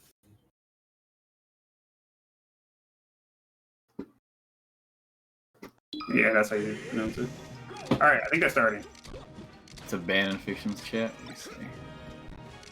Need some recon there. I don't even know what that is. Okay. Yeah, into the knee, horrifically, but okay. Wait, this is Gahtzu who? Rocky? Okay. You figure Rocky would know. Mm-hmm. Without drop zone. It's from NorCal, right? Mm-hmm. Yeah. That's where it sounds. You mean because it sounds crazy? Yeah. Yeah. I mean, I think they might have kind of missed each other arrow-wise. Okay. Rough. Ledge dash. The common. Okay. I'm about to say it. The stream couldn't even see. Mm-hmm. It's fine now. Okay, so a big part of this matchup is Falco closing the gap on Falcon and getting to a position where he can threaten aerials, which can potentially force Falcon to shield, which gives Falco all of his mix-ups. So you have to be... But you gotta be careful to like not like throw out too many like lasers from far away. Whoa, that was crazy. Too many lasers from far away or wave dashes that can like leave you vulnerable to like rando Falcon stomps and stuff like that. So it's mostly gonna be Rocky trying to get in kind of close and then do mix-ups probably. Mm-hmm.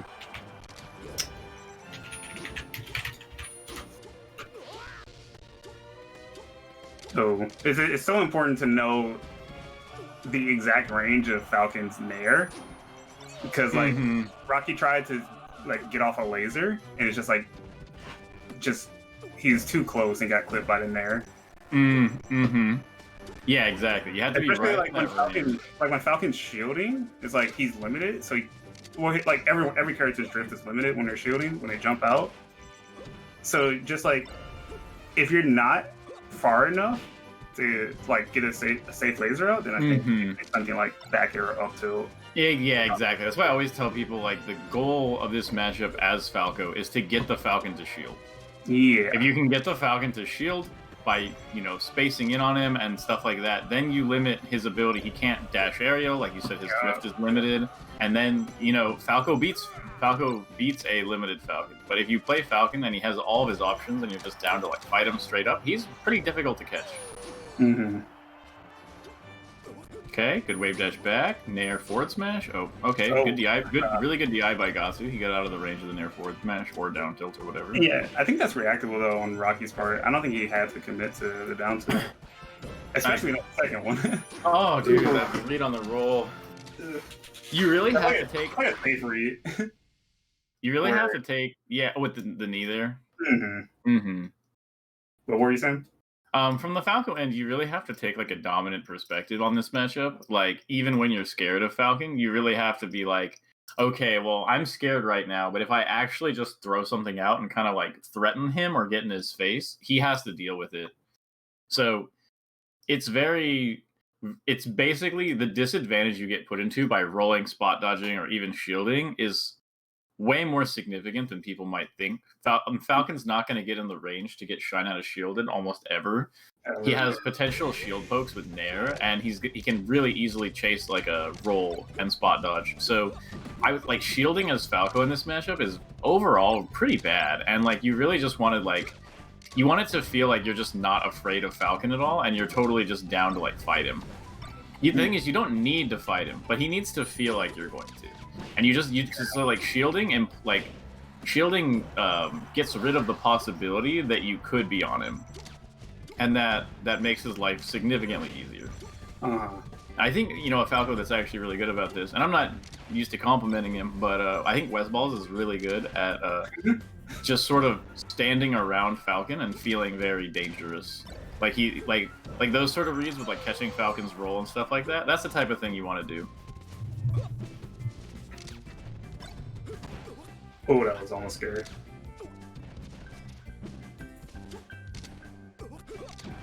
And this matchup also, there's a lot of short hop nair required from the Falco. Short hop nair is extremely strong against Falcon. You have to be at like, it's like the range where like your up tilt will hit is where you want to short hop nair. I feel like. That makes sense. Yeah, because you don't want him to just dodge super easily. Right. No, So I totally agree. That range is like, It's difficult for it's a little difficult, yeah. Like, you just want to make Falcon's life as difficult as possible. Like, Falcon is like a very limited character already, and the most frustrating style against Falcon, for Falcon players I mean, is like when the opponent plays in a way that limits your options even more. And it's very easy as Falcon to start feeling like, man, I really just don't have any options. Like, why am I playing such a limited character? And that's really what you want to give people. You don't want to play into Falcon's strengths. It's like, wow, he's so fast, he's flying around, all his moves kill so early. Like, you don't want him to feel like that's the character he's playing. You want him to feel like the character like, dude, I have no out of shield options. He just lasers me. I can't even move. That's what you want to do to Falcon. Mm-hmm. So 1-1. How fuck?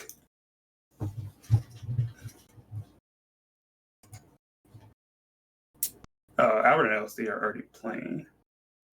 Also, guys, just because there's trash talk doesn't mean it's a rivalry. So just because West trash talk Leffen doesn't make it a rivalry. I don't think it ever was.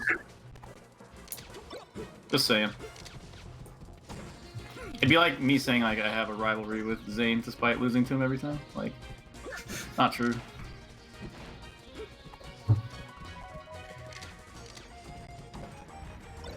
Did they not start here? No, they started on Stadium.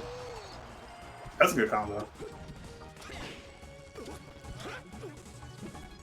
Okay, Something else that I think Falco should do in this matchup is short hop high laser, like no fastball. Oh yeah. High lasers are the bread and butter of this matchup. It straight up beats any aerial attempt from Falcon. Mm-hmm. No, completely And it's like, agree. it forces Falcon to use such a bad option, being side B, if he really, really wants to punish it. And it's like, That's See,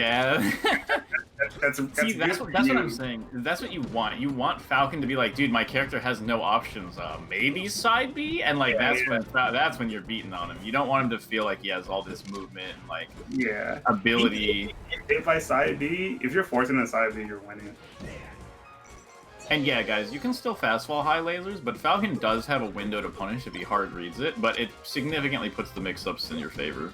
Yeah. Oh, Rocky doing like, this is like the kind of Bobby stuff. Bobby's really, really good at using like the top and side platforms to just like, he'll like full hop down air to the top plat, falling back air, full hop down air, and it's like, when Falcon is trying to play vertically and like sort of space him like this, like when he's trying to play on the platform and play vertically, Falco doing like full hop aerial falling aerial and like full hop aerial on the top plat falling aerial, it's just the amount of chaos that it causes is something that's very difficult for Falcon to actually deal with. Wow, that nair! Wow. I've literally never seen like a Falco just go for like just clips over and over again. Like Rocky didn't combo him for like the last two stocks, but he just got like space back air. That's how you're supposed to play against Falcon. Actually. Really? Yeah, because it's actually Falcon is probably the hardest like non-puff top tier or something for Falco to actually combo. His weight it's very difficult for him not to just kind of get out of your combos. And you have early combos where you can do like down air shine, up tilt, forward smash and stuff like that, but you can't really like keep the continuation going like you can on the spacies. So, and I think Ginger struggles with that a lot, where like he's trying to go for these hard combos and it's almost impossible to actually have a consistent like many hit, high percentage gaining combos on Falcon. So it's very difficult, and so a lot of times you just sort of want to like oppress him in neutral and sort of just get a bunch of hits and then end up like hitting someone off stage. He's so much harder to combo than every other top tier. It's actually crazy. It's very fun because it's so easy for Falco to combo. So you get these. That's what you get. You get those low percent combos. But like at let's say 40 right now, you're not gonna see any more combos from Falco this stock unless it starts with an up tilt. Gotcha. Like you're just not gonna see it. Like he doesn't have any. So you're probably gonna see like a bunch of like he'll hit, he'll maybe hit Gahtzu with like a back air and then try to shark him or something like that. So like, yeah, like there's this, and it's like, okay, yeah, he got the shark on the back air there. But he doesn't have like consistent, you know, he doesn't have like big down air shines and stuff like he does on Fox. Falcon, the weight Falcon has just sort of gets him out of that. Ah, Gahtzu with the technical error. Yeah, that sucks.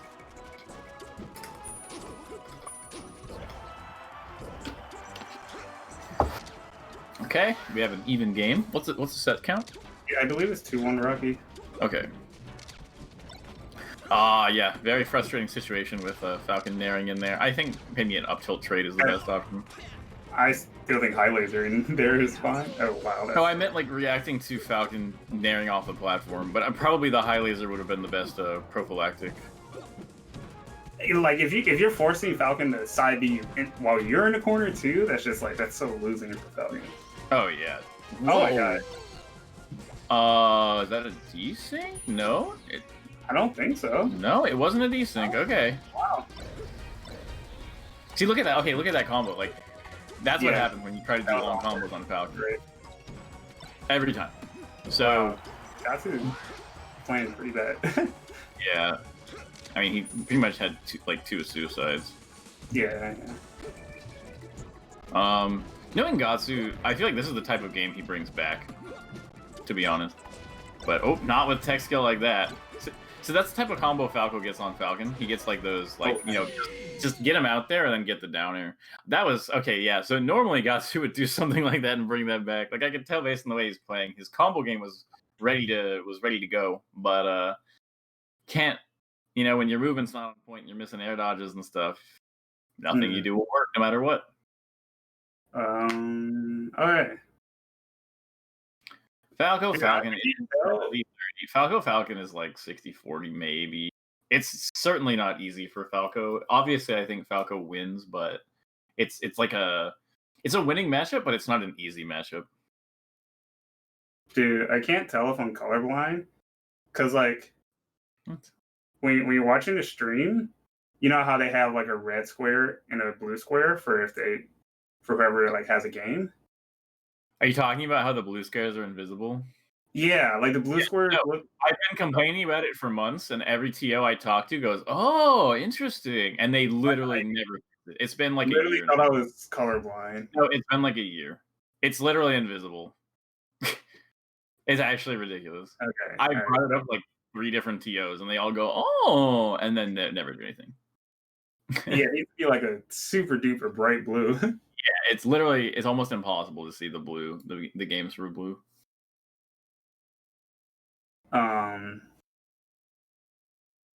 What are you talking about?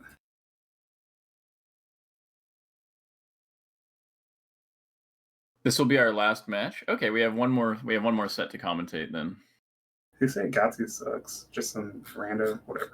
Yeah, no, they're just literally random garbage players. Alright, yeah, whatever.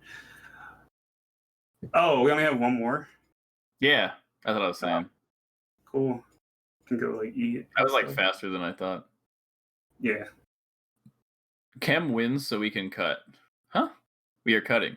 What is this? What does cutting mean? I don't know. I assume that means we're done. We'll see. Chem is off stream. I need a clear sentence of what's happening. Yeah. Like don't be like guys, we're cutting. Like okay. Yeah. Like I don't even know what the word cutting means. We're both done right now?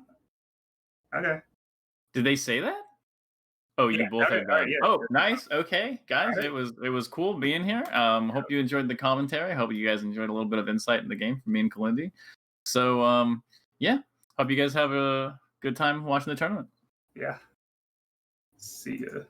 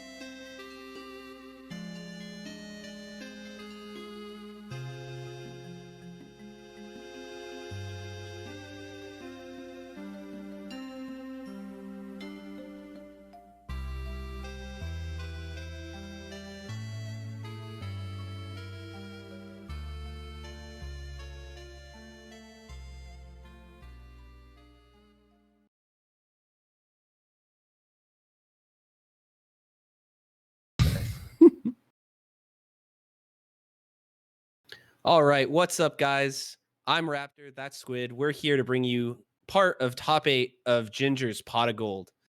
Hog. How's it Hog going, of Squid? gold. It's going well. Yeah, this tournament seems pretty hype. We already have some of the killers and losers bracket, which is where we're going to be starting right now. I imagine we're starting with SFAT Magi, but if not, then it's Rocky LSD, and both sets are insane. So Yeah, it'll be man. fun.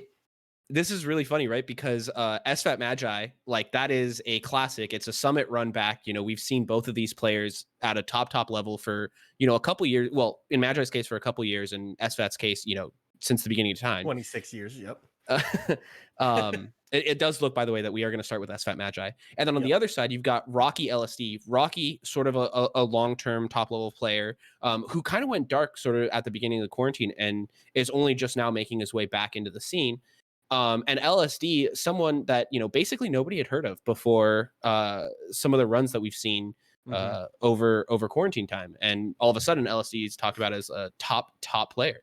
Yep. I think LSD probably has had the biggest rise in recent time. It's kind of like him and Bobby Big Balls have kind of made the big jumps, but I feel like Bobby Big Balls had already started his rise before, and LSD just like jumped up and caught up, you know, like really fast. Like, so if not surpass. So right now Bobby's making a case for the other, as he is still in winners, right? But definitely both of them are just like neck and neck as the big up and comers right now, is what it feels like. So yeah, exactly. And so speaking of winner's side, we've got Bobby Big Balls versus Ben, another player who has really made a name for himself during the quarantine era. And on the other side of winners is Zamu versus KoDiRiN, which is pretty exciting as well. So yeah, that's sick to see Zamu come back. I haven't seen him in a long time. I know he was a student of Drug Fox, and he was on the grind, and he was getting crazy wins. I know he beat Fiction at one point, and Fiction had some tweets about that and stuff, and he was kind of going off, and then he kind of disappeared with quarantine era as well. Then he comes back and just beats SFAT. He's just still there, you know. I know he's still been like tweeting about the game. He's still playing the whole time and stuff, so it's cool to see Zamu just kind of come back and get a win like that. And then KoDiRiN is one that's been a little bit more in the spotlight, as he's been winning some TMTs and stuff. Almost all of them that he has entered, to be honest. So he's pretty nice. Hell yeah. Yeah. So I mean, I don't know. We just jumped into top 8. Top 64 has already been just a bloodbath of top players. And now we just got a really cream of the crop stacked top 8 for you. Really hype stuff. Big shout outs to LG for, first of all, picking up Ginger and jumping into the Melee scene, and then hosting this massive tournament, which is pretty hype. Yep. So let's talk about the two losers bracket matches that we have coming up here and kind of give our predictions. So I know Magi beat SFAT at Summit. It was really close. Magi had that insane combo at the end, ending with a wall jump down air and her hilarious pop off. And yeah, I think SFAT probably has the head-to-head overall, but Magi now has shown that she can compete with them. So yeah, absolutely. It's also interesting, you know, one of the ways that I like to split up players in this current era of net play is players who are like on the grind versus players who are openly on the grind versus players who are secretly on the grind. I think basically everyone in Melee is playing the game like crazy, but SFAT and Magi are two players who are both kind of quietly on the grind, right? Neither of them is entering a ton of tournaments. Both of them we know are playing a lot. They're both like streaming and keeping up, but we haven't got to see them compete all that many times. So curious to see how different this matchup looks from the last one that we were just talking about. I imagine that both of these players have, you know, pushed their game plan in this matchup and really just their play in general quite a bit since last we saw them. So pretty exciting stuff. He doesn't enter every weekly, but he is still active enough. He enters every big tournament and some weeklies. And we have seen some of the adjustments he's made in this matchup, given he's had quite a few sets with Bobby Big Balls and a few with Ginger as well. So it should be kind of fun to see that adjustment. And Magi plays like an absolute psychopath, so who knows what to expect there. It's true. I think we can safely say that there's going to be some up airs, and that's about all we can say. And some approaching lasers, if even probably lasers are shot, you know. probably. And then the other side, yeah, LSD and Rocky. LSD has been on a tear. This is his fourth Falco in a row right now, right? In the losing yeah. So LSD, super clean, super effective Marth. One of the things that's really impressive about him is he does the low percent tech chase on Spacies before going into the chain grab, which is not guaranteed at 0, right? The chain grab's not guaranteed at 0. So doing that tech chase and being effective at it is a really clean way to get through one of the hardest percentage ranges for Marth's combo game. Yeah, and it's most notable on platform stages. I think that the chain grab can be guaranteed at 0 against Fox, and against Falco, it's like technically not only for one forward throw, but forward throw doesn't even knock down yet at that percent. But on platform stages, the up throw platform tech chase is not guaranteed at all. So instead, you can tech chase your way past that kind of tough spot. And he has like a very high success rate with it. He even has a high success rate with it in lag. I don't know if you saw the clip of IBDW stream a while back. This was like a couple months ago. He was playing LSD, and LSD would forward throw, and then Marth would teleport forward, grab him, and then forward throw, and then teleport forward, grab him. Like it was like 4 rollback regrabs in a row, and IBDW was just like, "Excuse me." Like, how is LSD getting these reactions that are physically not possible? Some people, man. I don't know. I played a Falcon the other day. We had like 90 ping because I presumably across the country, and he's just got every tech chase. And I was like, "Are you kidding me? Like, you can't do this to me. Please stop. He can't keep getting away with this. It's ridiculous." True. Of course, on the other, of course, on the other side of this matchup, you've got Rocky, a very strong Falco. He's really interesting for a couple of reasons as well. I really like the way that Rocky's combo game plays out because he's very focused on sliding in these DI mix-ups where he'll go for those early percent big hits that if you DI out to try to avoid the combo continuing, you can get blown up for them. So he'll throw in that early back air. He'll throw in that early F smash. And if you DI'd the wrong way, if he caught you, you're just dead at like 40 or 60%, rather than him having to go through, the 80 to 90%, probably have to get one more tech chase or read on a play. And so that's something you have to really watch out for. The other thing I really like about Rocky's play is his laser game is very controlled without being repetitive. He's very mixed up. He like mixes up a ton of his stuff, but also just keeps you locked down with the lasers throughout. So that's also really fun to see. Yeah, it looks like he's had quite a few good wins in his losers bracket run as well, beating Toussaint and Gahtzu already, which are two pretty insane wins. Like probably some of the harder matches in those 2 rounds, just looking at it. I see Albert was also there for LSD, and then Pappi and Cam. So definitely, I mean, they've just been hard rounds all around, but those 2 are players that were like in the top 50 and if not higher, right, in contention for that. So yeah, Rocky definitely looking to come into this with some momentum. This is historically a tough matchup for Falco in tournaments, and LSD has been pretty killer in it in specific. I know he has like an absurdly winning record against Bobby Big Balls in the long run. I think most recently it's close to 50-50 if you go back like 3 or 4 sets. But if you go back like 10-50, I think like all the ones before those last 4 are LSD wins. So something like that. So that's definitely going to be an interesting head-to-head to look at there. But that will be our second match that we'll be looking at in losers. Yeah, so jumping into the match that we're about to see right now, again, that's Magi versus SFAT. It looks like the players are still just getting connected, so we'll have that up in just a moment. But we're jumping into that match. Like we said, it's a rematch of that Summit fight that happened a little while ago.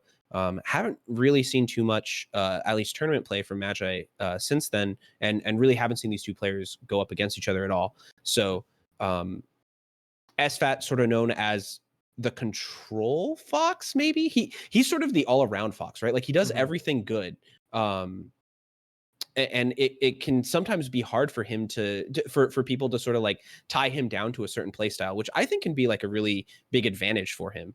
So that's pretty hype. On the other hand, you've got Magi, who is known for being pretty crazy. She's really aggressive, and of course her combo game is something really special. So it'll be really curious to see. We talked about how one of SFAT's main Falco opponents recently has been Bobby, who is also known for having like a pretty crazy play style. But I feel like Bobby and Magi do it pretty differently, right? Like the way that they create that pressure and create that like insane aggression is still pretty different. So curious to see how that's going to look out.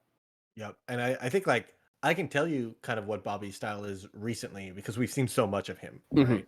And with Magi, I don't quite have as much of a read on her neutral and how she's kind of like been playing it. I know loves to look for shines and then get huge combos. I know she really likes multi-shine shield pressure. A lot of the openings, like in my mind, of like the big combos she started have been off the back of like pretty crazy tech skill. Either like really good shield pressure with multi-shines, really good wavelands, really good ledge dashes and stuff like that, and finding openings from there. Bobby's most recent openings have been a lot of kind of like laser based control where he gets a laser dash jump shine and stuff like that. And so I'm curious to see what the neutral breakdown is going to be, because I do think that like basically you want to look for shine. That's the move that starts combos, but there's a million ways to play the game even when you're only looking for one move. So exactly. And one of the things that I'm really interested to see is in the recent sets that we've seen of SFAT versus Bobby, and I'm going to keep going back to that because I think that's the closest corollary, at least. yeah. But one of the big things that SFAT has been doing, and one of the big ways he's been getting openings, is by reading Bobby out of the corner. Bobby really likes to full hop out of the corner, especially full hop towards that top platform. And when SFAT gets a read on that timing and that spacing, he ends up punishing Bobby really hard. But what we've seen, at least in a lot of those sets, is that SFAT doesn't have a good like reversal plan against that like hard threat from of pressure from Bobby, right? Like oftentimes his goal is to like roll out and slowly push Bobby to the corner and then play that mix up that he knows. I'm not sure if Magi will give SFAT the same kind of opportunities to read her coming out of the corner. And I'm also fight. Yeah, that's my exactly. read right now, is that she's gonna get cornered and she's just gonna she's gonna dare at you anyway. I don't give that W fuck. key, you know. Exactly. And so when that happens, how does SFAT respond, right? We know that SFAT loves shine out of shield. He's like super consistent with it. He does it grounded. He's really, really strong at it. Is he going to be able to find those openings during, some of that shine pressure, or, the holes in her pressure that she has to put in there just by nature of the character? Is he going to find those shine out of shields out, or is he still going to be looking for stuff like the rolls and stuff? Where he just rolls out of her pressure and then resets. And how's that going to play out? It'll be pretty interesting. Yeah, another thing to think about is to kind of just think about how scraps play into this. A lot of times when you're thinking about game plans, you're thinking about more controlled situations, like before you get into that scrappy situations.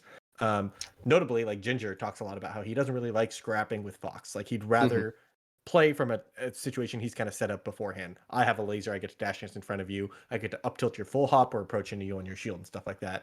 I think Magi's more down to scrap, and that could be what maybe throws SFAT off guard, but that also might be what SFAT is good at, to be honest. I think that SFAT is pretty good at those crappy situations, and Fox is pretty good at them. Fox's full hop is best when done on top of you, and then he gets mix-ups on the way down, and his shine out of shield, like you mentioned before, is insane. It's the fastest out of shield option, and it leads to kills, so it's like that can be pretty terrifying to deal with. So but Falco Shine is the highest reward move, and you can just spam it when in scrappy situations, which is also what I was mentioning before, that like Magi gets so many of her openings off insane tech skill and pressure situations. That can just mean, let's get close to us, and then I'll just do a lot of shines, So.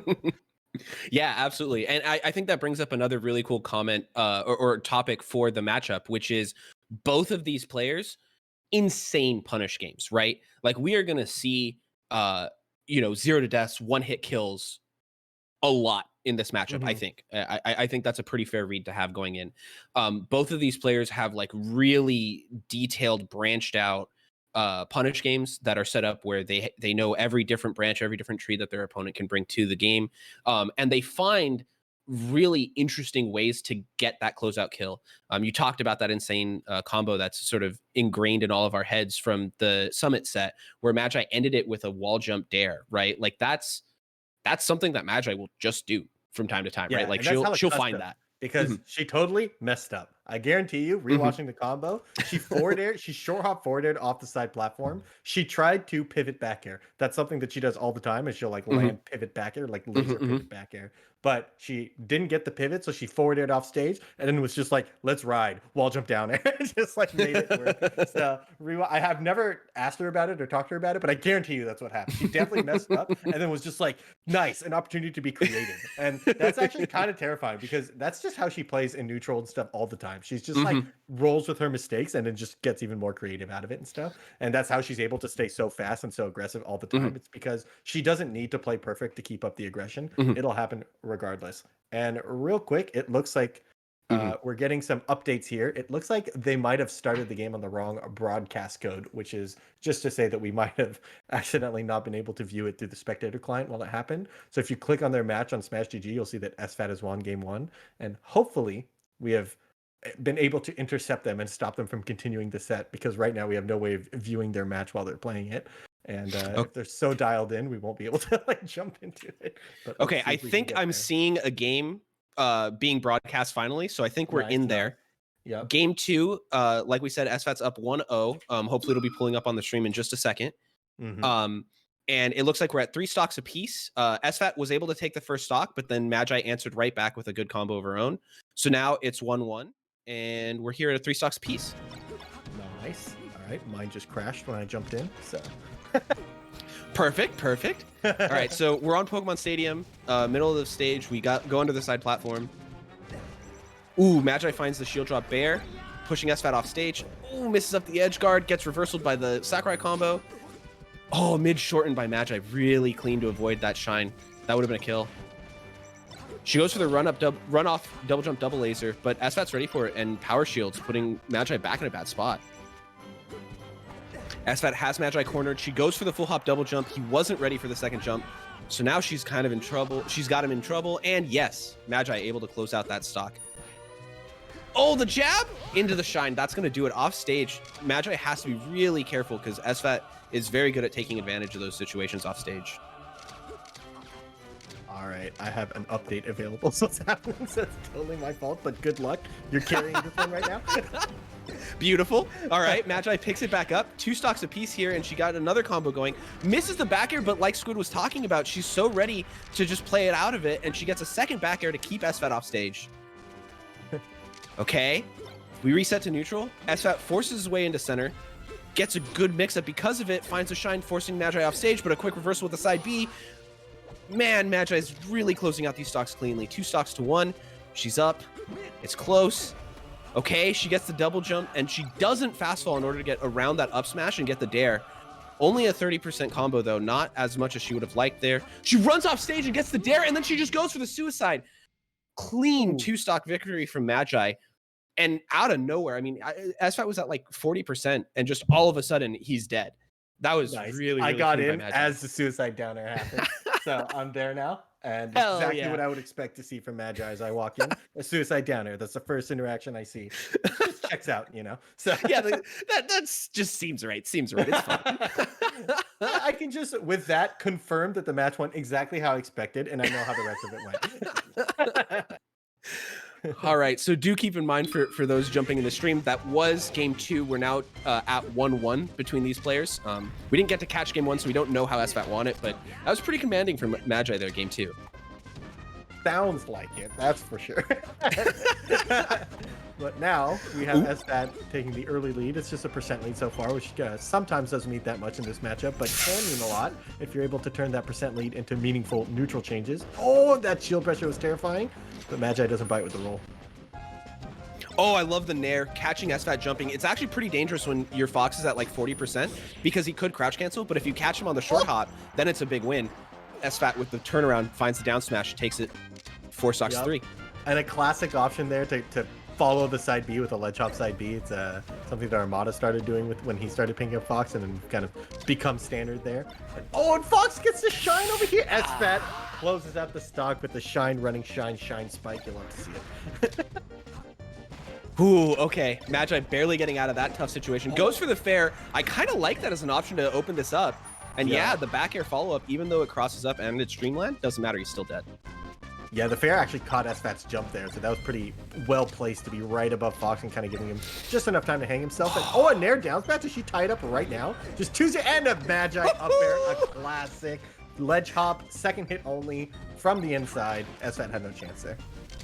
Honestly, that was so ambiguous from SFAT. Like, his defense was so strong. First, the drift. What's going on? Magi's just winning. What happened? Yeah, we saw Magi lose 2 stocks, and now she just hasn't been dead. Oh, what a read. SFAT looks kind of shook, honestly. He's building up momentum, though, trying to pick it back up. Oh, she read everything there with that F smash. That was a crucial tech. She covered every other tech option there, and if she reads that one, he's probably dead. He's off stage with 4 smash at 50. So she's just putting on this pace right now. And all the up airs crossing up again. She's getting so much damage here. Oh, she could be dead. Okay. SFAT goes way down with the shine to make sure. I think she was dead anyway, so it doesn't really matter. But in any case, last stock situation. She goes for the shine into the up B. Oh, that was so clean. That was insane. I feel like SFAT had the more controlled game plan from the start, and then Magi just throws chaos into the mix, which is kind of what we were expecting her to do in the first place. And then her absolutely nutty punish game. Her punish game is so like free flowing, right? Like you can't just flow chart her punish game. Every punish is unique, and they're all like, oh my god, she got the jump read here, and then she did this, and then she got the shine. Like, whoa. Right, and I think one of the things that's really cool is that she hides like very standard stuff in the middle of all this creativity, right? Like we saw 2 different times that last game where her big opening was a wave dash back shine to catch a roll in, right? And like that's like, you know, day 1 Falco shit. Oh, look at that up air. He's just dead. Oh. These players are just killing each other right now. Like SFAT started the game with a 0 to death corner pressure sequence, and then Magi follows it up with a 0 to death full on combo from the middle, right? Like there's right now OPK is 1. Oh, and she catches the up smash. Yep. Big combo. Dash JC Shine, the best opening you can get there. Oh, and look at this slight pause. She switches to turn off the aggression just to turn her back and find some shines. SFAT doesn't bite though, but that sort of pacing change really adds a lot to a player who's that aggressive, right? So. Yeah, and it's such a jarring thing for the Fox, right? Because usually when a Falco turns their back, it's because they're thinking about defense, like a back air and up tilt, and here Magi turns her back and then wave dash and shines. It's the layers of how these players are communicating and like trying to spook each other is really insane. It's like the double fake out, right? Because she turns her back in a spot where she's just been aggressive the entire game, and then she goes back to being aggressive from a spot with her back turned, right? So it's just like, oh my god! Oh, the slide off. Okay. She sort of slows down a little bit here, giving SFAT a moment to breathe. Oh, what an arms attack! Oh, this is a Magi classic. This is how she took the set from Mango. The arms attack, slide off, ledge dash, come right back on, win the set. Literally won her a set against Mango, the world's best, and here she is doing it again against SFAT. Are you kidding me? Okay, a good closeout by SFAT to keep it even. We are at 2 stocks apiece, so you know we can't pop off too hard for Magi yet. But she seems to have all the momentum right now. Oh, look at the wait for the up tilt. Great JC Shine into. Oh, man, the pivot The back pivot. there. Not messing it up this time. Not giving herself an opportunity to get a forward air. Even better, just gets a stock for it. Okay, finds the up tilt on SFAT coming into her. Oh my god, she's playing really well right now. Yeah, this is looking so clean. And oh, okay, SFAT finds the up smash, sort of an anti-air there, but he's not able to find too much off it again. The dare, suicide? Probably it. And the back air to guarantee it. Love the shine stall. Wait, confirm, go. If you go for the suicide down air immediately, there's a chance you get outplayed with his double jump drift. But she gave him no counterplay there, just falls into him and gets the kill. That was such a fast-paced, I guess, 3-0 after losing game 1, right? Like we didn't see game 1. Yeah, we don't know what happened in game 1. Yeah, but that felt on dominant. Stream, undefeated against SFAT. So yeah, I think one thing I do want to talk about though is it felt to me like so Magi is like putting on pressure, and then she would like find herself in a bad spot and she would pull away really far, right? Like oftentimes she would like jump to top platform or she would like retreat. Yeah, like retreat very far to the corner. And I felt like in those moments, SFAT had a chance to sort of reverse the momentum, right? He had a chance to go at her. And most of the times it felt like he was just ready to catch his breath, right? Like he was like, all right, give me a second. I need to think. And he also, I think, gave her room to hang herself a few times, and she never did. There was like 3 different spots where he did corner pressure that involved some sort of nair, double shine, nair, shine, wave dash in, wait for the roll. And she never rolled once. It was like 3 or 4 times, I think. And one time, like the first stock of that game, he actually got the kill from that situation. But it wasn't because he got the roll read. It's he wave dash away, waited, and then got the full hop read or something, right? Like got her out of it. But it's still like if you get that read wrong 3-4 times in a row, you want to then switch it up and do something a little more direct. Most notably, you can just grab her and forward her off stage, right? Like that'll be like or you can just keep the pressure going a little bit more. Do another a rep of double shine nair or whatever, right? But she was playing conservatively in bad spots and aggressively in good spots and kind of winning both sides of that mix up. So And while that set was happening, the first set of winners side also concluded Bobby Big Balls 3-0ing Ben. So Magi knows her next opponent. She's going to be going into Ben, who just lost to another fast aggressive Falco. So that should be pretty interesting to see. So Ben's shook is what you're saying. yeah, Ben is shook and Magi is ready for the steamroll. But before we get to that, we're going to get to see another Falco, this time against a Marth in Rocky LSD. Nice. What a bonkers tournament. Also kind of interesting to see Bobby Big Balls versus Ben being in this way. I think TMT this week had Ben beating Bobby Big Balls for the first time ever and actually winning the tournament over him, right? So Bobby Big Balls coming back and saying, nah, just because you get one doesn't mean you've solved it forever.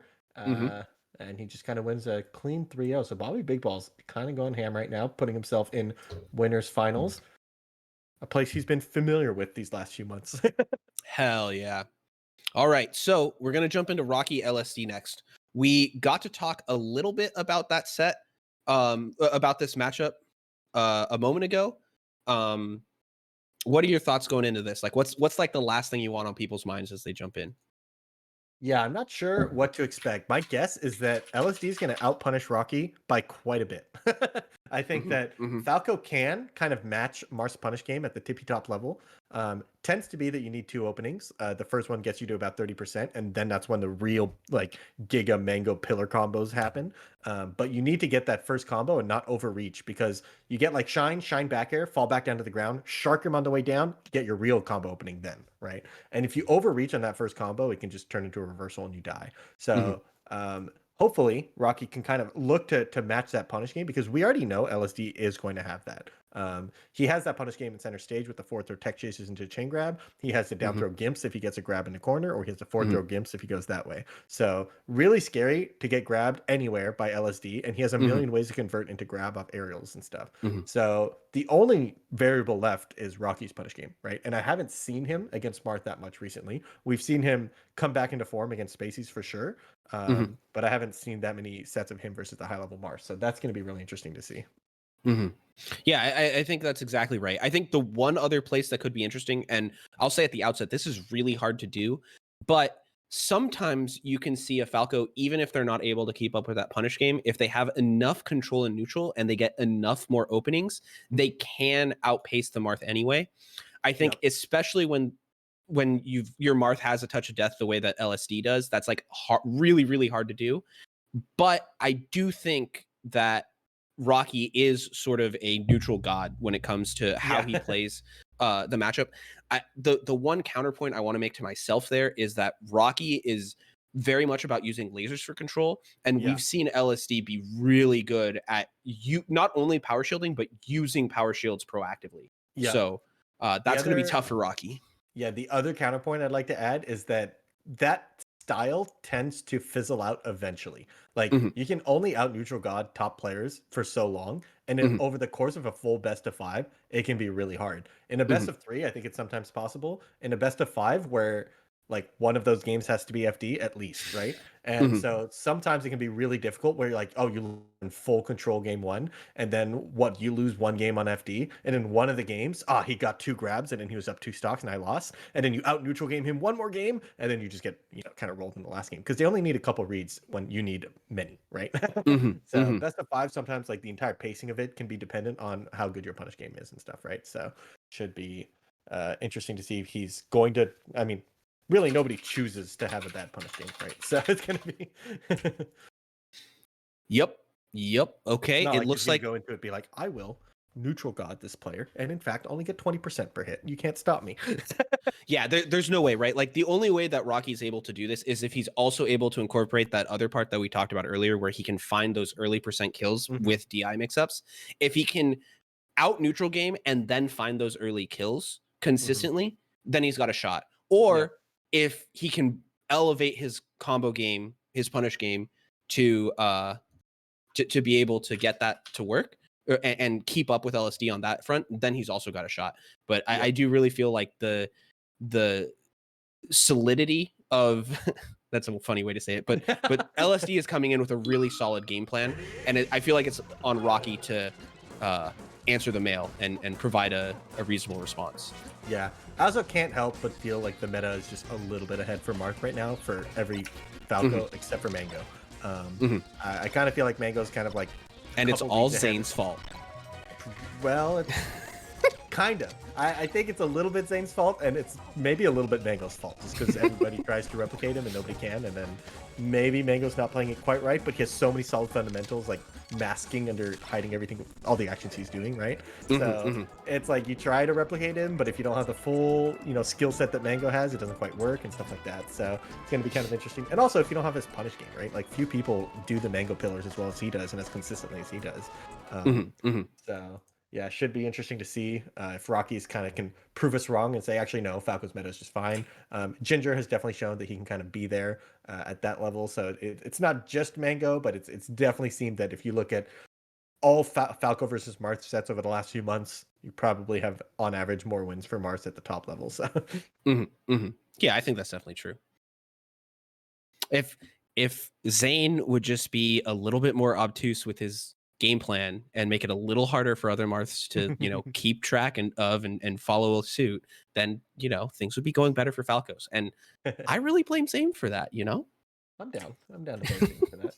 But also, I'm not sure that KoDiRiN and LSD specifically play exactly the same way. I think the punish game is going to kind of have a lot of similarities, but I kind of think the punish game is not necessarily what Zane has innovated the most in this matchup, right? Like we've seen Marth with good punish game on Spacies before, right? That's not, Zane didn't come in and show, hey, Marth can have a good punish game on Falco, and we're all like, oh, is that how it works?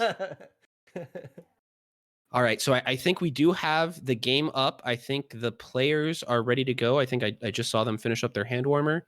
Are you in there, Squid? I am. I'm seeing the waiting for game screen, and I saw the hand warmer, so hell yeah, looks like we're ready to jump into it. Yep, the game start on Yoshi Story. All right, so for a lot of Marths, this is kind of tricky because it's so small, but also kind of good because they've got great combos on the side platform. Yep. LSD kind of can do the tech chasing, so it's not as big a deal, but we'll see how this goes. Yep. And one thing I like about this stage is sometimes the recovery is easier because of wall jumps and stuff like that, and wall rides and Randall. So sometimes you actually live longer on this stage because Marth can kill you regardless. So if you have just an extra tool in your recovery belt, it's more helpful than the blast zone being further away, All right, Rocky with a big comeback. I like this. Yeah, the jump got sniped by the laser there. Randall does get the save, but Rocky might be able to pick it up anyways. Yeah, really good shine there. Kind of with punishing the side B that was done a little bit too close to the stage, and Rocky actually draws first blood here. Ooh, I love that spot dodge down tilt. It was like this awkward spacing where Falco doesn't have that many options, but the down tilt actually gets him out of that spot and avoids the grab. Yep, definitely. Oh my god, Rocky Holy. right now with basically perfect corner pressure there. I think the entire stock there was spent with LSD's back to the corner, and Rocky didn't get reversaled once, didn't get forwarded from the ledge, didn't get grabbed, just cleanly outplays, gets the hit, and then snipes the double jump. So far, Rocky's gotten a couple really good closeouts by calling out LSD's recovery. So if he can keep doing that up, and he immediately gets a quick 30. Ooh, that turnaround up tilt was really quick. Good on LSD to be ready for it. The combo doesn't quite work out for Rocky, and that's kind of bad. I think he could have shined off the top there, and it was really close, but 70% all the way up there, maybe. So yeah, and so far, one of the things we didn't really talk about coming into this was the defense on Rocky's side, right? Being able to avoid the setups and avoid that first hit from LSD. Randall, what are you doing? Yeah, LSD can shield there. You can just hold shield and you'll snap to it. But kind of, I guess, misjudge how much time he had there and then gets down smash for it. So Rocky's just suddenly in control, up a whole stock going into the last one on this game one. Clean power shield, but Rocky was really ready for it. That's one of the key things we kind of wanted to look out for, is how much is LSD going to get off his power shield. And Rocky acted pretty close to frame perfectly out of that one. Yeah, and that's been the story for every power shield LSD's gotten so far. Rocky's at least found a way out, and in that situation found a reversal too. Ooh, great threat there from Rocky, forcing LSD to feel like he has to upbeat early, and bang, he's dead. Kind of makes what is this kind of like the IBDW flowchart of how I think of it. The fake Marth killer jump out there and hit him, or fake Marth out there, jump out there, just kidding, I'm coming back on. You can really sort of manipulate Marth's recovery to kind of force him to think you're doing something, and it becomes sort of an interactive game of edge guarding instead just a guessing game of edge guarding, right? Because before I think it was a lot of like, well, I'll just place a back air where I think he'll jump. But with this sort of flowchart, you get to kind of try to tell the Marth where he should jump and then trick him in doing so. So Really clean game from Rocky. Yeah, and that ended up being very much, I think we talked about it, but the corner pressure, right, from Rocky was so big. And Yoshi's is the best stage for corner pressure because you're just always in the corner. So I'm going to be curious to see how Rocky can force those situations in these longer stages. I agree. Yeah, definitely changes the dynamic of the matchup. But I mean, I'm not sure that the stage was the reason LSD got a 0 to death right off the bat, right? Like that's kind of, and here's the forward throw tech chasing we've seen. He misses the tipper, picks up the tech chase, gets the tipper the second time around. Don't give this guy 2 tries. All right, 4 stocks to 2. Rocky's got a little bit of a combo going, but LSD at low enough percent that you just wait and get the edge grab after the dare. Oh my god, the double down tilt. I love that. He actually CCs the side B off stage, recognizes, no, you're close enough now. Okay. Oh, the nair into the grab and another gimp here. Yeah, LSD will close that out no problem. 3 stocks to 1 very quickly. Yeah, very scary to DI off stage off the up throw. Not only can Marth just up throw down air outright, but in that case, LSD just did up throw forward smash and then just gets the kill from there. So this punish game looks twice as brutal this game as it did last game. I don't know if LSD just needed to warm up, if it's a stage difference, or if it's just that he's getting the reads this time. But right now, it's pretty much 3 grabs, 3 kills that's happened to stocks. Okay. The laser shine does work out against LSD here. Rocky gets the nair, waits for the get up so he has some invincibility. That was kind of clever, but also sort of gave LSD the ledge for free. Oh! LSD fights his way out. Yeah, I think LSD kind of has this one. Rocky's throwing out some kill moves, hoping to kind of close it out. But maybe this is what he needed. He just kind of gets a mental reset on this stock now, and now he can just find the next opening. Oh! Frame perfect swing with a fair out of that laser while he's in the air, and yeah, he's gonna be able to close it out there with a dare spike. But yeah, that fair out of the laser was really critical. Technically, if you're close enough with the Falco, I think you can get the nair out in time, right?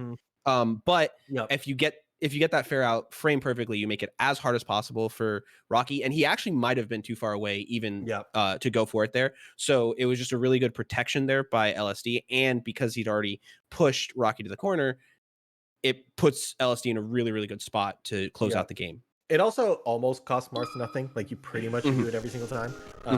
The only other mix-up is that sometimes you can waveland back out of it, and that can be good depending on stage positioning. But pretty much 99% of the time, it's the right execution test to go for because it's like, what other option do you have? Oh, but there, LSD just lands and he gets a power shield grab on the approaching laser. So it's the first very successful power shield that we've seen, and it was on a point-blank one. Yeah, and Rocky chooses to go to Fountain here, game 3. I feel like the platforms make things really awkward for both characters.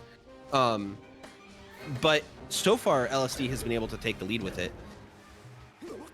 Rocky challenges the ledge stall, and it's actually going to get paid off really nicely for it. Yep. Yeah, Clean stuff. Rocky took game 1 on one of the smaller stages. Maybe just thought, you know what, I just want to scrap. I don't want to have to deal with the long range dash dance game, the long range kind of laser versus power shield game and stuff. And so far, he's showing that he is able to kind of match that pacing in the close range interactions. LSD going for some of his patented tech chasing into a big combo here. Yeah, and I just want to point out just how much Rocky is mixing up there, and LSD just punishing him every time anyway, right? He's showing the no tech get up attack. He's showing the tech rolls. He's doing a lot of different stuff, and LSD has those reactions on point. Oh, yep, totally agree. LSD's tech chasing absolutely bunkered. Oh my god, gets the Crush gets left tipper smash. F smash. Yeah, Oof. just automatically lines it up for a tipper. You know, he's like, oh, thanks for the assist. Boom. All right. This is twice in a row that Rocky has used his invincibility after losing the stock first to bring it back to even. So I really like that by Rocky, making the utmost out of that. And it's one of the best ways to avoid putting yourself at a deficit. Yep. I think Rocky's corner pressure has been the highlight for me so far. Like watching his play, he hasn't really gotten reversal down in the corner once. Imagine. He's not like winning every single time, but he's not just getting reversal for it, which is huge. And then he's forcing LSD to kind of find these harder to find neutral openings, right? Like even here, he gets out and he gets another hit. Oh, this time he kind of puts himself in the corner, but he gets a roll shine to get out. Somehow LSD finds his own opening here. Oh, the side B doesn't get punished. Let's see if LSD can close out the edge guard. Down air. Interesting choice. Maybe he thought Rocky would be on the ground already. Oh, and he does finally close out here. Yeah, really nice stuff there by LSD to close it out. Rocky made it as hard as possible, but LSD just had the answer anyway. Okay, Rocky again using the invincibility really effectively. This time LSD is able to fight his way back to center stage. Rocky stuck in the corner here. This is looking bad. Oh, these power shields on the get up attack. Yeah. They also push Marth a little further away, which is just like a better spacing for Marth. So getting the power shield is also really nice as opposed to just the regular shield. Yeah, pretty crazy. I think a lot of players got used to the kind of the Drug Fox Captain Face Roll type of tech chasing where you crouch to cover get up attack. That's not possible at the hypersense. Oh my god, but as I say this, Rocky might just be trying to close out the game right now. Double jab.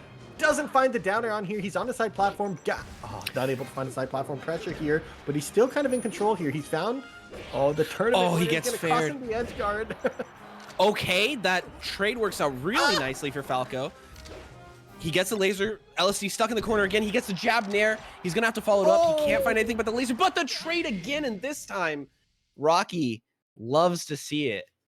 Takes the game. Good adaptation from Rocky. Every time he's jumped there, he's gone down to ledge and LSD jumped over him. That's the way LSD got out of the last 2-3 edge guard situations. And this time Rocky doesn't bite. He kind of fakes it. He does the same pre-movement that he did every other time, but instead of going down to the ledge, he just challenges to double jump back on directly with the back air. And he had enough percent there to kind of guarantee that that was a closeout for the game. So Rocky, off the back of really good corner pressure and very high success rate on edge guards compared to, I feel like, what we normally see in this matchup. Rocky showing really solid fundamentals versus Marth right now.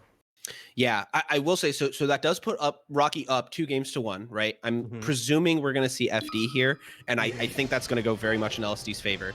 I think the challenge here for Rocky is game 5, he doesn't have a small stage to pick anymore. Yep, so it's gonna be interesting to see. I think Rocky has shown that he does have counterplay to the power shield. So, like in theory, the way you play this matchup compared to the other ones is more laser heavy. And I think Rocky has shown that he could do that. He's not just getting beat in the laser game. That being said, he kind of went in and got grabbed, and LSD killed him off the very first grab. So, kind of scary. Oh, and the down tilt doesn't connect. Instead, LSD's up tilt finds the hit, and now Gimp City, yeah, he's just dead again. Ugh. That's tragic. The down tilt didn't connect. He got up tilted, and then he shined. And the shine didn't connect. It was so close, but shine is tiny. Instead, LSD is putting on a clinic right now for how to practice your FD punishes and how to get your FD punishes started. Oh, okay. Going way down there with the shine, but LSD finds a reversal. Yeah, one of the things that like is supposed to be really bad for Marth in this matchup is coming down, and LSD is just better than everyone at it. Like he finds ways to make it down even when he really, really shouldn't. And so you saw it there. Like he goes for the early dare to catch Rocky coming up with the full hop, and that's how the reversal gets started. Oh, this is it. Let's go next. We don't need this game. This game doesn't count. Let's just move on to the next one.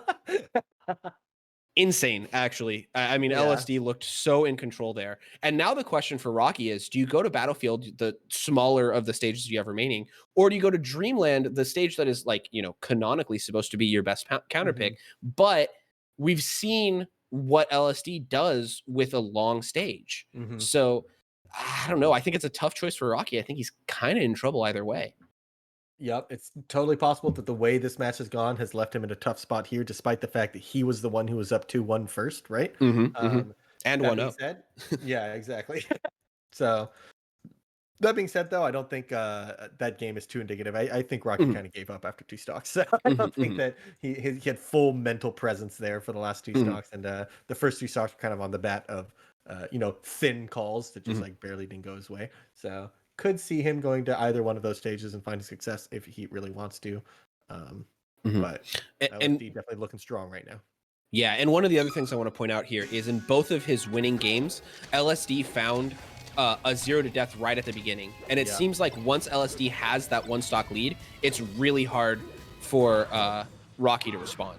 All really these smash attacks. And the down smash doesn't connect, but he does find a shine, maybe able to continue the platform tech chase. JK, the reversal.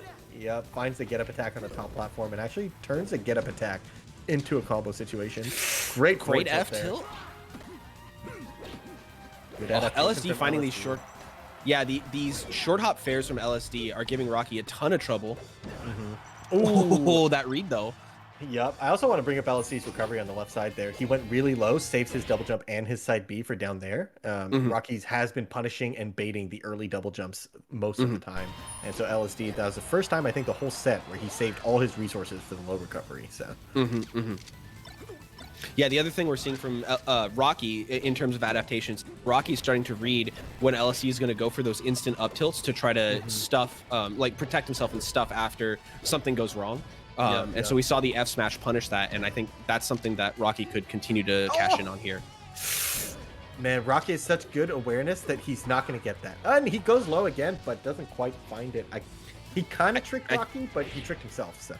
Yeah, I think he thought he had the empowered side B, but he didn't, and so he like fell lower than he expected to. Oh, the wave dash out F smash tippers. Oh, he goes high. Really good read there. Kind of realizing that it would be hard to cover everything, so Martha's likely to just hard commit to the low one. Oh, and he finds the down smash. Actually finding the perfect pillar combo that we talked about there. Getting his 20%, getting the pillar combo, getting the edge guard. Rocky's corner pressure and edge guards are definitely the two things that are just, it feels miles ahead of every other Falco right now. All right, and LSD, he finds himself in the corner again. He's able to get back to ledge, but he's in trouble here. 3 stocks to 1. He's got to get a quick kill. He finds the dare. That's how it starts, but he's got to stay out of the corner here. And we've seen Rocky be really effective on these invincibility plays. Oh, he finds the F tilt. Finding these 4 tilts too. This like not letting LSD fall to the ledge for free has been a big deal. I actually think we've seen a lot of matches from LSD against Bobby Big Balls where being in the corner is not that bad for LSD. He's good in the corner, right? like right now we're seeing Rocky kind of like win in these corner pressure situations all the time, but LSD is actually good in those situations. Rocky's just playing it better, but right now LSD's working on his comeback. Let's see if he can find another hit here. Oh! Catches the drop through of the laser and just finds the tipper F smash. All of a sudden, it's a last stock situation. Rocky this time not able to get much out of his invincibility. He does have LSD in the corner here, down 90% to 10. God. There's a spot where a down throw in the corner is going to happen. Last stock situation is always where it happens, but instead, LSD finds his opening center stage, throws it all out with a forward smash, but Rocky's corner pressure, or not corner pressure, just shield pressure, finds the shine in center stage, caught LSD trying to shield grab, just so solid on his approaches. Never got antsy for an approach. Like, even there in the end, last stock situation, he had LSD in the corner, doesn't get reversaled at all. It's getting back to a center stage interaction, and that's where Falcon kind of thrives. So, very impressive win there for Rocky. Yeah, actually insane. Like, for any of us who are like Spacies players, right? Like, you've been in that situations where you go up 3 stocks to 1 against a Marth, and you're like, yes, I finally got this. And then he kills you twice immediately for nothing. And you're just like, oh my God, there's no way. Marth is unbeatable. Yeah. And for Rocky to not only weather that storm, but to show that kind of patience and resilience in that last stock situation was really impressive to me. I think a lot of players would have just insta-died. And I think it shows that like when scared, when in a panic situation, you kind of fall back on whatever default habits you have set up. Rocky has really good default habit setups. He doesn't have to consciously tell himself, pull back, don't early down air, don't go into the corner, don't deal with the forward air from the ledge. Don't, like, that's not his inner dialogue. I'm pretty sure he's just telling himself, play your game plan, because like his default game plan is good corner pressure. He had such solid corner pressure the whole game, and even like with the power shields, he didn't have to tell himself like watch for the power shield. He just got power shielded and was immediately ready to shield the way dash and forward smash or forward tilt the approach or something. So just that, it really looked to me like this was very solid fundamentals. It wasn't that he needed key adaptations to beat LSD. It was that he had such solid fundamentals versus Marth that he was able to win a best of 5, right? Which is really impressive. So yeah, and I feel like LSD was almost surprised, right? Like, I don't think LSD has ever seen a Falco come in and have that strong of a edgeguard game, right? Like LSD felt like edgeguarding was insane. he felt like he got his stock stolen, I'm sure, because that just doesn't happen. So really good stuff to Rocky. I do want to point out probably the number one thing and most important out of anything that we've seen so far today. We had 4 matches here in the start of top 8. 3 of them had a Falco. Falco moves on 3 times. Dang. So, you know, we have 2 Falco commentators powering up the Falcos on the tournament that's run by a Falco. I'm just saying, on the channel of a Falco main. That's exactly, someone's cheating, and I love it. The Falcos are winning. I love. And collusion. By the way, big fan of no, collusion. Exactly. Yeah, absolutely. When it works in my favor, it's great. Also, it's kind of funny because we're going to have no double ups on Falcos in this next round, right? So winners finals is going to be a Falco versus Marth. And then here in the loser side, we've got That's crazy that losers finals is going to be Falco versus Falco. Yeah. I know, insane, right? We actually have just Falco Chic and Falco Fox. So as long as the Falcos just win everything, it'll be all Falcos pretty soon. What could be better? What could be better? Oh man. Definitely All right, so bonkers results so far. Bonkers sets, like both of those sets that we Uh-huh. saw were insane. all right, so it looks like we're getting ready to jump into our next set. It is going to be a follow-up of the last one, Rocky coming right back in, and we're going to see Rocky versus Zamu, who just barely got sent to losers bracket by KoDiRiN. So this should be really fun. It's going to be another Falco Fox matchup. We saw that Magi versus SFAT. So we're going to see the same matchup, but I think a very different style. This time around, Rocky more the control player. Zamu, I don't want to say like he's crazy or out of control, but He's crazy. He's so crazy, dude. He's so fast. He's the running up smash master. He is like Okay, Fat if you're willing to Goku. say it, that's fine. He's Fat Goku if you took out the hinges that he has on him, you know? He has one hinge. Fat Goku is one hinge, and you take it off and you've got Zamu, you know? So yeah, I think we're gonna see a very different setup here, right? In the last Falco Fox set we saw, it was very much SFAT trying to weather the storm, and in the end not being able to. In this time, it's gonna be can Rocky weather the storm, and or can Zamu just completely run him over? And so it should be pretty fun to see. I haven't seen Zamu play like since pre-quarantine, and when I played, like what I'm describing of Zamu is when I played him like 2-3 years ago or something. And how'd that set go? I don't think I played him in tournament ever. I Oh, played him really? in friendlies, and look, I'll say it, I beat him almost every game. All right, but he was a different player then. He was the I love this comparison because he was like the Rocky from Rocky 1 then. He just loved to just running up smash all the time.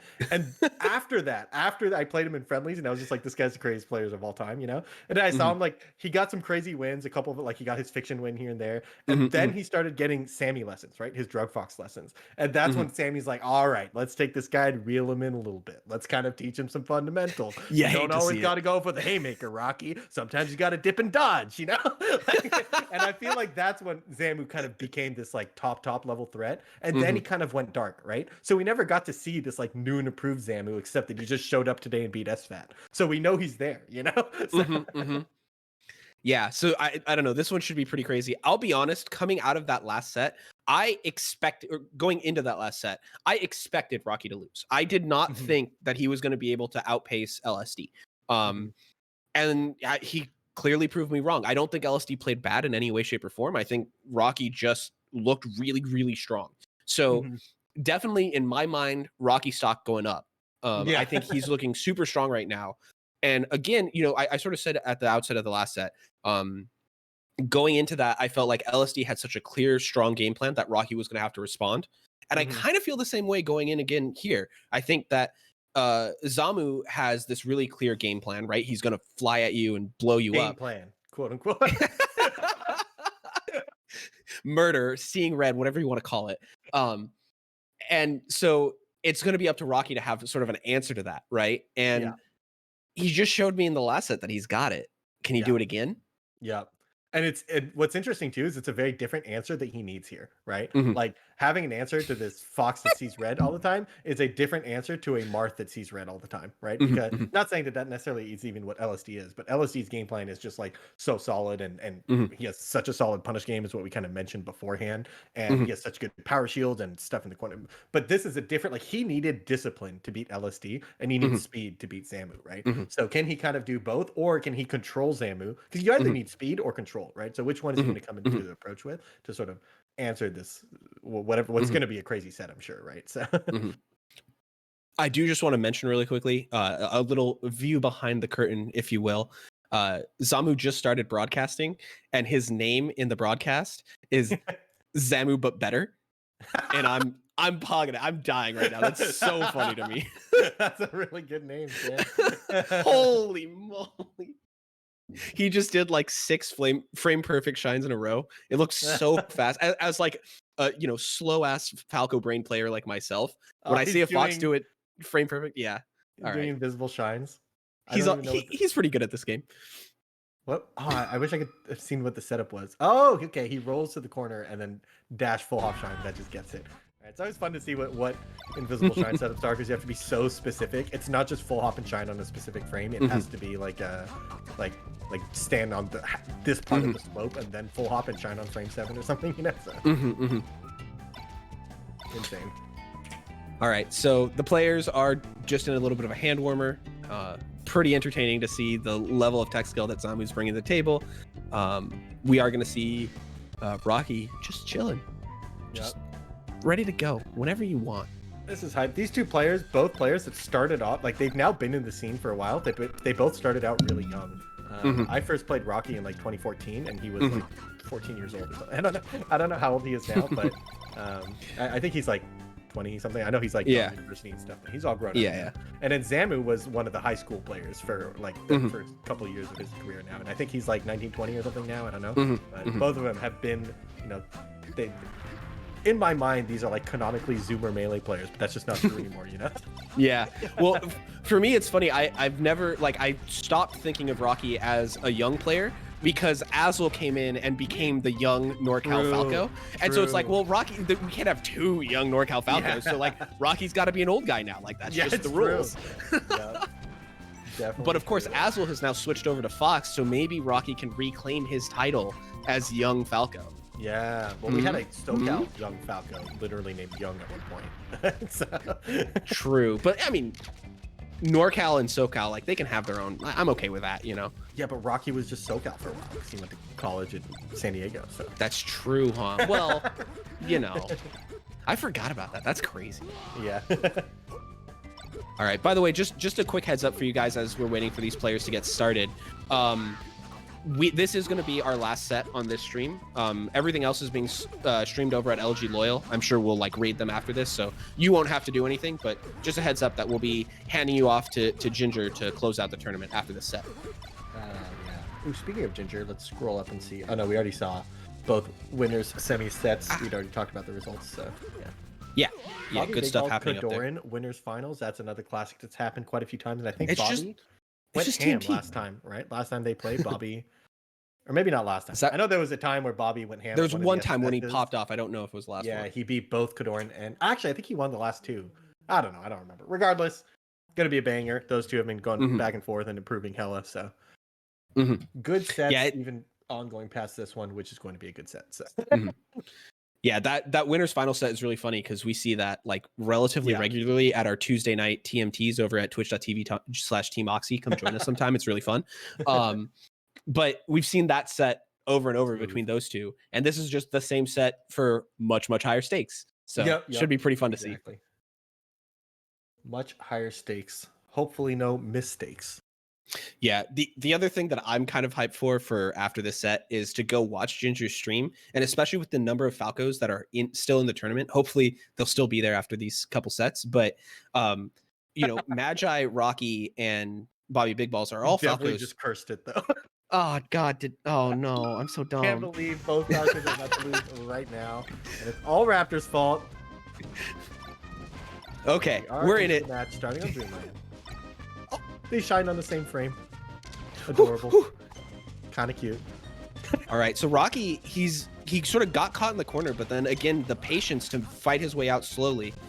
Up throw doesn't exist in 2021. Falcos just have to stop doing it. Everybody knows how to SDI it. It's just not possible to hit off of it anymore.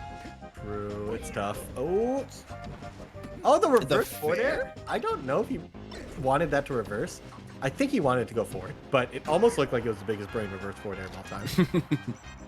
So dash attack up smash, gonna force Rocky way off stage. Great angle there to get back to the ledge. And the spot dodge? Yeah, that actually he had to do that. He did the first up tilt, which was great, and he didn't have time for another up tilt. So he kind of recognized that he was kind of in trouble there, and then had to spot dodge at the last second, and gets paid off for it. So, he goes for a call, come back with the down air instead of conservatively jumping to the edge. But not a bad mix-up because I wouldn't have been surprised if Zamu read the double jump sweet spot to the ledge. So. Okay, Rocky gonna find the dash attack into the bear. Zamu's way off stage, but he will have one chance to recover. Oh, the get up attack doesn't reverse. Usually you see it send off stage, but I guess he hit it a little too late. Yeah, I think Rocky had time to like reset his ledge invincibility and then just go for an invincible back air, but instead held. Oh my god, the second grounded laser covers it. Genius. I actually think that was on purpose. That he like not the first one, but then he's like, you know what? The second one might hit here. Ooh, great conversion here. Shine into the single hit up air, misses the down tilt, giving Zamu another chance here. That was like a frame or two off of hitting. Zamu barely getting the jump to get away from that down tilt. But Rocky continuing with the pressure. We see Rocky kind of be the one to read the double jump to the ledge there, but Zamu still managing to find the timing to get there with his shine stall. Oh, these full hop nairs by Zamu, a lot of foxes like won't go for that because it sort of locks you in. But if the Falco's coming up to challenge you, it's a good way to like just push him off you. So I like the option by Zamu to recognize that that's sort of how Rocky's trying to play it. Ooh, good full hops from Rocky. The first one went straight up and down. The second one went to the center stage. Really hard to react to different types of Falco full hops, right? Like you can see him jump, and the difference between a drift forward and a no drift forward is the entire stage, right? So. All right, Zamu able to use his invincibility to break that up and bring it back to 2 stocks apiece. Rocky gets the crouch cancel shine on the Fox drill to sort of open things up, but doesn't find much off of it. Zamu with the running up smash like you talked about. Shoutouts to Fat Goku. Ooh, drill turnaround up tilt. He gets the nair into the tech chase.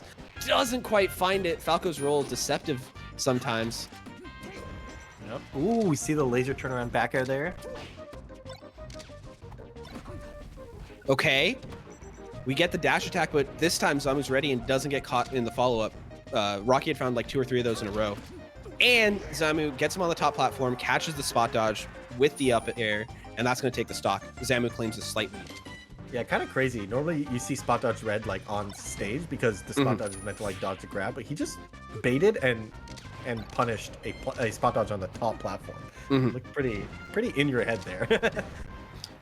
Oh, and there Zamu just runs all the way in, but then stops with the wave dash down at the last second. I love that as a mix-up for really aggressive foxes when you're just so convinced they're going to go all the way in, and then they don't.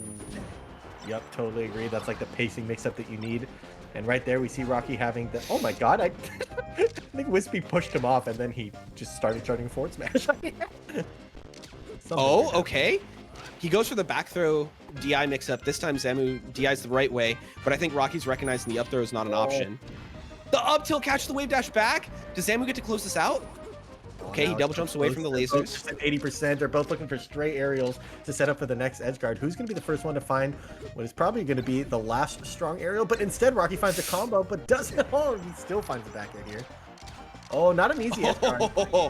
That angle, disgusting. Yep, and we threads the needle, but again, actually Rocky called out multiple of those early side Bs right there. Rocky kind of showing the same solid fundamental edge guarding that we saw in a different matchup. Very different flowchart, but he's got him down. Yeah, absolutely. That was really, really clean by Rocky to close it out. And I want to note, it wasn't the same side B that he caught, right? It was early side B multiple times, but one of them was a high early side B trying to go to the side platform that he caught on the way in, and then that next one, it was actually to just on stage, just above the ledge, right? Yeah. So it's not like Zamu's just like showing him the same thing over and over and he's punishing it. It is still a mix-up, but Rocky's got to read that he wants the early side B, and he's finding those back airs. Yeah, exactly. And he kind of gets to throw that out and then still cover an up B potentially, right? So he just happens to have kind of guessed right a couple times, and then he's always in a good spot versus the up Bs. That's the thing about Rocky that I've been seeing so much is he's really good at not overextending. He gets to cover something without ever being in a bad spot if he's wrong, right? So he does the double jump back air back onto stage. And if he's wrong, if Zamu didn't side B there, he's going to land on stage first, and then he gets to continue his corner pressure situation. So yeah, really. Yeah, and good control. Yeah, and to add on to that, right? He also never overextends, right? He's like, okay, I'm going to go for this back air and then I'm going to land on stage. And it's like, he up B'd. And like a lot of Falcos would be like, maybe I have time to like go out there for a dare or, wave dash back to ledge to try to like steal it away from him or something. Rocky doesn't go for some of those overextensions where he like just barely doesn't have enough time. He always knows like the limits of what his game plan allows him to do, or what his current play allows him to do. And that's super scary. We're seeing a classic start of the game. Approaching laser from Falco and running power shield from Fox. Rocky actually shot a high laser to make it so that he couldn't get power shielded. small, Yeah. little, tiny interaction happening right at the start of the game. Mm-hmm. And so, Zamu chooses to go to FD here. He wants the superpower on his punish game, and he is going to find the first stock. But so far, Rocky's looking like he has a good bit of control anyway. Yep. And that's kind of the danger of this counter pick is that you can actually give Falco more control if you're not careful. I think Fox's full hop is just nerfed on this stage, just a little bit worse. So, ooh, but the double forward air into tech chase forward smash from Rocky. Oh, there. I like that. Zamu's still going for the side B, but this time you saw a little shine stall into an instant side B higher. Kind of adding a little bit of a layer of timing mix up to it and saying, look, if you're going to read my side B preemptively, I can just mix up my timing and still get you, right? So. Oh, great angle from Rocky there. Okay, Zamu continues the pressure. He forces him to the other side of the stage, but still in a bad spot. Look at that. Good. Zamu. Crazy tech inside B, but Rocky is gonna. His edge guarding is just too strong. You close that out. Oh, good side B.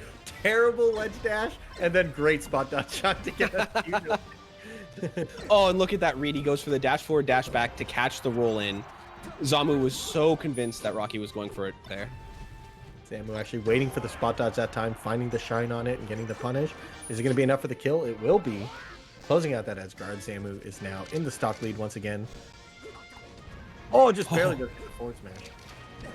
Catches an early nair there. Really good stuff from Rocky. Just barely doesn't get the wave dash shine. Okay, here comes the chain grab. He's got a pretty good punish, but he gets the light shield, so he gets pushed so far away that he can't follow up with another grab. Kind of awkward. Yep. But he'll pick it back up. Ooh. Nice. That was tricky. Just wave dash back, steal ledge hog to steal the ledge. Yep. And we kind of talked about this in the last match where it's like sometimes you can edge guard in a way that manipulates your opponent into thinking you're coming. It really looked like Zamu had given up on the ledge, and then he just goes right back on. So. So yeah, Zamu finds himself up 3 stocks to 1, looking pretty strong. Rocky with a good response here. Ooh. He is going to close out that stock, but still at a massive deficit. Yep, it is possible on this stage that 1 shine leads to 1 stock here. Could be a very small lead. Up throw is not going to do it here. Needs the down throw stuff. 2021, bro. Yeah, and he does have port 1, so the down throw stuff is guaranteed, but he's not going to be able to find it here. Zamu able to close it out pretty cleanly. A quick 2 stock. Wonder if he's going to be able to replicate that on a platform stage, though. Yep, definitely looked like he just felt more comfortable on that stage. Like in the same situations that they would be the same on another stage, it just looked like he had more confidence knowing that like, ooh, but if I get a grab, you know? So I think if you just have that level of confidence in his neutral game on another stage, he can totally replicate it. The question is, will he have that same level of confidence? I don't know, you know? So yeah, maybe, absolutely. Maybe just gave him the burst of confidence he needed. Yeah, and a couple things to point out there. Number one, none of that was like the super long drawn out FD only chain grab, right? Like he had some pretty custom stuff there, first of all. And then secondly, like game 1 was, super, super tight. Like it wasn't like Rocky ran away with it. So I feel like Zamu should be feeling pretty confident right now, but we'll see how Rocky responds. Yeah, I think one of Zamu's biggest strengths actually is his tech chasing, and we saw that even on the FD game where like some of his combos were just up throw nair, perfect reaction tech chase, up tilt, nair, perfect reaction tech chase, grab, back air, you're off, kidding. Like it's just exactly. It was like multiple tech chases, and normally the tech chase is kind of a hard part of the combo, but for Zamu it's guaranteed. So okay, Rocky, that was pretty sick, but he's not able to close it out. I always hate when I get like one of those big combos, but I can't kill. Yeah. This time, Rocky's cut the clip, yeah, just trust me. He died. Yeah. Don't make it back.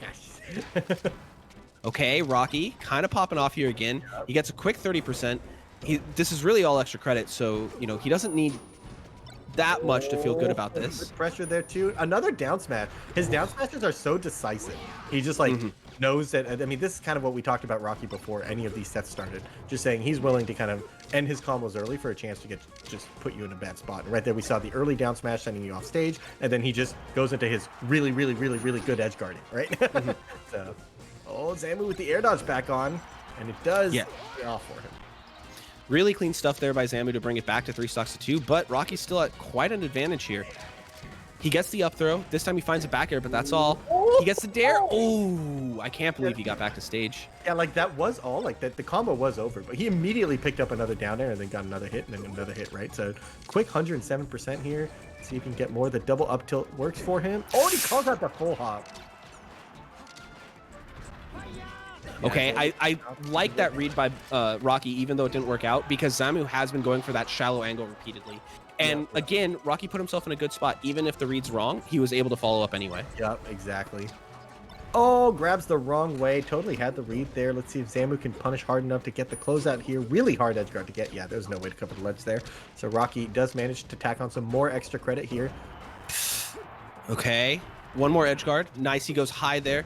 Zamu has been covering the ledge quite frequently when Rocky up Bs. Oh, look at that. The read on the double jump. Follow up, yup. And he finds another down smash. Just barely misses the forward tilt. He's gotten so much mileage off those forward tilts off stage too. Either people just drifting to the ledge or people double jumping to like not perfect sweet spot and stuff. It doesn't work out that time, but Rocky closed it out right after, immediately takes a big lead. And after what we saw a very decisive game 2 for Zamu, we see a very decisive game 3 for Rocky. So. Absolutely, and that puts Rocky up 2-1. So Rocky's got to be feeling pretty good right here. I think again that last stock is another place where you can talk about Rocky went for a read, right? He did that short hop nair, and it didn't work out. But then he put himself in a good position where the next mix-up gave him the short hop back air that got the kill. So Rocky just refuses to overextend and just keeps himself in good spots. Oh man, Rocky's full hop lasers have always been something that like surprised me. He puts lasers in spots where I'm always like, why would an opponent ever be there? And then the opponent jumps into it, and I'm like, oh my god, he's a genius! Like, all right. So traditionally, Yoshi's story pretty scary for like against a really fast Fox for Falco, but so far Rocky just handling it, and he gets the dash attack F smash to take the first stock anyway. Yeah, honestly, as the set has gone on, we kind of mentioned that Rocky would either have to match the speed or control the Fox. Definitely feels like he's kind of successfully controlled the Fox. Zamu doesn't look quite as unhinged as he's kind of looks in some matchups and stuff. Maybe that's a stylistic thing, but it kind of feels like Rocky's making it hard for Fox to kind of do what he does. Not just with lasers, but also with his hitboxes and stuff. It's like you can't just run into him willy-nilly, and you got to work around lasers while you're doing it. So. Okay. Zamu got a grab and he was starting that chain grab combo, but Rocky finds his way out with slight DI and gets a shine off of it. Zamu reversing it right back. Rocky having to go to ledge to get out. Couple clean shine out of shields there from Zamu, kind of getting him out of sticky situations and into good ones. Let's see if he can turn it into more. Ooh, Rocky keeps getting out of the corner. Zamu having a hard time dealing with these full Oh, nice. Catches the up B. Zamu was trying to do the one where it just latches to ledge, but I think he was a little too far horizontally, and so Rocky could just F smash him. Oh, Randall gonna make it complicated? Not too complicated. The back air is gonna close it out. Even game, 2 stocks apiece here. All right, things looking pretty close for both players, but keep in mind that Rocky can close out the set here. Zamu just fighting for a game 5. Yep. Oh, great shine double jump there. That's so annoying to deal with. Your opponent basically has one chance to just kill you, and if he's just out, and it's so hard to punish him for that. So you see Fox. Oh, the down smash doesn't cover the double jump because Zamu had a great double jump backwards into side B. Yeah, and again, we're seeing that Zamu's still going for a ton of side Bs, but with the slight timing mix-ups, finding a lot more mileage out of that. And this time, he's the one to catch the side B with an F smash, putting Rocky down to stock. Yep, see if Rocky can make something happen on his invincibility. Once again, he's shown really high consistency on his invincibility, able to find the read on his opponent. How are they going to try to escape you while invincible? And if you kind of know that, they can't do anything to stop you from just going for their throat. Nice wave dash shine. A lot of players missed the punish on the up smash there. Ooh, Rocky though. This could be Zamu's chance. Oh, just stands there, terrifying. Randall getting involved. Now we have a Rocky punish. The early forward smash. Oh, he gets the grab. Yep, the first kind of overextension we've seen from Rocky. He did not have time to get it down there, but he went for it anyways. Ooh, the up smash gets crouch canceled, so Falco basically doesn't go anywhere. Oh, yeah, and Zamu gonna find it. He gets the back air covering the side platform. He did leave the ledge open, and like we mentioned, Zamu has been covering the ledge almost every time against Rocky's up B. So here he cashes in on that read, saying, "Hey, you're not going to go to the ledge again because I keep covering it." Yeah. And this time he gets the back air, closing out the game, forcing a game 5.